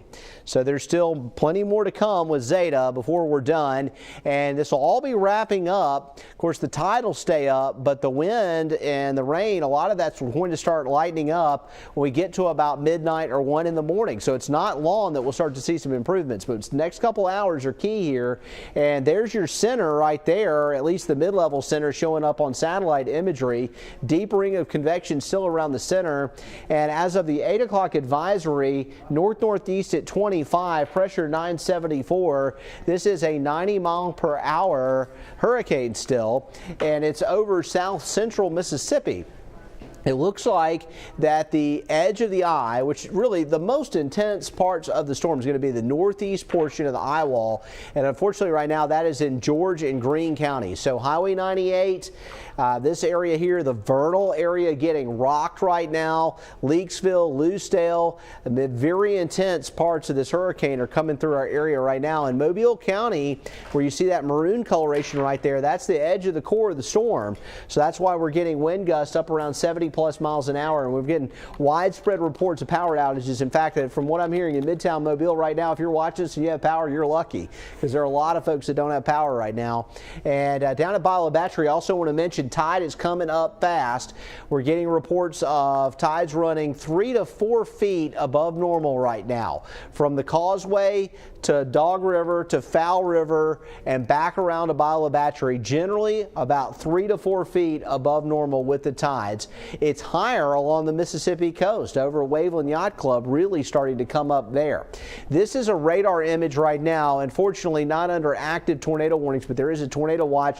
That tornado threat's going to continue for the next several hours, but once these rain bands get to the north, it is going to be lower. All right, so you've got the center of the storm, the low level center right in through here, and then looking right there, that is the edge of the core of the storm, and that's getting into George County. Not a good situation. Leakesville, not good at all. We're going to have a lot of wind damage here, a lot of trees down, a lot of power lines likely down, and power outages in Greene and George counties, and that's going to continue heading up into Washington County.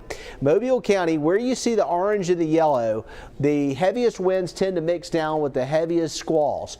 When you get south down around Dauphin Island, we've still got a real strong onshore flow. Remember, we just had a wind gust in the 70 plus mile an hour range at Fort Morgan, but we're starting to see it lightening up on radar, and ultimately the winds will come down.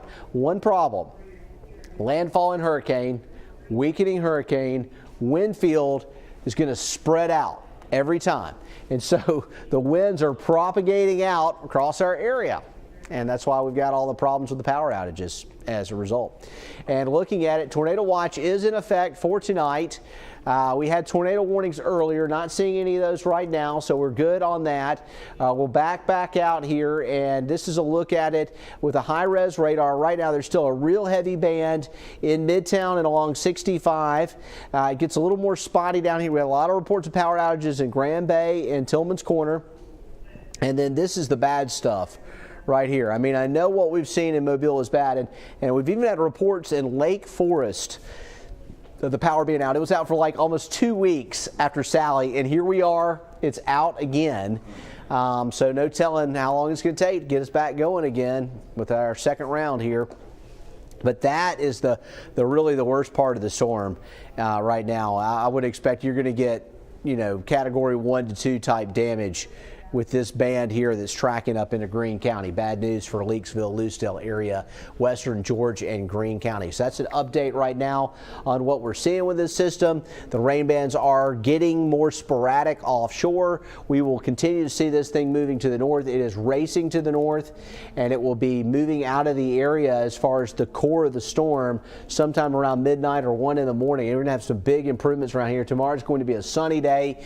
Get ready for some chilly weather as we head towards Halloween. Hey, that's one thing that's a plus. If we're going to be out of power for who knows how long, at least we won't need the air conditioning. It's about to turn really nice and fall-like across the area, and we'll even have some lows in the 40s. We may need an extra blanket on the bed as we get into the work week, as we continue to finish things out and head towards the weekend. Byron, Lenise. All right, that is something to look forward to, Jason. But again, power out in Lake Forest and other areas in Baldwin County. And by the way, we have a couple of phone numbers to share with you from Riviera Utilities. With the power out, you can call these two numbers that you'll see here on the screen. Of course, first of all, Alabama Power at 800-888-2726. Baldwin EMC 800-837-3737. 3374. And pardon me, Riviera Utilities in Foley, it's 943-4999, and then Daphne, 625-4999. And this information also on our website, fox10tv.com. All right, I want to go back now to Shelby Myers with some new information regarding our Zeta coverage here. Shelby, the conditions getting worse and worse. Yeah, you guys, I don't know if folks know just how intense it got here in Biloxi, and still is. I just spoke to the Biloxi fire chief. He says that, number one, there's a semi turned over on the interstate, and also cars have gone into the Gulf from the roadway, and they cannot get to them right now because conditions are so bad still here in the city of Biloxi. The Facebook page on the city of Biloxi says that right now they cannot respond to anybody because they are having to hunker down. Police and fire are limiting emergency response at this time, shelter in place. That's from the city of Biloxi's Facebook page. So I briefly spoke to the chief. He was very busy, of course, very worried, very out of breath, a very dire situation for some folks. Allegedly, there are cars in the Gulf that I said, so people were inside these cars. These weren't just parked cars. And he said, yes, folks were driving. Their cars went into the Gulf. And they cannot get to them at this time. Here where we are at the IP Casino, about 1.5 miles north of the waterways. A very intense situation here. Some transformers blew, and if you notice right here in this spot, there was a tree that was standing right here that I'm showing you, and now you can see that tree has fallen over.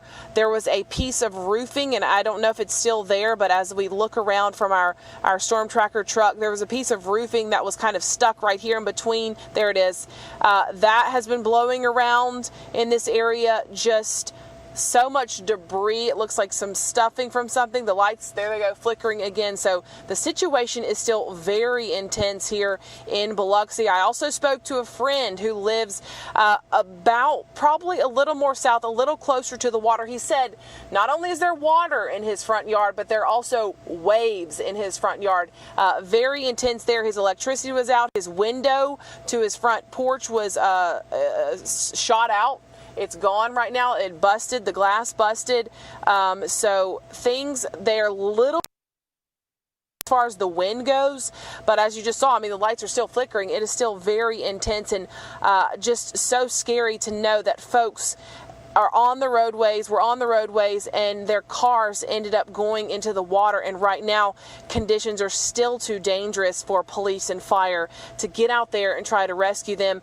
We just talked to our photographer, Dauphin Smith here, just spoke to somebody who pulled up beside us here at the IP seeking shelter. They sounded frantic. They were trying to get a hotel room at this time, and they couldn't. Everything's closed, of course, down this way, and they said they were trying to get back on the interstate to head north, but they couldn't do that because there was something in the roadway. I talked to the chief, and he said that is a semi that had turned over on the roadway, and again, they cannot get to them at this point. So I just wanted to come back and share that with you, that new information. You know, like I said, again, the wind seems to be dying down a little bit, but very, very intense situation here in Biloxi that Zeta has just brought on to this city. Yeah, Shelby, you know, as debris continues to fly about with limbs and whatnot hitting the power lines, we're going to expect those lights to be flickering on and off. But I wanted to talk to you about the dying winds because, as you know, it comes and it goes. Do you think this is one of those lulls that you're in right now, or do you know, does it feel like this system is moving on?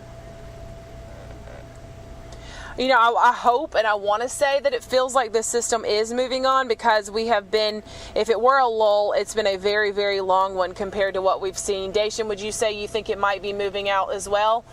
No, he's saying no. He's saying no. There we go. See, picked back up again. It was a very long lull, but it is picking up, and you can hear it again in this area. And I know Jason has the radar and everything, could tell you more about what it's doing in this area. But it seems like it's been here for a pretty good long while, and it's just wreaking havoc on this area.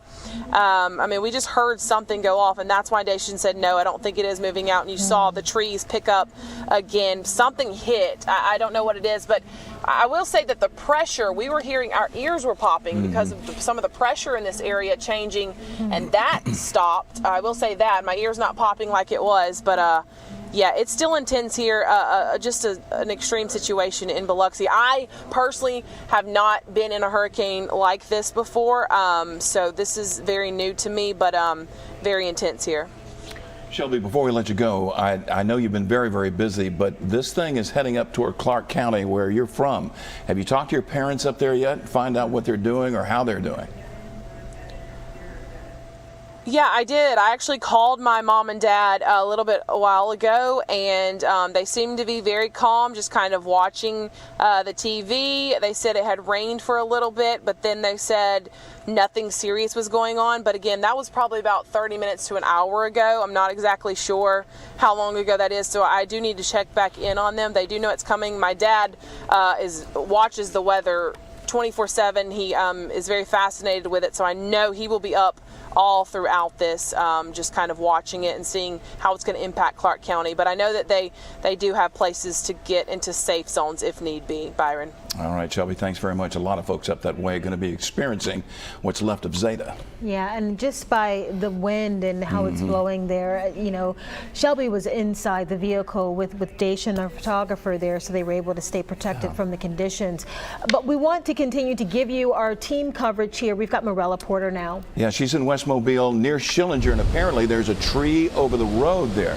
Morella, tell us about it. Hey Byron, we're in this small neighborhood in Sims. The fire department just pulled off as we were getting here. They were called here because they said that a tree limb fell on one of the trailers in this home behind us. It's extremely dark, not many street lights, so you probably won't be able to see it from where we're standing right now. But if you can hear, the wind is really picking up out here. Again, we're in Sims. This is on Alta Fescue Drive. I'm not sure if I'm saying that correctly, but they were called here because a tree limb fell on a house, and I guess it was blocking the door is what they said. But they said nobody was hurt, and they were in and out very quickly. But of course, this is kind of what we're going to be seeing all night, with the wind especially picking up and the rain too. Just trees coming down, limbs, debris, everything like that.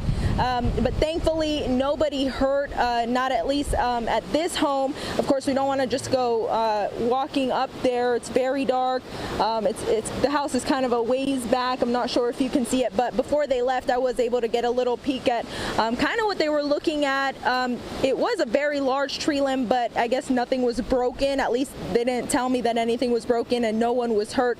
So very thankful for that, Byron and Lenice. All right, thanks, Morella. And as Morella's reporting there, we're getting wind gusts of up to 82 miles per hour in Mobile, with Brookley Field observing 74 mile per hour wind gusts. So Zeta, the outer fringes of the hurricane, beginning to make its impact known here in the Mobile area. We'll be right back.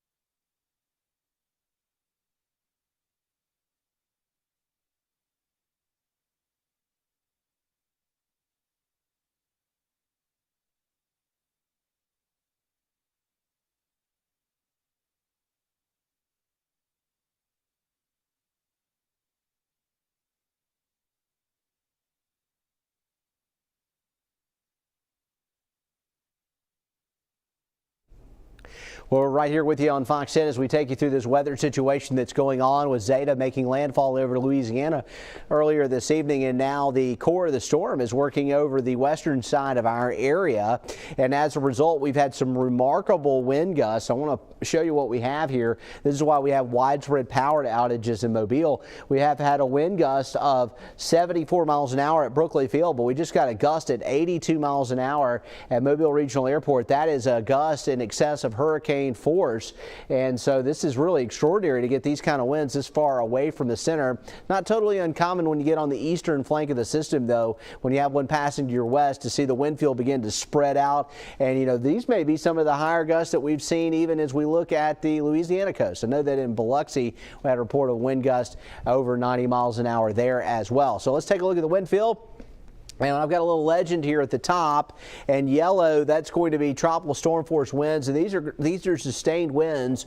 And so, you know, we're likely getting some sustained winds to tropical storm force potentially across the Panhandle and in Baldwin County. But then you get into the orange coloration right here, and these are significant tropical storm force winds with gust to hurricane force, anything in the orange there. And then the core of the hurricane right now is slicing through George County and Greene County, and this is very much in our forecast area. So it's a terrible night right now in Lucedale and Leakesville, and I expect this to move up into Washington County, may even clip northern Clark County with the core of the hurricane force winds. If not, we're going to see the major tropical storm force winds spread up there into Clark County there too, but definitely getting into Washington and Mobile County. So this is a rough go of it with the wind field beginning to spread out some. The tropical storm force winds spreading to the east as well as the system has been working ashore. So taking a look at it with Zeta here, came on up with a very distinct eye, lowering pressure at landfall. Never a good situation.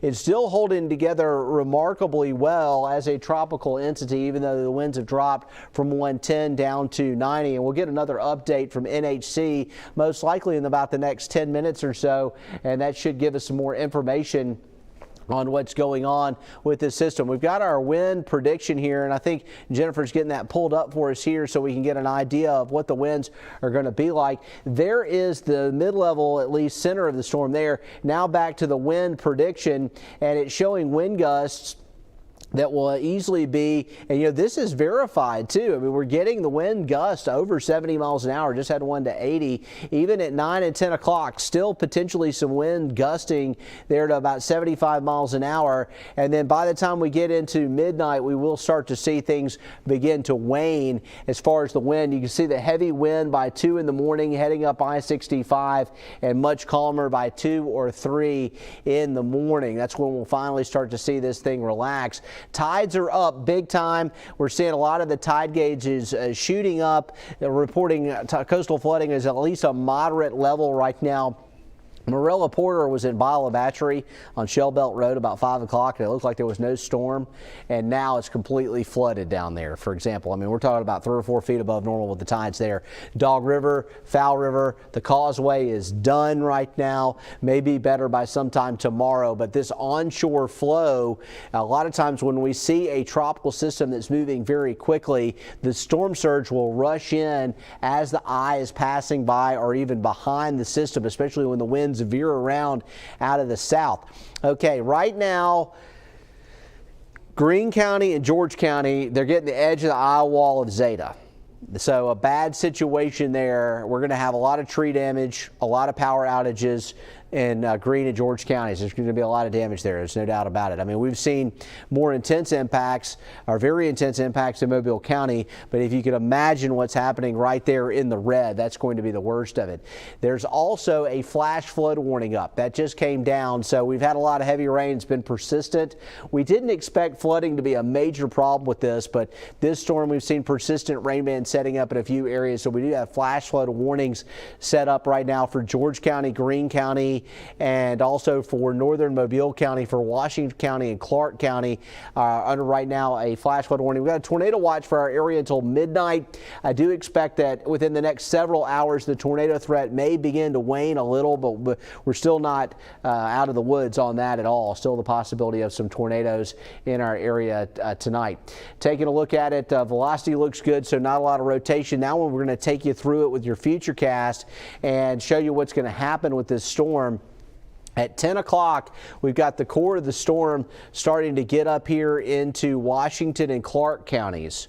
And things will begin to gradually improve in Mobile County by 10 o'clock, so that's going to be at about an hour. 11 o'clock, we've got the worst of the weather beginning to lift out, and by midnight, we've got it up near Montgomery and Selma, and look how we begin to improve. There's still going to be wind at midnight, but things will improve quite a bit there. And then tomorrow is going to be a real cool day. You know, we're going to have highs in the 70s. The sun will be out when you wake up tomorrow morning. This is that futurecast for tomorrow morning showing the clearing line at about 8 or 9 o'clock. And for those without power, we're going to see a lot of relief in the way of some cooler weather ahead. This is the forecast for Halloween.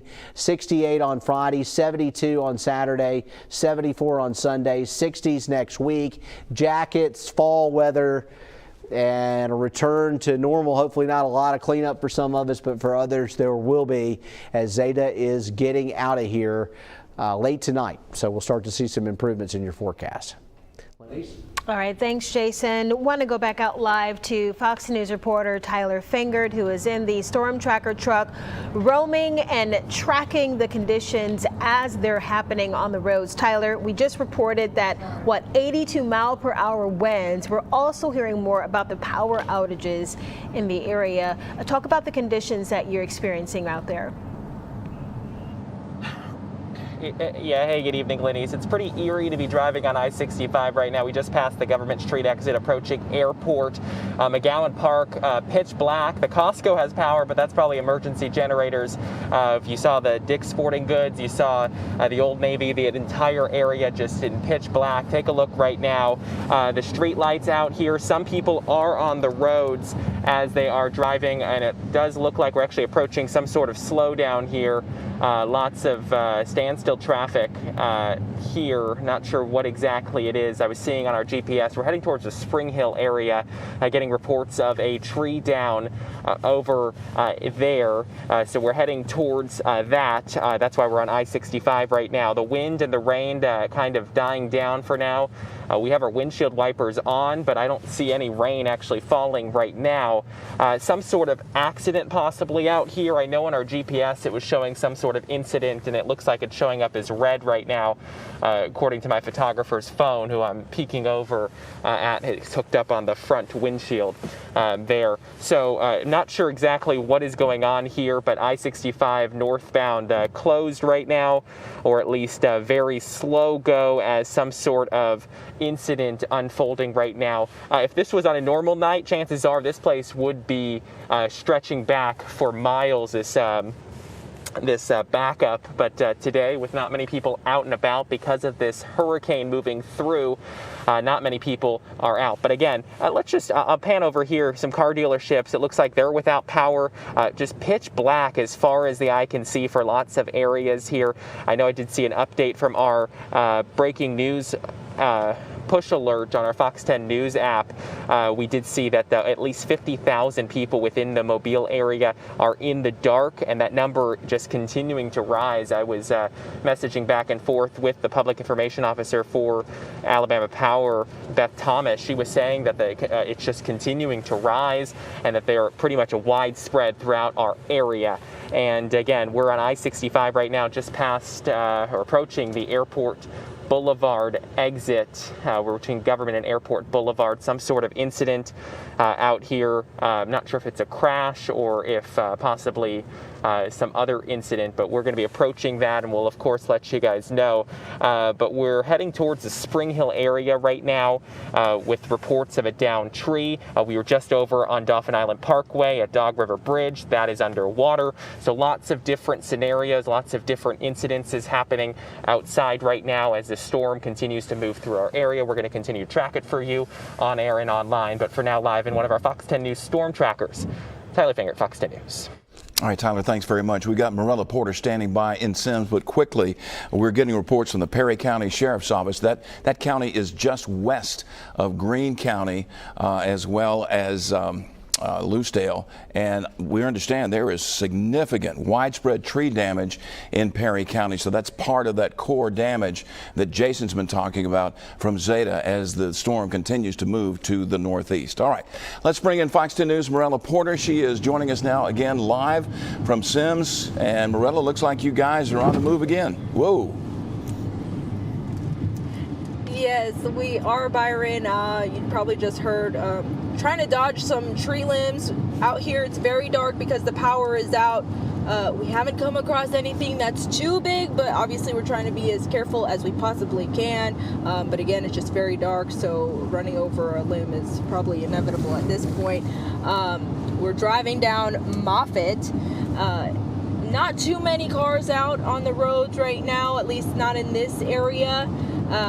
The wind still pretty strong, just like moving our car from side to side and everything like that. Rain really isn't a problem right now, so thankfully that's not something that we're that's added on to just it being so dark, and then obviously trying to dodge whatever's in the road.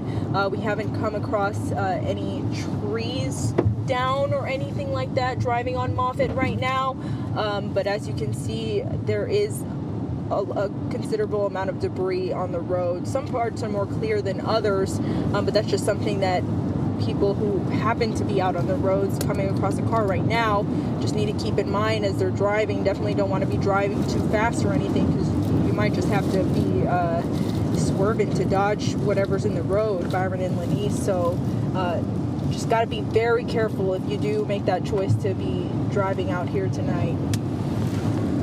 Quick before we let you go, we're just getting an update from Jennifer Lambers here, and she says that out at the airport they just had a wind gust of 91 miles an hour.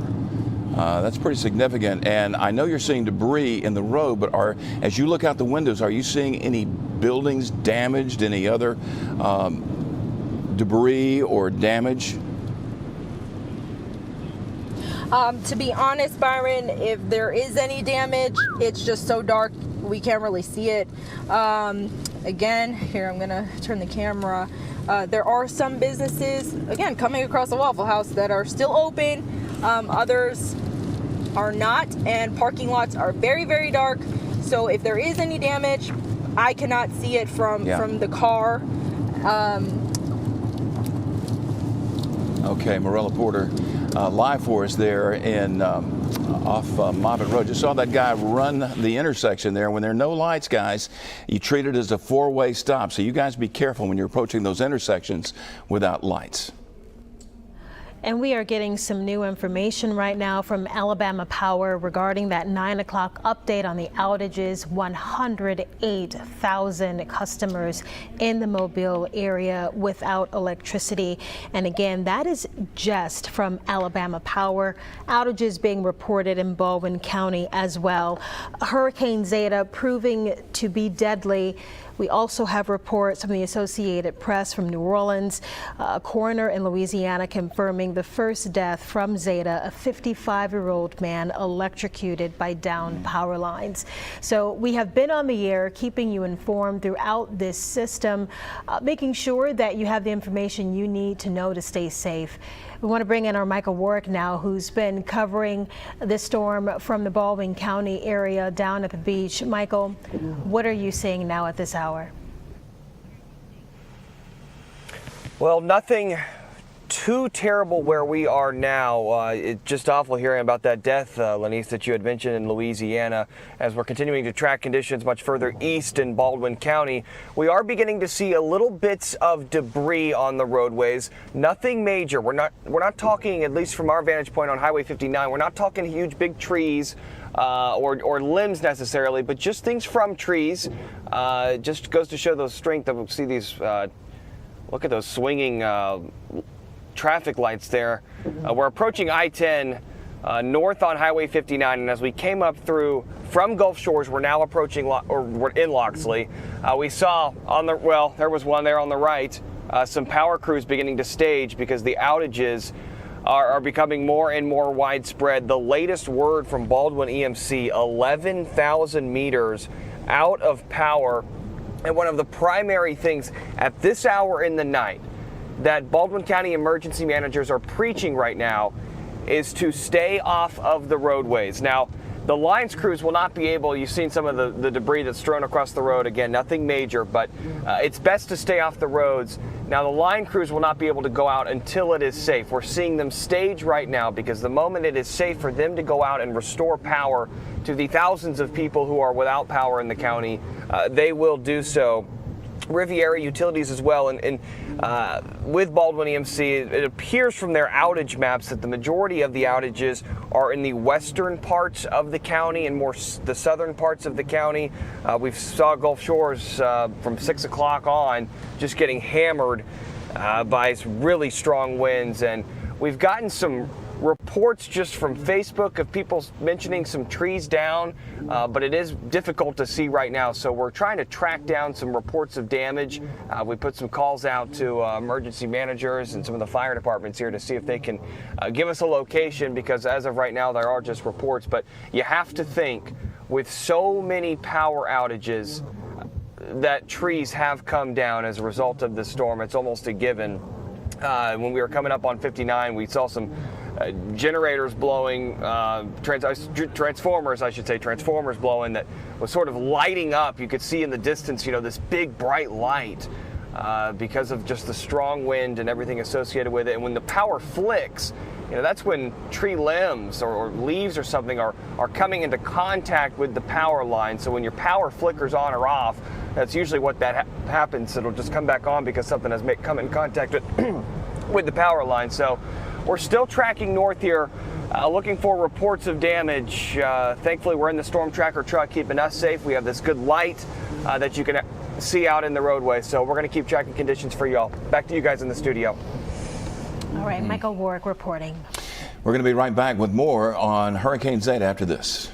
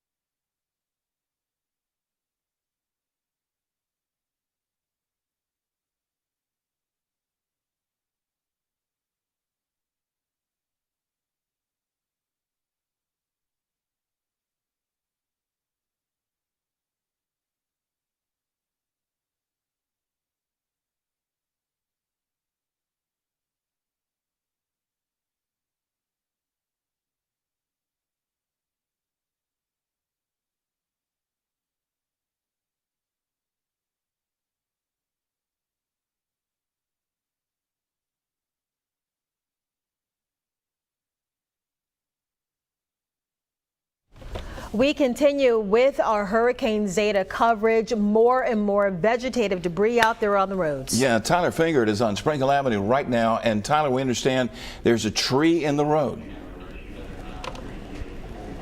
Yeah, hey, good evening, guys. Spring Hill and Man is where we're at right now, and I want to shout out these Mobile police officers who are in the process of pulling it off. He just had a rope tied to that tree and was pulling it off of blocking the entire road. He was pulling it to, I guess, reopen some of the lanes, and they were able to do that just a second ago. Pulled off at least a big portion of that tree. I'm not sure if they're trying to reopen the road right now or what they're working on, but these Mobile police officers are out during this storm trying to make sure roads are passable. This is a major thoroughfare. I mean, Spring Hill Avenue now at least partially open again after this. Not sure if they're going to reopen it completely or what they're trying to do to be able to get this road. It looks like he's trying to go to the other side to get it pulled also a little closer to the road, but you'll see where it snapped right there. That tree just no match for the wind, possibly after Sally weakening it. Now Hurricane Zeta just causing it to snap and falling right on Spring Hill Avenue. We're right at Man. We're not sure if anyone was around here when it happened or if police were just called after someone spotted it, but we did hear about this, and that's why we did come out here. Police now actively trying to clear this road, try to get people get this thing flowing again. It looks like the police officer once again hooking up. You can see him out on the car there, and someone's trying to go through when police have been trying to keep people off the road. But you see he is, it looks like, in the process of hooking up his rope again to his vehicle, probably to try to move it once again. Just again, these amazing men and women of the Mobile Police Department trying to keep the roads open tonight. We'll monitor this situation and bring you updates. But again, Spring Hill Avenue right at Man, there's a tree blocking it, and hopefully Mobile Police are able to get this opened up in just a couple of minutes. For now, live. Thank you, Tyler. Out there in our storm tracker vehicle. Again, lots of reports coming from out in the field right now. Just make sure you are driving careful and stay off the road in case you do not have to be out. Let's go ahead and talk about the river gauges and where they're currently at. We saw the National Weather Service say that these are going to rise rapidly and quickly, and that's exactly what we're seeing. So again, this is a free product on the National Weather Service's site, so you can go and see these tide levels for yourself. But just going to go ahead and touch on some of these. Now, this first one's going to be that tide gauge near Mobile State docks. Now, right now they are reading at moderate flood levels, so over 3 feet now, and normally they crest just around 1.5 feet. So we're starting to see those rise, and right now is getting into that moderate flood level at that last reading. Moving on right now, we're going to see the Coast Guard sector for that tide gauge also at that moderate flood level. It also tends to see that peak around 1.5 feet. Right now, over 4 feet are those readings currently. So we're still seeing these rise as Hurricane Zeta continues to move on through. And so what that is just below that major level, which would be at 6 feet. All right, now also Bayou La Batre seeing moderate flood levels at 3.7 feet, so starting to rise there. In addition, normally that minor flooding is about 2 feet, so seeing about 1.7 feet above that. And then this final one going to be at Dog River Bridge. We've been getting some of the reports from there.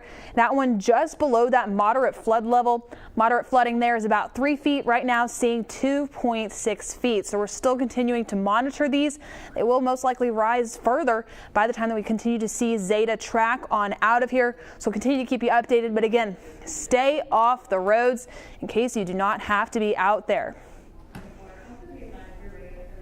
Thanks, Jennifer. Yeah, coastal flooding ongoing. Tides running, as you were showing us there, about 3 to 4 feet above normal. So that's a problem. And then, you know, travel's not advised right now because we're getting wind gusts. We're just at a wind gust at Mobile Regional Airport to 91 miles an hour. And when we get that kind of stuff going on, I mean, we're talking about winds that have been sustained over 50 or 60 miles an hour, and when they're gusting up to 80 and 90 miles an hour, it's knocking trees down. And it's making for hazardous conditions. The eye is still apparent here on satellite imagery here tonight. This storm is held together remarkably well, as it's likely getting a boost, what we call a baroclinic boost. We've got that shear axis where we've got the low pressure area at the upper levels off towards the west, and what that's doing is creating a little divergence aloft, and so that's enhancing the storm.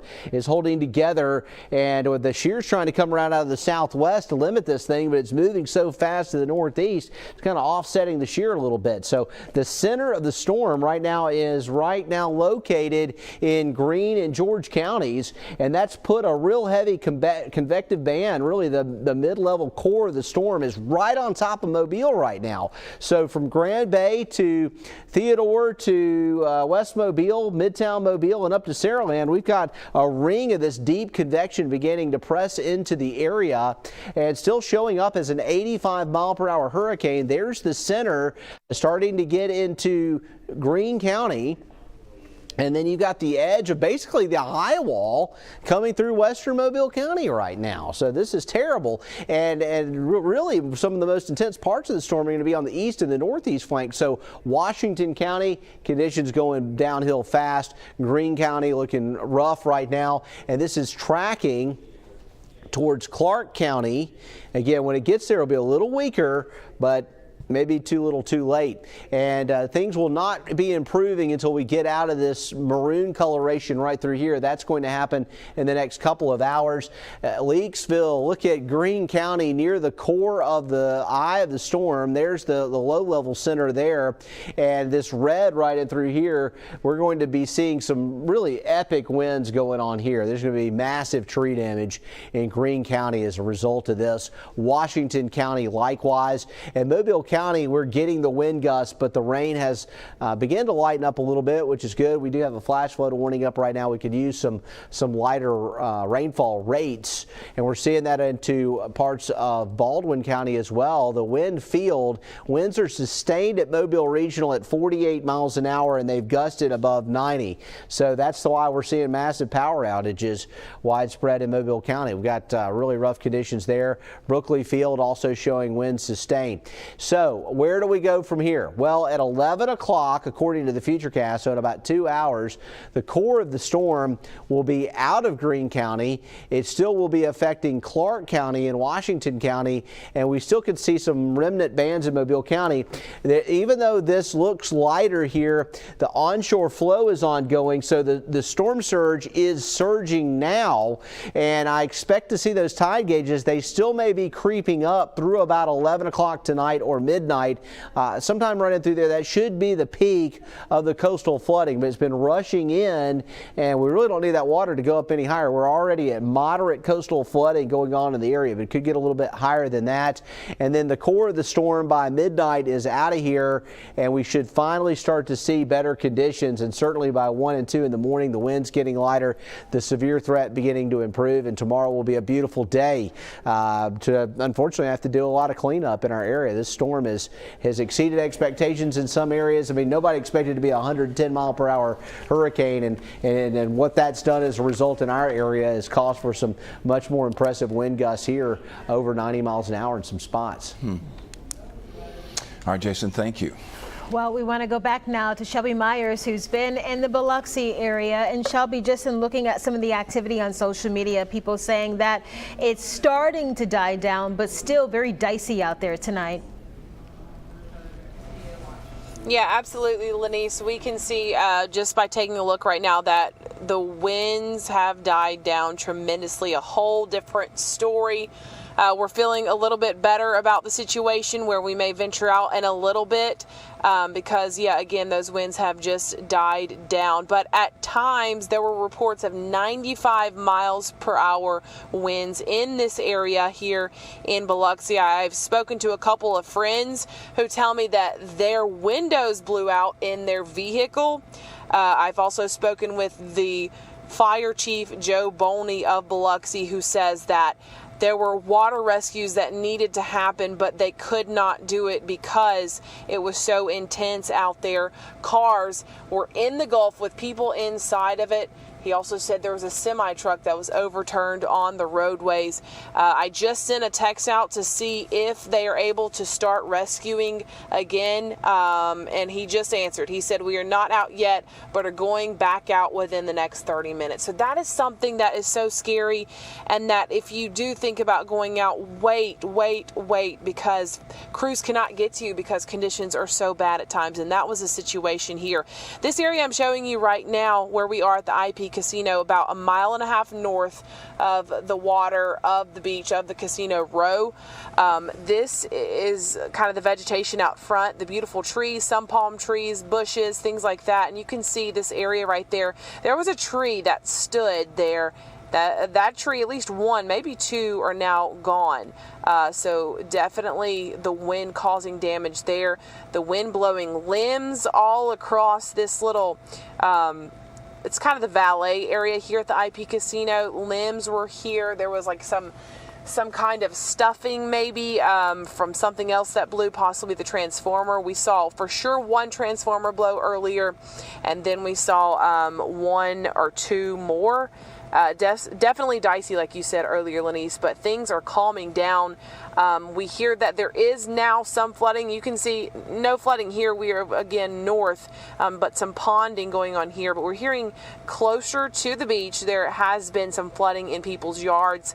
I have somebody who lives behind Harrah's Casino that's down there not far from the beach, and he said that there were waves in his front yard. So we're about to kind of venture out here once we do check in with Jason, that the conditions are a lot safer, and we're going to show you some of the scenes here in this aftermath as Zeta has kind of pushed out for the most part here in Biloxi, guys.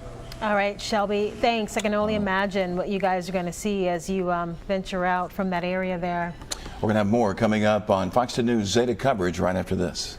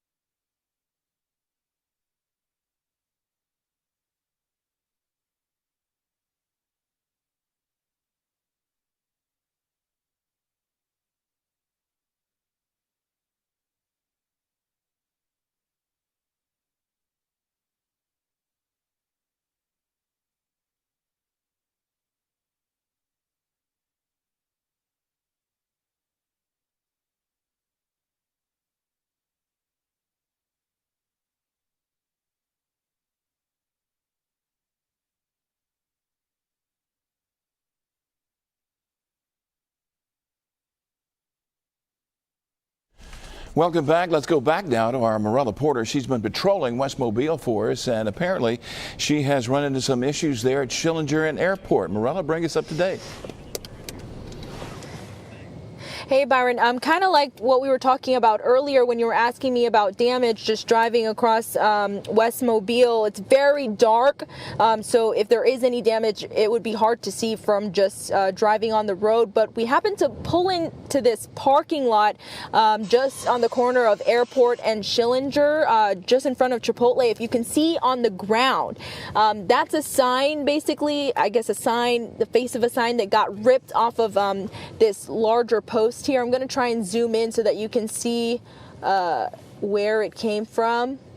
If you see where it says Hobby Lobby in the West Plaza, just below that you see that part still flapping in the wind. The wind's just so strong, it basically just stripped it off of that. And of course, that's kind of why we're staying in the car too and trying to keep our distance, just using the camera from on top of our storm tracker, because I mean, if that ripped off, I'm sure there could be another loose one out there.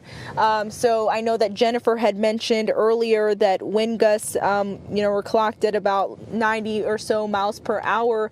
This is just by the airport, so that's just showing how strong this wind is out here. That's a very, I don't know if you can tell just how long this sign is, but it's pretty big. I'd say it's probably 20 feet, way bigger than or longer than the car.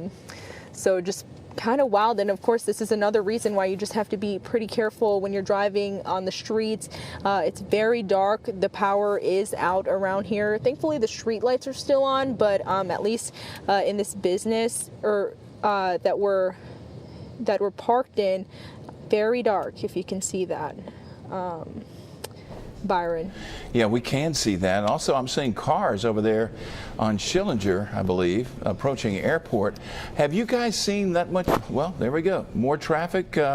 Is traffic picking up, or what are you seeing out there?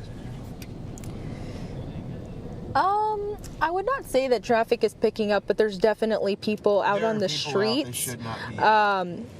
Now, the traffic lights, a lot of them are out, at least in the path that we've driven on.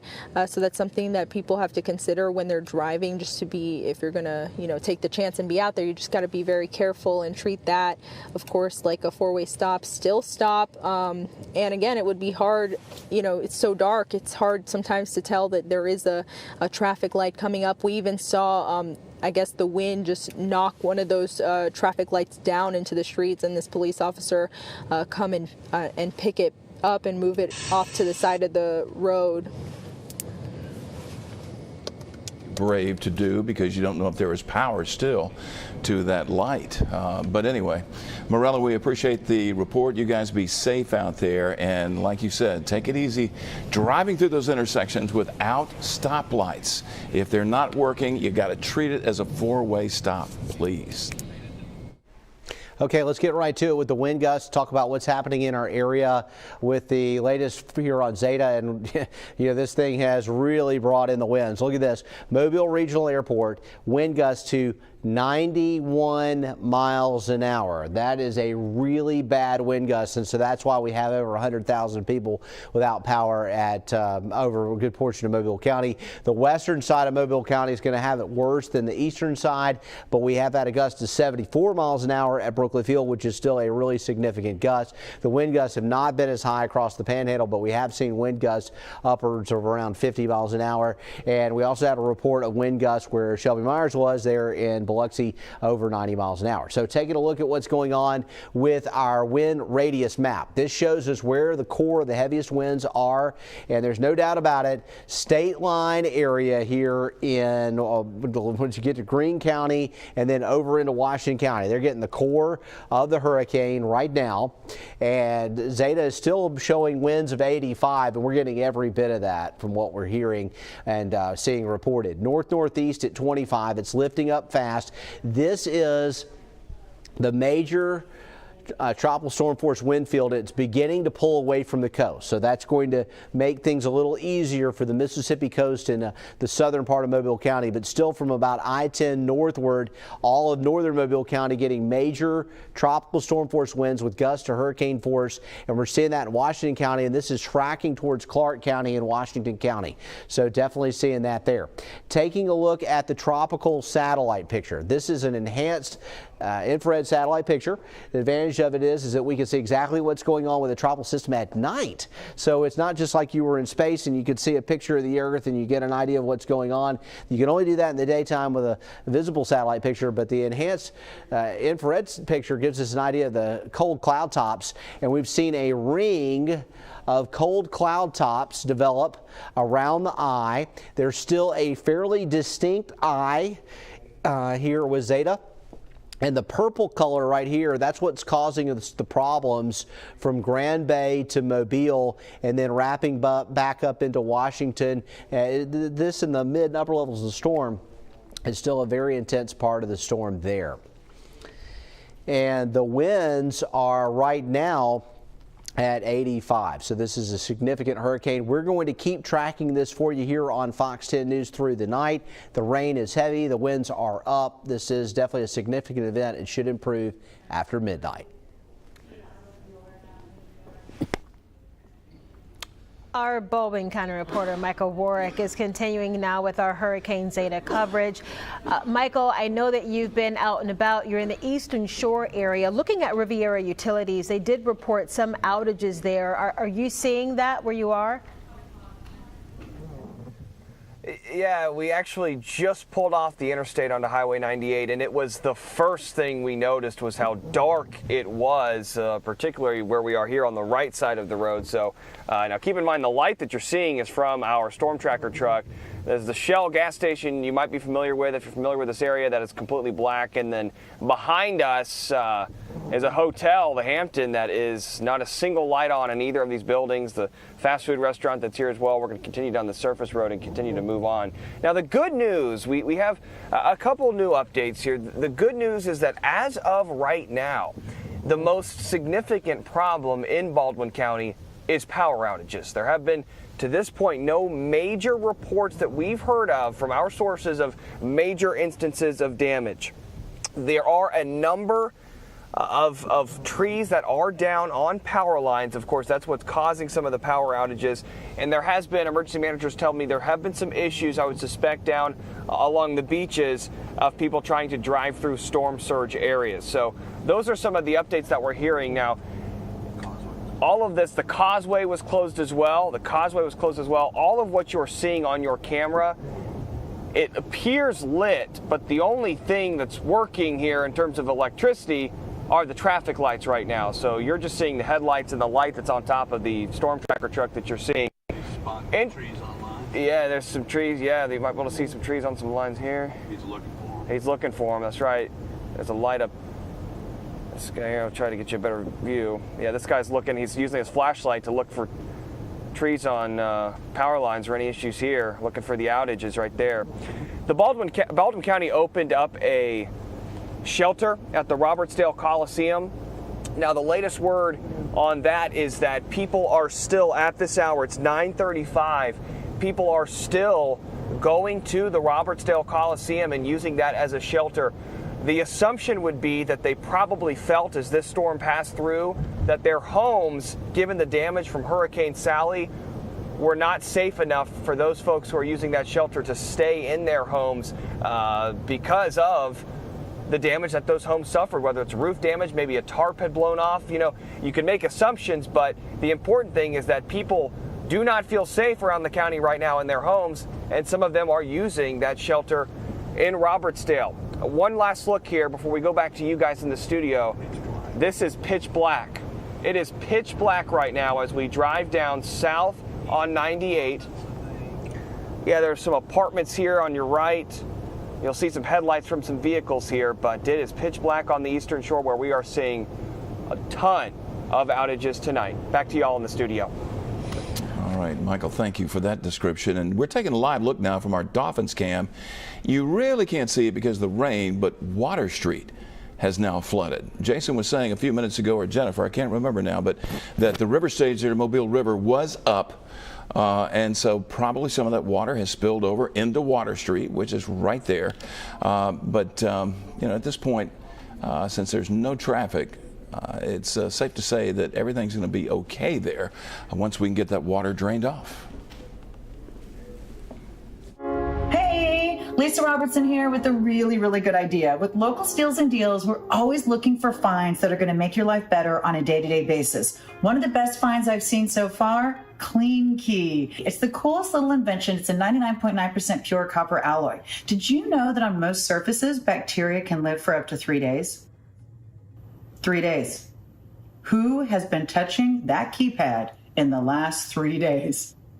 Now, it's not going to be you because this goes on your keychain, this goes right here, and now you're doing the keypad, now you're doing the buttons. Now, if it's a lever style door, you can just go chink. Don't even have to touch the door to open it. And whenever I'm leaving the ladies' room, I'm always trying to not touch the door, right? This is the coolest little idea. And by the way, think about it. I would love to get this for my dad and his wife. When they're going out, they're going to be getting, gas. They're going to be going to the grocery store. They're going to be using a credit card and ATM. My sister, her husband, my nieces, my nephews. I mean, this is the kind of great idea that is the coolest little gift that you know they're going to use all the time. Right now on localsteals.com, this is 50% off. So we're adding to your quality of life on a day-to-day basis. We're keeping you safe. You don't have to wipe things down. You don't have to use your knuckles. You don't have to use your elbows. One little clean key on your keychain and you are good to go. So one of the great ideas we have for you, localsteals.com, 50% off. You're going to love it.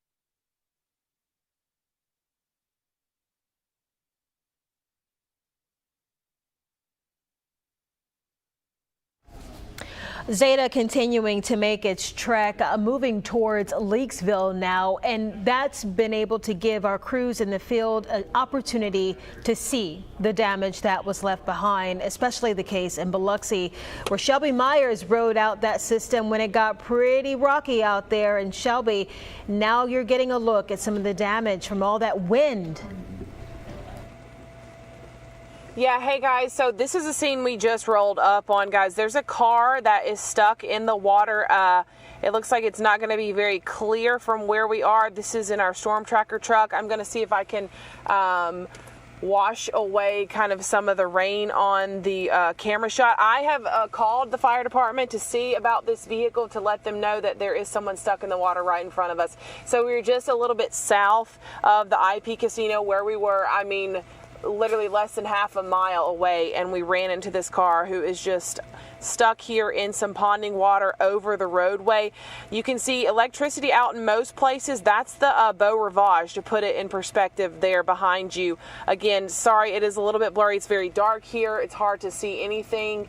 And on both sides, no power lines down here, but on both sides there is standing water. That's what this is. And this person looks to be stuck in that water that had gone over the roadway. Again, I did contact authorities about this before we went live on air, and so we were waiting. We saw an ambulance look like up there, but they turned.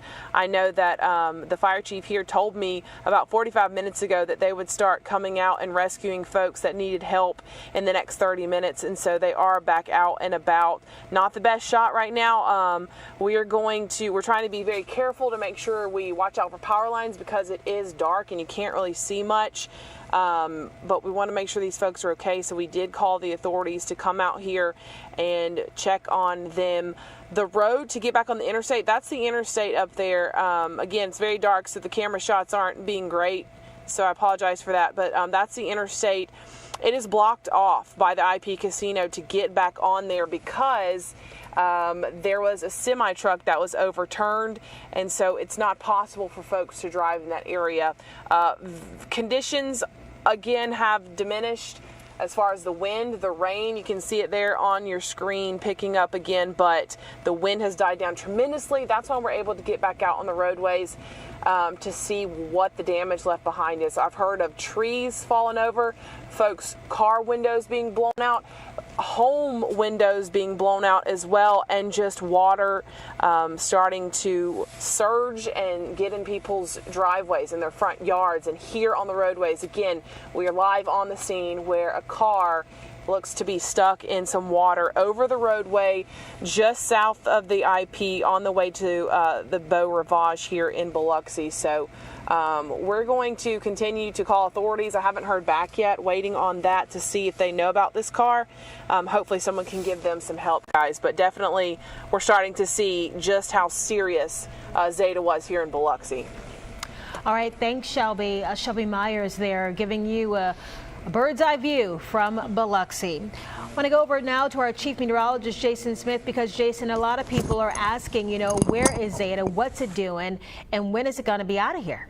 Let's go to it right now. Take a look at the latest here, and we're about 10 minutes away from a new advisory from the National Hurricane Center. But as of right now, you can see for yourself that it appears that the eye is over Greene County, Mississippi right now around Leakesville. And so that's really a bad situation, because most likely the edge of the eye wall is in Washington County right now around Chatham, with some very intense winds and rain. We've seen the edge of the core of the storm over Mobile County as well. We do expect this to really rapidly lift off to the north and improve greatly in the next several hours for many, many locations. Still will likely go downhill for Clark County, but for the coastal areas, we may finally start to be able to assess what has occurred as far as damage. We've had wind gusts over 90 miles per hour in the Mobile Regional Airport site. North-northeast at 25 is the current motion on Zeta, so it's zipping to the north, and I expect it to even accelerate further. We may see a faster forward speed with the next advisory as it's being caught up, or it's beginning to catch up into a mid-level trough, and as it gets into the westerlies and in this trough, it's going to rapidly accelerate and move up into northern Alabama and get out of our hair. Right now, with the eye in Greene County on radar, things look really terrible right now with that red coloration right now around State Line and Fruitdale and Vinegar Bend, and then getting here into and around Chatham. So this right here is some very, very intense stuff going on. We're talking most likely sustained winds at around 80 miles an hour or so, with wind gusts possibly up around 90 plus miles an hour occurring in Washington County. The net result of that for Tibby, for Hawthorne, for Chatham is going to be a lot of trees down, a lot of power outages occurring. Down to the south, we're getting these feeder bands coming in, and they're containing gusty winds, but we will see the wind beginning to lighten up in the Mobile area. We may have seen the peak of our winds in the Mobile area and over into Baldwin County. We're close to have seen that peak at this point because it looks like the core of the storm starting to lift to the north. We are going to get some heavy rain in through here. We do have a flash flood warning up right now in the area in maroon for Washington County. Basically, wherever the eye or the eye wall is tracked with Zeta, we're going to be getting the potential for flooding rains and flash flooding. There is also a tornado watch in effect until midnight. That may be allowed to expire at midnight. Things are already starting to look a little better, and we're not completely out of the woods, but we're getting more into the southwest and the southeast quadrant of the storm, and then the southern quadrant of the storm, and then eventually the southwest quadrant of the storm. And so when that happens, typically we do have a lower tornado threat. So rough night tonight now in Washington County, heading on up into Clark County. I also want to mention coastal flooding, and meteorologist Jennifer Lambers is going to be checking in on this here a little bit later on here on Fox 10 News Tonight. Right now in Bayou La Batre, we have tide levels that are about 4.5 feet above normal. When we say storm surge, this system is a classic example of that term, because the water levels were pretty close to normal, and then within an hour or two they shot up about 4 feet to 4.5 feet above normal. So the tide has been surging, and that's because the winds are really coming around out of the south right now, plus the swell from Zeta is starting to catch up with our area, and that's bringing in those higher tides. Hopefully they'll peak out around that 5 to 6 foot range and will not go higher. And looking at the track, we've got the core of the storm at 10 o'clock, which is pretty much right now in Clark County. Then by 11 o'clock, we've got it lifting up and heading up into Wilcox County. And see what this does for Mobile and Pensacola and Baldwin County and Biloxi, and even some of the areas that were hit hard like Leakesville, Lucedale. By midnight, 1 in the morning, the rough stuff is going to be up around Montgomery and Birmingham, and so this is going to be a real quick end to it. That is the only silver lining we can bring to you. This storm is overachieved. There's no doubt about it. I mean, we've seen the winds gusting over 90 miles an hour. That is beyond expectations. We were expecting tropical storm conditions with maybe some gusts up around 70 or so, but because this thing deepened as it approached the Louisiana coast, then when it hit the Louisiana coast, the wind field spread out, and we got more than we bargained for. And so as a result, Zeta has been a big problem, big thorn in our side, but we do expect it to end very quickly. And tomorrow, I expect that around 7 or 8 in the morning, the clearing line will be punching in here, and we'll start to see some beautiful fall weather. We'll have a nice westerly wind at about 15 miles an hour. It will be a cool day tomorrow. Our high will be about 75, and then on Friday, we'll go down to 49 tomorrow night. There's going to be a lot of fun. We got over 100,000 people without power in Mobile County, and so the best thing for that is this. Maybe a little too cool at night, but we're not worried about mugginess and having to crank air conditioners. It will be very comfortable for storm cleanup as we head into Halloween. It looks like 72 on Halloween, and great tranquil weather ahead. And this front, we were looking at it, this front is going to go all the way down to Cuba. All right, and it's going to cool the Gulf off. That's what we need. We don't want to see any more storms. Hopefully this is our last one. By the books, it should be. We're going to see a big drop in water temperatures all throughout the Gulf in the wake of Zeta. All right, Jason, thanks very much. We've got some new information just coming into the Fox 10 newsroom about a possible water rescue on the Causeway. We have Stephen Millhouse with us now to give us some more information. Thank you for joining us. I know you guys have been very busy out there with all the events going on in light of this storm. What can you tell us about that rescue? Well, right now we've got crews on the Causeway and on the Bayway searching for possible stranded motorists. We got reports from the Baldwin County side that there's a possible stranded motorist on the Causeway, and we've got crews out there meticulously searching, but that's where we are at this time. We don't have any other updates. We haven't been able to locate anyone, but our crews are out there doing the best that they can to keep themselves safe, as well as locate any stranded motorists in the area. Stephen, how high is the water right now on the Causeway? Do you have information on that?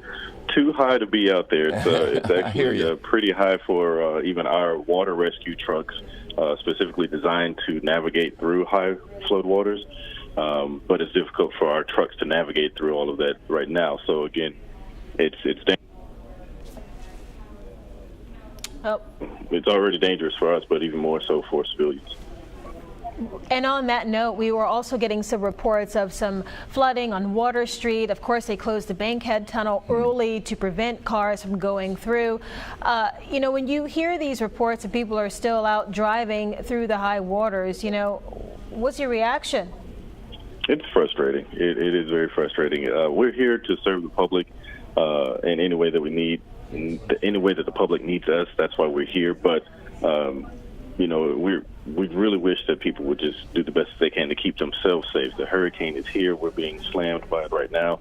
So just shelter in place, stay indoors. There's really no reason to be outside driving through floodwaters, if at all possible. So it's just, you know, we're going to respond.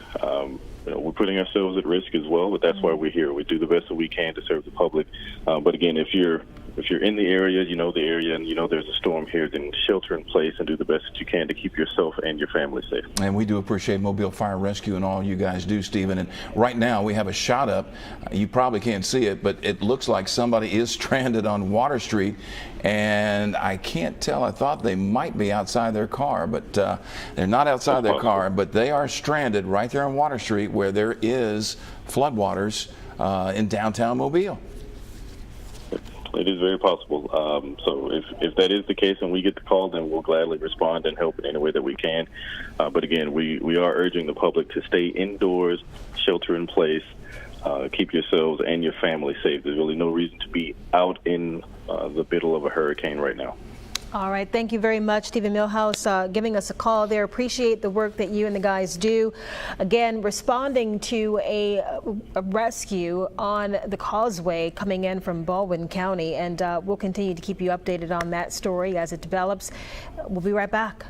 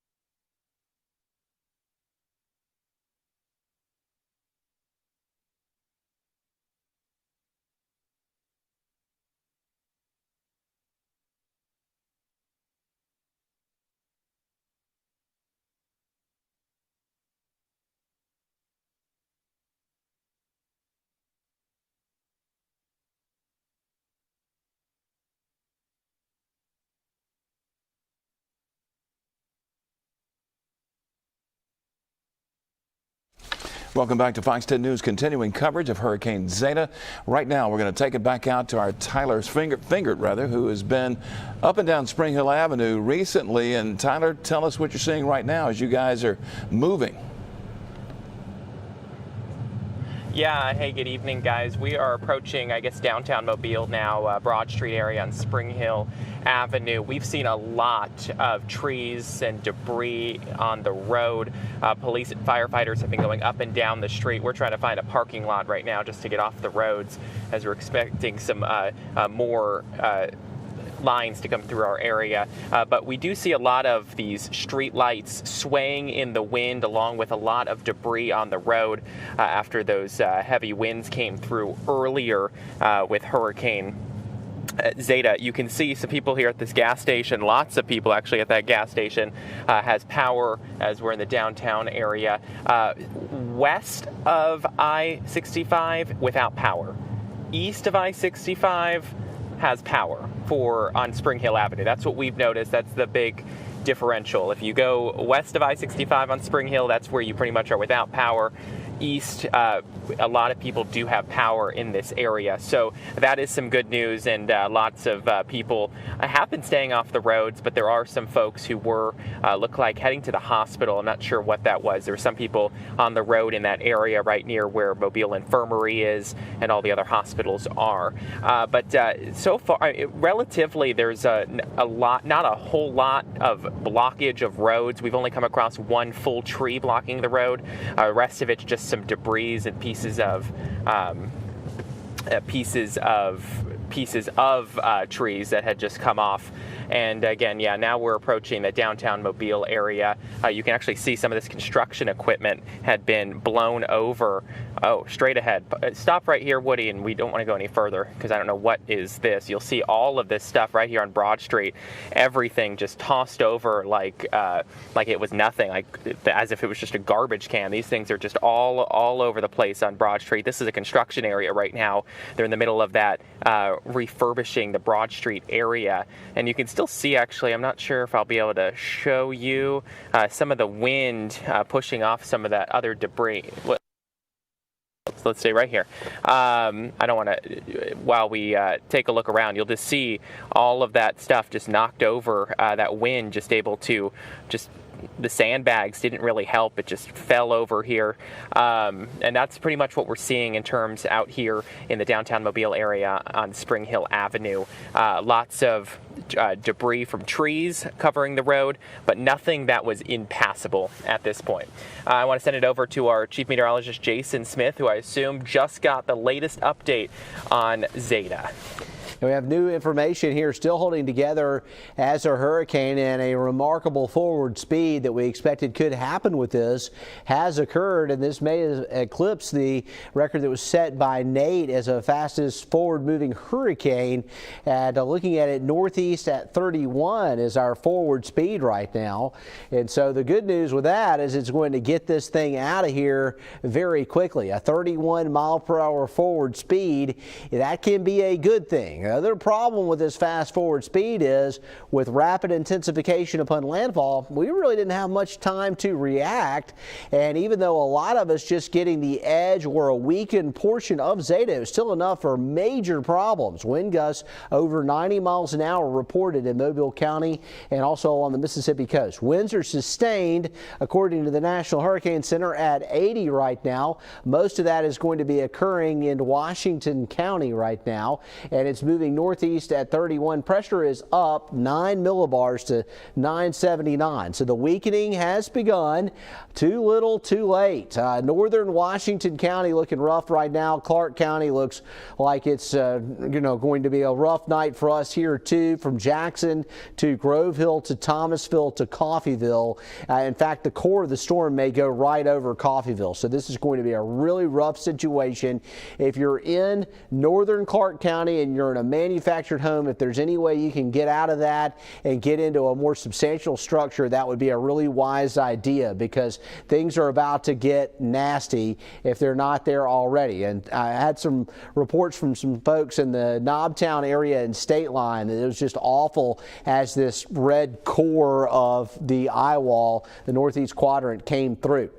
We are looking still at gusty winds on the southern end too. We're not totally out of it, but as the storm lifts to the north and the pressure begins to rise, and we will eventually see these winds begin to wind down. It's already starting to happen to some degree down in Mobile County. Also, we're getting more of these bands that are feeding in off the Gulf, and they're less likely to be tornadic. We've seen some of our Mississippi counties dropped out of the tornado watch, and eventually some drier, cooler air is going to punch in here in the wake of this tonight as well. We'll get some temperatures in the 60s.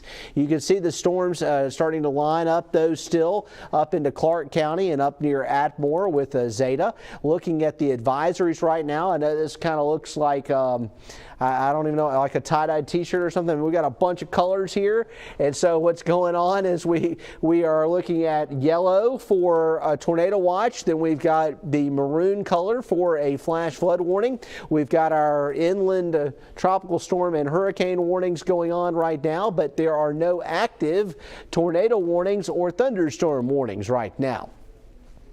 There's a look at northern Washington County with the situation there, and what the Futurecast model it does is that by 11 o'clock it takes this up into Clark County and Monroe County, and we're seeing big improvements in southern Mobile County. By midnight, everything's going to start to improve. The only other thing we've got to watch out for is the coastal flooding / storm surge situation, and from what we've seen from the live pictures, there's no doubt this has occurred. It was a very fast water rise, and so it was just, tides holding about maybe a half a foot or a foot above normal, and then it just shot up and the water rushed in when the wind came around harder out of the south and the swell from Zeta began to catch up with the system. And we've been watching it, tides about 4.5 feet above normal right now in Bayou La Batre. It's still been rising sharply. Hopefully it levels off soon, but when you have wind out of the south sustained at 55 miles an hour, gust to 91, that's going to keep driving the water up, and it's actually higher. The water levels are actually higher in Bayou La Batre and in Fowl River and in Dog River and along the Mobile River and the Causeway than they are on Dauphin Island and the Fort Morgan area, because that water is getting walled up and funneled up Mobile Bay and funneled up off of Mississippi Sound. So coastal flooding is ongoing. Looking up towards Montgomery by midnight, by 2 in the morning, north of there, and you can see that really in the next couple of hours it's just going to be assessing the damage. The weather element of this will begin to fade very quickly as we get into the early morning hours, and we'll start to see some improvements. That's what the Futurecast is doing with it. As we go through time, we'll start to see some sunshine as we get into tomorrow morning. I do want to show you quickly the extended outlook just to give you an idea of what we're seeing, and tomorrow's temperature at 75 degrees for a daytime high, down to 49 tomorrow night, 68, that's it for a high on Friday. This sharp trough that steered Zeta and sent it our way is going to also bless us with some better weather as we head into the first part of November. All right, thank you, Jason. Want to go back out live now to Fox News reporter Morella Porter, who has been driving throughout the area, taking a look at the conditions live. Morella, we've seen some spots where it's not raining. That is not the case where you are. Are you seeing more just of the rain or wind too? I'd say, I guess the wind is a little bit more strong than the rain. It doesn't seem like it's raining that hard right now. It's just sprinkling, but you can see it with the lights are letting you see that rain right there, kind of, if you see the white. But really it's just the wind, just whipping the car on the sides of the car. Nothing too bad. Right now we're parked in a shopping plaza, the Baker West shopping plaza off of Airport near Baker High School. In this area we haven't seen too many people driving by or anything like that. Not sure if you can hear that, but that was just the wind hitting the sides of the car. So again, to me it seems that the wind seems to be stronger really than the rain right now, at least where we're at here in West Mobile, Lenise. Morella, I know that you guys have been driving around since we started tracking this system. In terms of debris, what did you guys come across? We had a live shot with Tyler just a moment ago where he was seeing a lot of the construction parts just thrown out or thrown across the road. What else have you seen in terms of debris? At least in the areas that we've been driving in West Mobile, around Airport, Schillinger, there really hasn't been any problems with debris at all. When we were in Sims, we did see more like tree branches, like larger branches, not limbs or anything like that, not anything too big. We did see a lot of leaves, branches in the road, so that was stuff that we were having to dodge driving around that area. But over here in West Mobile, really hasn't been a problem. But we've been keeping to I guess the wider 4-lane roads or roadways and streets, not like the residential parts. So I know when we were driving around the residential parts in West Mobile, there was like leaves and branches in the road, but nothing too big. We haven't come across any trees in the roads at all or anything like that. But I know that is not the case across all of Mobile and East. Thanks, Morella. A Fox News reporter, Morella Porter, reporting live. Byron. All right, let's take it back downtown one more time. And as we've shown you, Water Street has flooded. Jason was talking about, we're getting such strong southerly winds. And of course, anytime we get winds like that, it just pushes all that bay water and river water right onto the streets in downtown Mobile, the Causeway. And apparently, it's done so again. This part looks a little dry, but there are parts of Water Street, there you see it.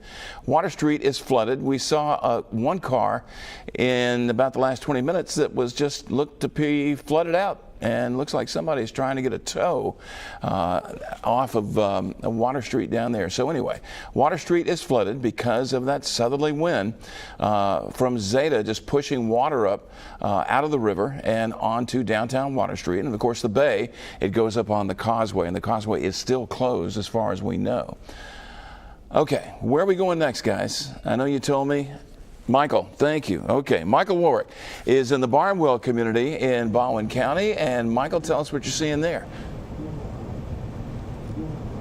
Hey, Byron. Yeah, we are continuing our trek down Highway 98. We started up at the interstate, went through Daphne and Fairhope, and now we're in Barnwell headed east toward Fish River and then through Foley. I just want to explain a little bit about what we've seen, and I'll turn the camera around to you can see what we're seeing now. I want to preface this by saying that what you're looking at is lit up by our truck. We just had something. What was that, Randy? Low something. Just dinged our little antenna on the top there, but we're all right. So it's pitch black as we go east on Highway 98 right now. We're going to be approaching Fish River here. As we went through Daphne and Fairhope, there was one traffic light was out. So just for folks, they don't want you on the roads, but the only traffic light that was out was at 104 and Highway 98. All the other traffic lights were working, but if you looked left and right, it was just pitch black everywhere, and there were several neighborhoods that will be completely out of power through Daphne all the way down to Barnwell, so something to keep in mind. We saw some flashes, of some, we believe, transformers that are blowing. You see this big bright light all of a sudden. That's something we've seen. And as our viewers get ready to wake up in the morning, from what we've seen, just kind of looking along some of the side streets along the eastern shore, there is debris just sort of littered on the neighborhood streets and roads. There's some flickering onto our left there as some of this comes back on, hopefully, for these folks. But it's nothing major, and Morella kind of touched on this too, but you're going to see, your thistles and some small limbs. It's just kind of covering the asphalt in some of these neighborhoods. But the big thing, and it is a blessing in disguise, when you think about how bad Hurricane Sally was, that the main impacts we've seen so far in Baldwin County are just power outages, which appear as we continue to move through now central Baldwin County, that they are pretty much widespread, and we've seen some utility workers out and about so far tonight. Likely at this point still just assessing because they can't go out until it is safe for them, but we have seen some staged and ready to rock and get the lights back on when it's safe to do so. Guys, back to you. All right, thanks, Michael. And yeah, speaking of the lights, I mean, it is pitch black out there. The reason you're able to see what we're showing you is because we have irised up the camera, and that just basically means we are controlling the amount of light that comes through the camera, and so the more open you have that iris, the more light you're able to allow to come in. So that's why you're able to see as we're giving you these reports here. And we're getting some great pictures from the storm tracker, the Hulk, as it continues to drive there through South Baldwin County. We'll be right back with more coverage of the hurricane right after this.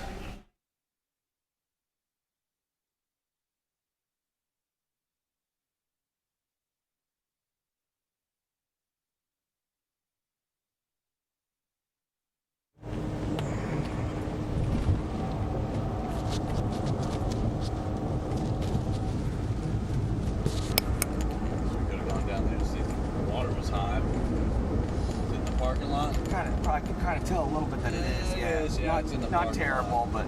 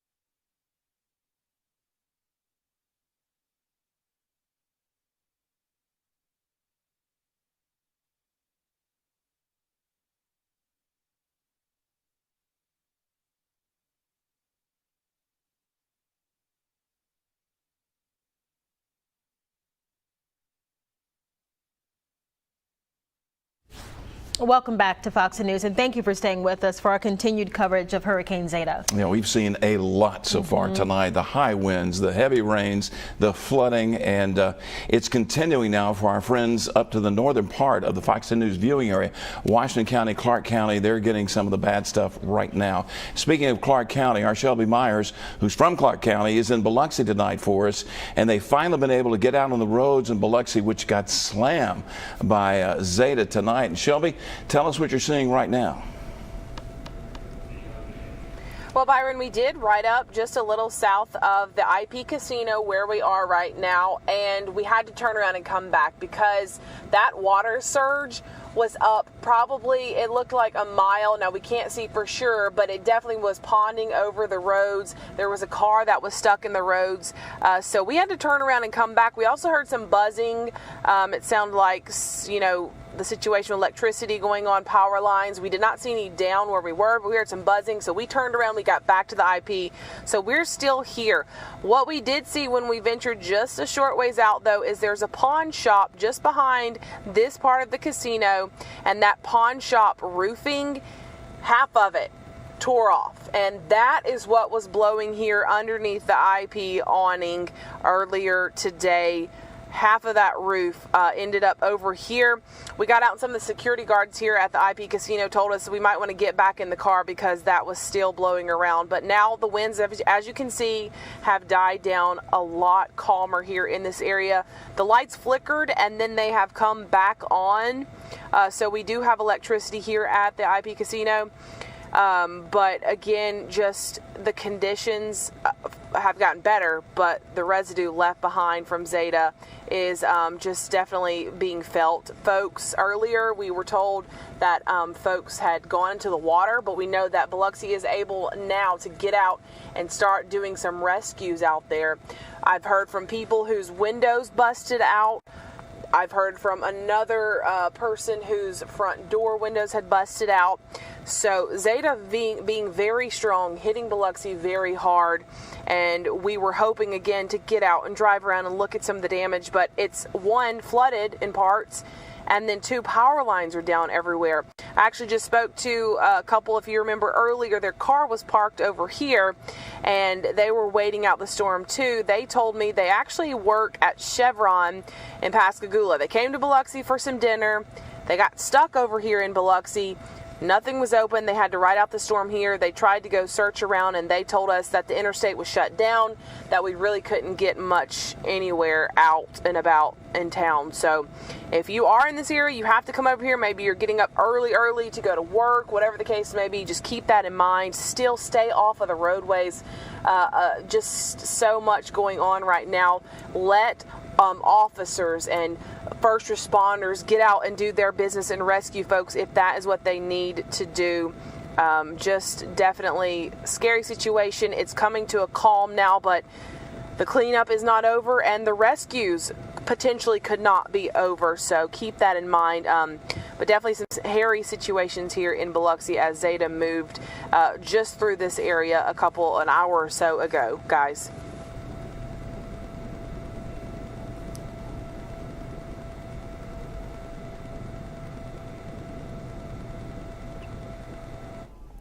Okay, that was Shelby Myers reporting there from Biloxi live as we've been bringing you just continual coverage here since really the onset of this event. And of course, we had updates during the day as well, just comprehensive coverage, the best we could do to bring you what's going on with Zeta. And here's an update right now on what's happening weather-wise. All right, Zeta is an 80-mile-per-hour hurricane. It's every bit of that right now in Washington and Clark counties. And down from the National Weather Service, taking a look at the velocity product on radar, we're seeing the potential winds gusting up near 80, possibly as high as 100 miles an hour in Washington and Clark counties. That's going to continue for about the next hour to hour and a half, and then this will move up into Wilcox County. But there's still a real intense wind maximum, a hurricane wind situation going on right now in Washington and Clark counties. The orange color here, this is major tropical storm force. That's winds over 58 miles an hour with gusts that could be approaching tropical storm force. That's starting to pull away from Mobile. It's lifting to the north. Northern Mobile County is still getting it. Northern Baldwin County is still getting it, but this wind field is lifting away. And near the coast, we're starting to see the winds relax some. They're still significant, and they're out of the wrong direction. They're out of the south, so they're pumping in the tide, and that's why tide levels are still rising in many areas. And tide so far, places like Bayou La Batre now about 5 feet above normal with the storm surge going on. Peak wind gusts of 91 miles an hour at Mobile Regional Airport. That is an extraordinary wind. That's why we have widespread power outages. We're going to have a mess to deal with from a power perspective in Mobile County. And what's interesting is that, a lot of areas were hit hard by Sally. The western side of the area wasn't as hard by Sally. Now Zeta is getting the western side of the area tonight. So that and the inland spots especially. Over towards the Florida Panhandle, about a 55-mile-per-hour wind there in Pensacola. Zeta is moving to the northeast at 31 miles an hour. Good runs. Get it out of here quick. And it is moving fast as expected.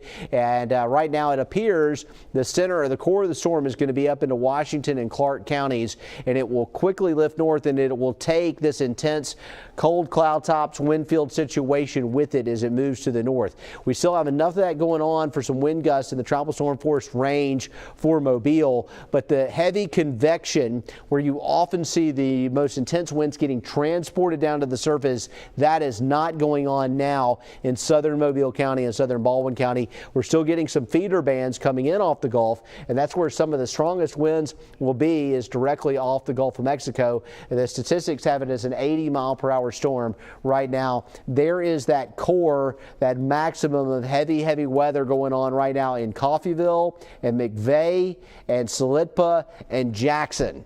In Clark County, it's tracking towards Grove Grove Hill rapidly, and also Thomasville. So looks like it'll really make a direct hit on Thomasville with that situation there. And I'm going to back it up. I want to show you this. Okay, I added the streamlines to the radar, and this shows the direction of the winds. And right now the winds are still pretty much due south, and that's why we're getting the higher storm surge. It's really a multifaceted situation. When you have a fast-moving storm, sometimes the surge and the swell will lag behind the storm. You're also looking at winds pretty much straight out of the south, and so that's funneling the water up Mobile Bay, and it's funneling it up Mississippi Sound and up into Bayou La Batre and Coden and Alabama Port, and that's why we're getting our maximum tides and coastal flooding going on now. We also have a flash flood warning in this area for the heavy rainfall rates occurring. This will be lifted ultimately as we get the heavy rain out of here. That's going to be happening after midnight. Taking a look at the Futurecast modeling, it shows at 11 o'clock we still could have significant heavy weather in northern Clark County and northern Monroe County, but you can see how it's fizzling out near the coast. And then after midnight, all that is transitioning up into Wilcox County and headed up towards Montgomery and up towards, looks like the Calera area, and getting up to the north up towards Birmingham. 2 in the morning, 3 in the morning, 4 in the morning, seeing this thing getting out of here and winding up. So by daybreak, it's going to be gone, and it will just be damage control and assessment and cleanup and that kind of thing that we'll be seeing in our area after a really rough go of it here with Zeta. Looking ahead, the forecast looks really great. We're going to have a lot of people without power, so it'll be comfortable each day. Each night might be a little bit chilly without heat, but not to the point that it's freezing. Just an extra blanket or two on the bed, you should be fine. And we're looking at temperatures as high as 68 degrees on Friday. Halloween, 72 during the day, 54 Halloween night. Another front comes through after we set the clocks back on Sunday, which is All Saints Day, and then Monday, 64 degrees for a daytime high, some 40s for lows next week as we get into the routine with some fall-like weather. And of course, that wind will turn westerly tomorrow. The waters will recede. Everything will begin to improve, but we've got a long way to go as far as cleaning everything up and getting the power back on and moving forward in the wake of Zeta. All right, and we will be right back.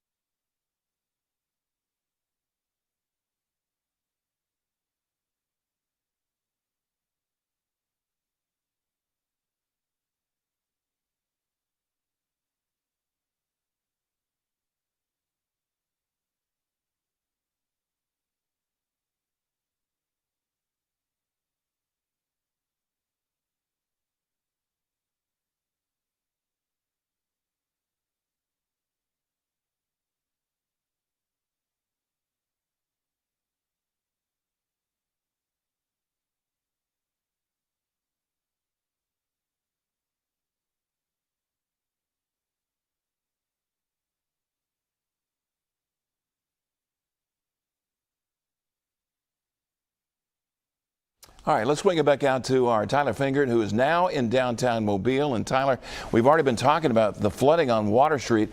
What are you guys seeing a little bit farther away, or where are you guys right now? Yeah, hey guys, good evening to you. We are we're on Dearborn Street, right near St. Louis.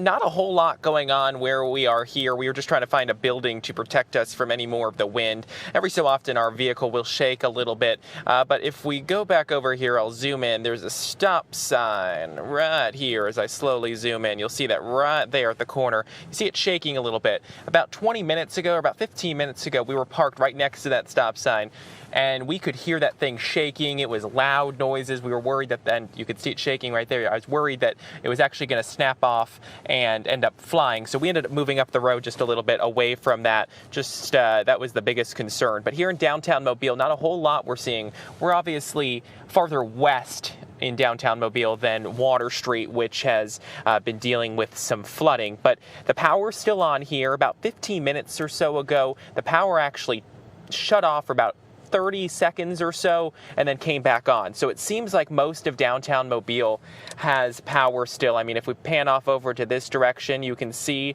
the Renaissance Tower there. Unfortunately, there's a light, but you can see the tower still lit up right there, and I think that's purple tonight.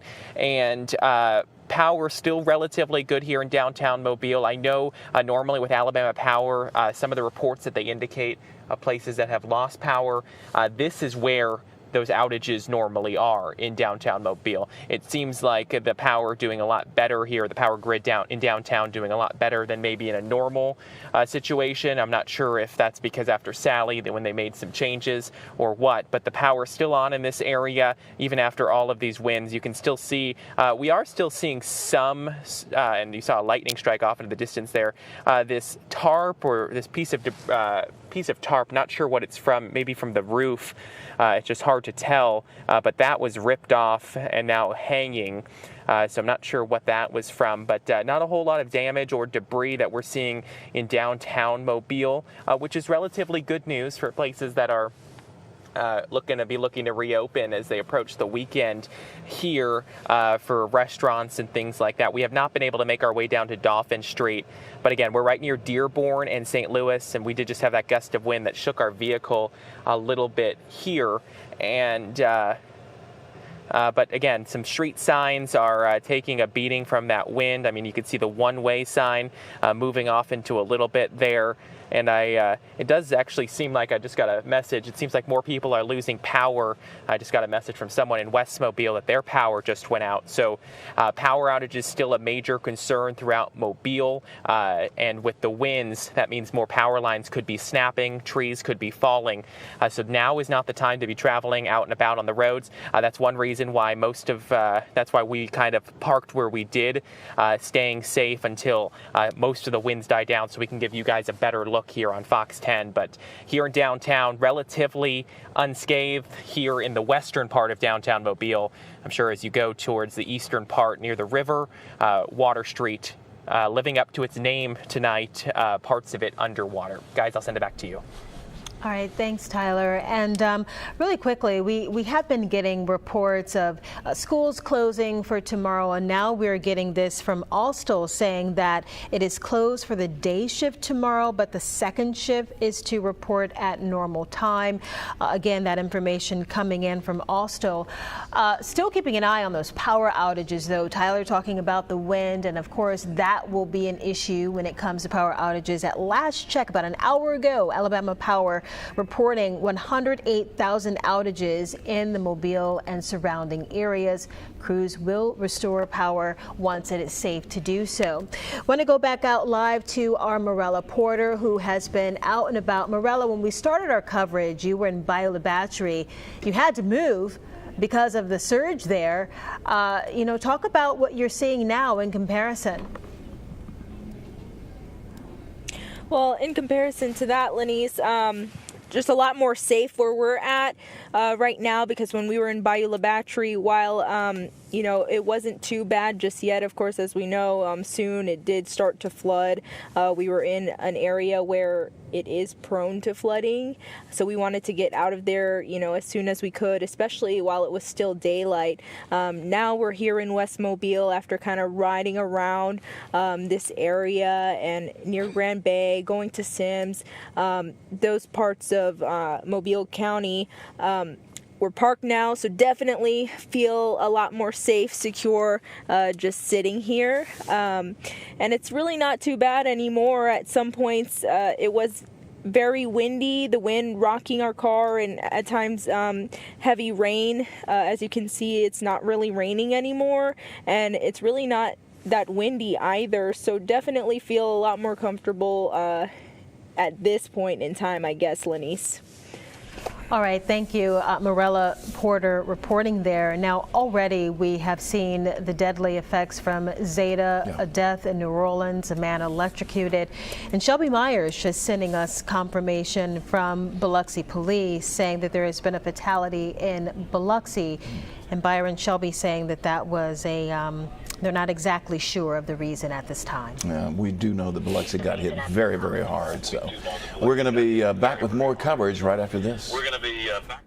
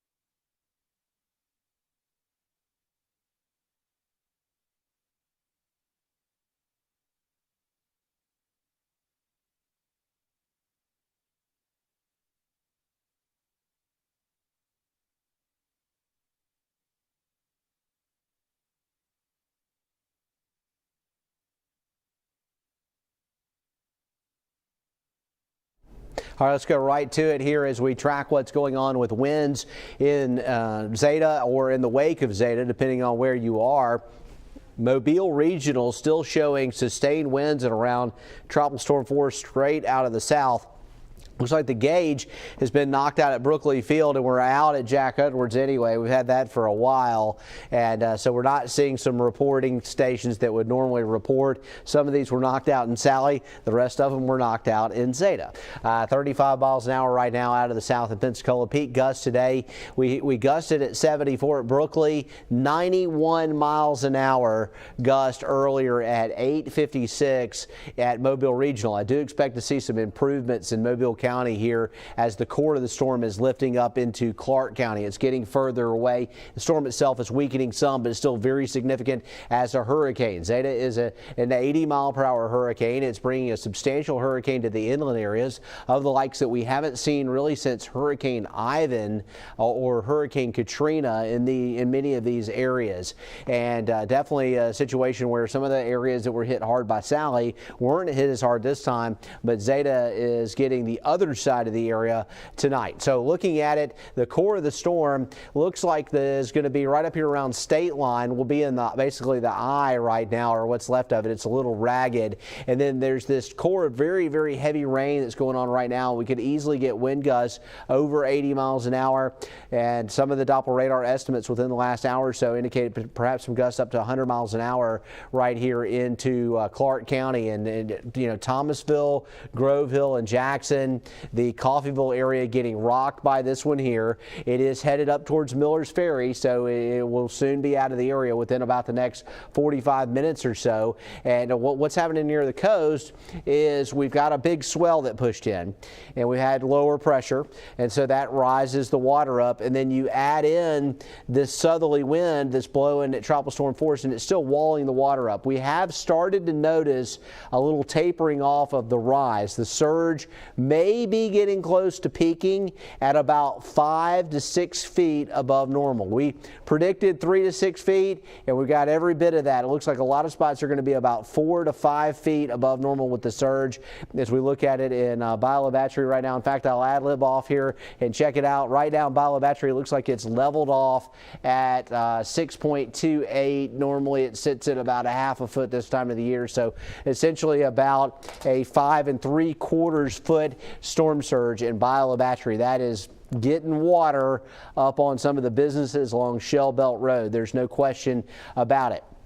Now, looking at the tornado watch, it's still in effect. We've taken it out for the Mississippi counties. May see this dropped at midnight for many areas. Flash flood warnings are up for Green, George, Washington, northwestern Mobile, Clark, and a portion of Monroe counties as the core of the storm moves to the north. Here is the new forecast track from the National Hurricane Center, and it shows that by 8 a.m. tomorrow morning, the hurricane, which knocked out power to over 100,000 people in Mobile County, brought storm surge in excess of 5 feet in many areas, and wind gusts in excess of 90 miles an hour, will be a 50-mile-an-hour tropical storm getting up here into North Carolina. It's not going to be far away from Gatlinburg, Tennessee. So this thing is flying across the southeast, and that will mean a very fast end to the rough conditions. If you're seeing the rough stuff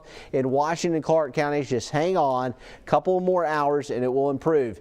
Mobile County, where we're still getting some very persistent winds off the Gulf, that will begin to improve as well. And we're looking at the 11 o'clock time frame on the Futurecast. Matches up pretty well with what we're seeing right now. Then midnight, you can see how the bad stuff, the reds, are getting out of Clark and Monroe and Connecticut counties, and down to the south, the rain shutting off.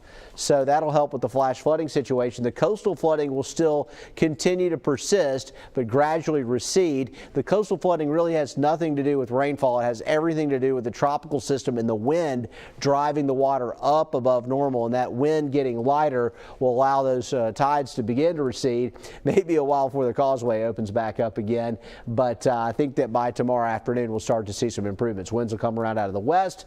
Drier air punches in mid-morning. A lot of people are going to be sleeping tonight without power, and we're going to have high humidity, and it's going to be uncomfortable tonight. After that, this will all be resolved for those that it takes a while for us to get our power back on. There may be folks watching us on smartphones right now, streaming us, running off a generator or whatever. And there's good news. There's going to be some great weather ahead for power crews. The wind's going to get lighter, and we'll see some sunny weather for a number of days, and so that can help. In the wake of Sally, we still had some challenges with some storminess, so this will help. The surface front right now slices through Louisiana, and you can see the difference. 75 at Jackson, Mississippi, 49 in Shreveport. It's 34 degrees in Oklahoma City. And unfortunately, it's that contrast and the result of having an upper level low to our west that created the upper level divergence that helped this thing to intensify upon landfall. But regardless, it's going to feel better behind Zeta. Looking at our Friday forecast, 68, Halloween Saturday, 72, 74 on Sunday. So some better weather ahead in your extended forecast as we'll continue to bring you more coverage of Zeta here on Fox 10 News. Stay tuned.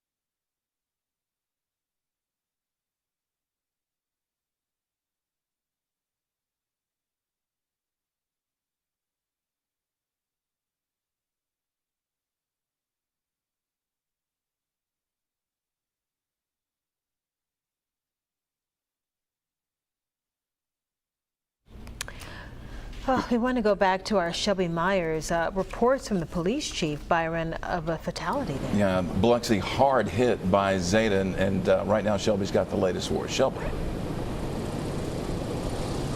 Yeah, Byron, so we just confirmed with the Biloxi Police Chief John Miller that there has been one fatality here in the city. He would not go into specifics or details, but only saying that a coroner was coming to town to decide how he died, but it is storm related. We are live here outside of the IP Casino underneath this awning, and we've been here all night because conditions got pretty intense. The winds were ripping just a few hours ago as that storm passed through.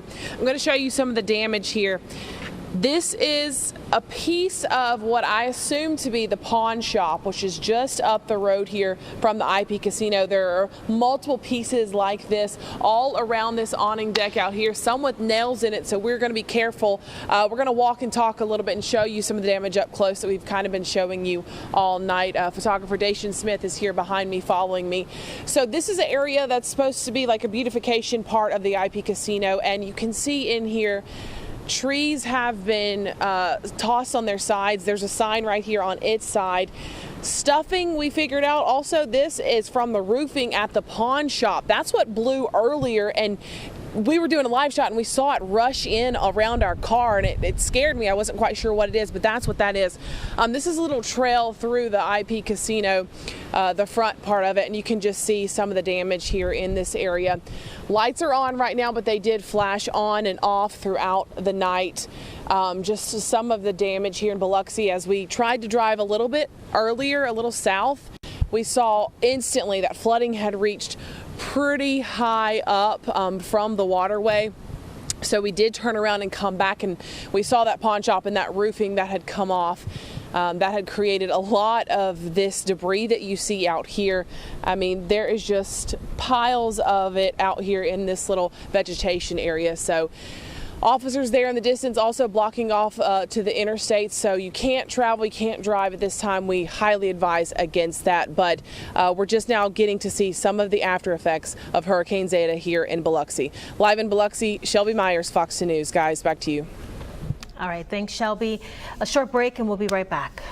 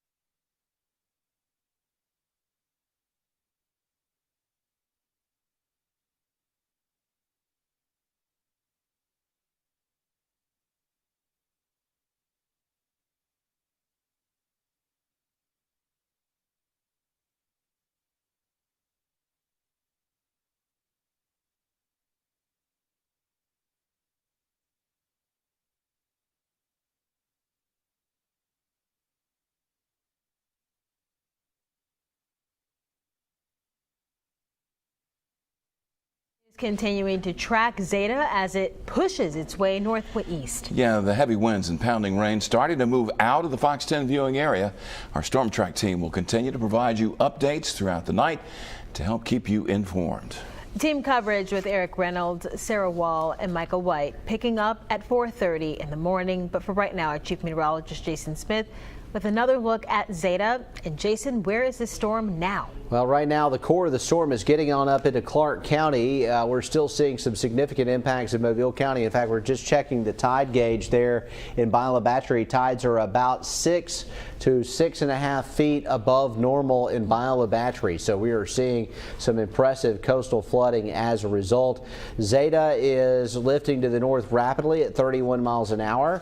The maximum sustained winds are at 80. The core of the storm right now is in Clark County. It will quickly exit the region. Right now it's rocking Thomasville and northern Monroe County, and then the southern end of it we're getting the onshore flow and the wind, which will gradually begin to improve between now and daybreak tomorrow morning. By tomorrow morning, this system will be in North Carolina and Tennessee, and we'll be assessing the damage on Fox 10 News tomorrow morning. But of course, we'll have more updates to come as we continue to track the threat. Good news is tornado watch has been canceled for Mobile County and Baldwin County, as well as our Mississippi counties. So we're starting to see the rapid improvements in our area. That is good news, and hopefully the power outages will be restored quickly. Thanks for staying with us for your special edition of Hurricane Zeta coverage. Thank you, and we'll see you tomorrow. Take care.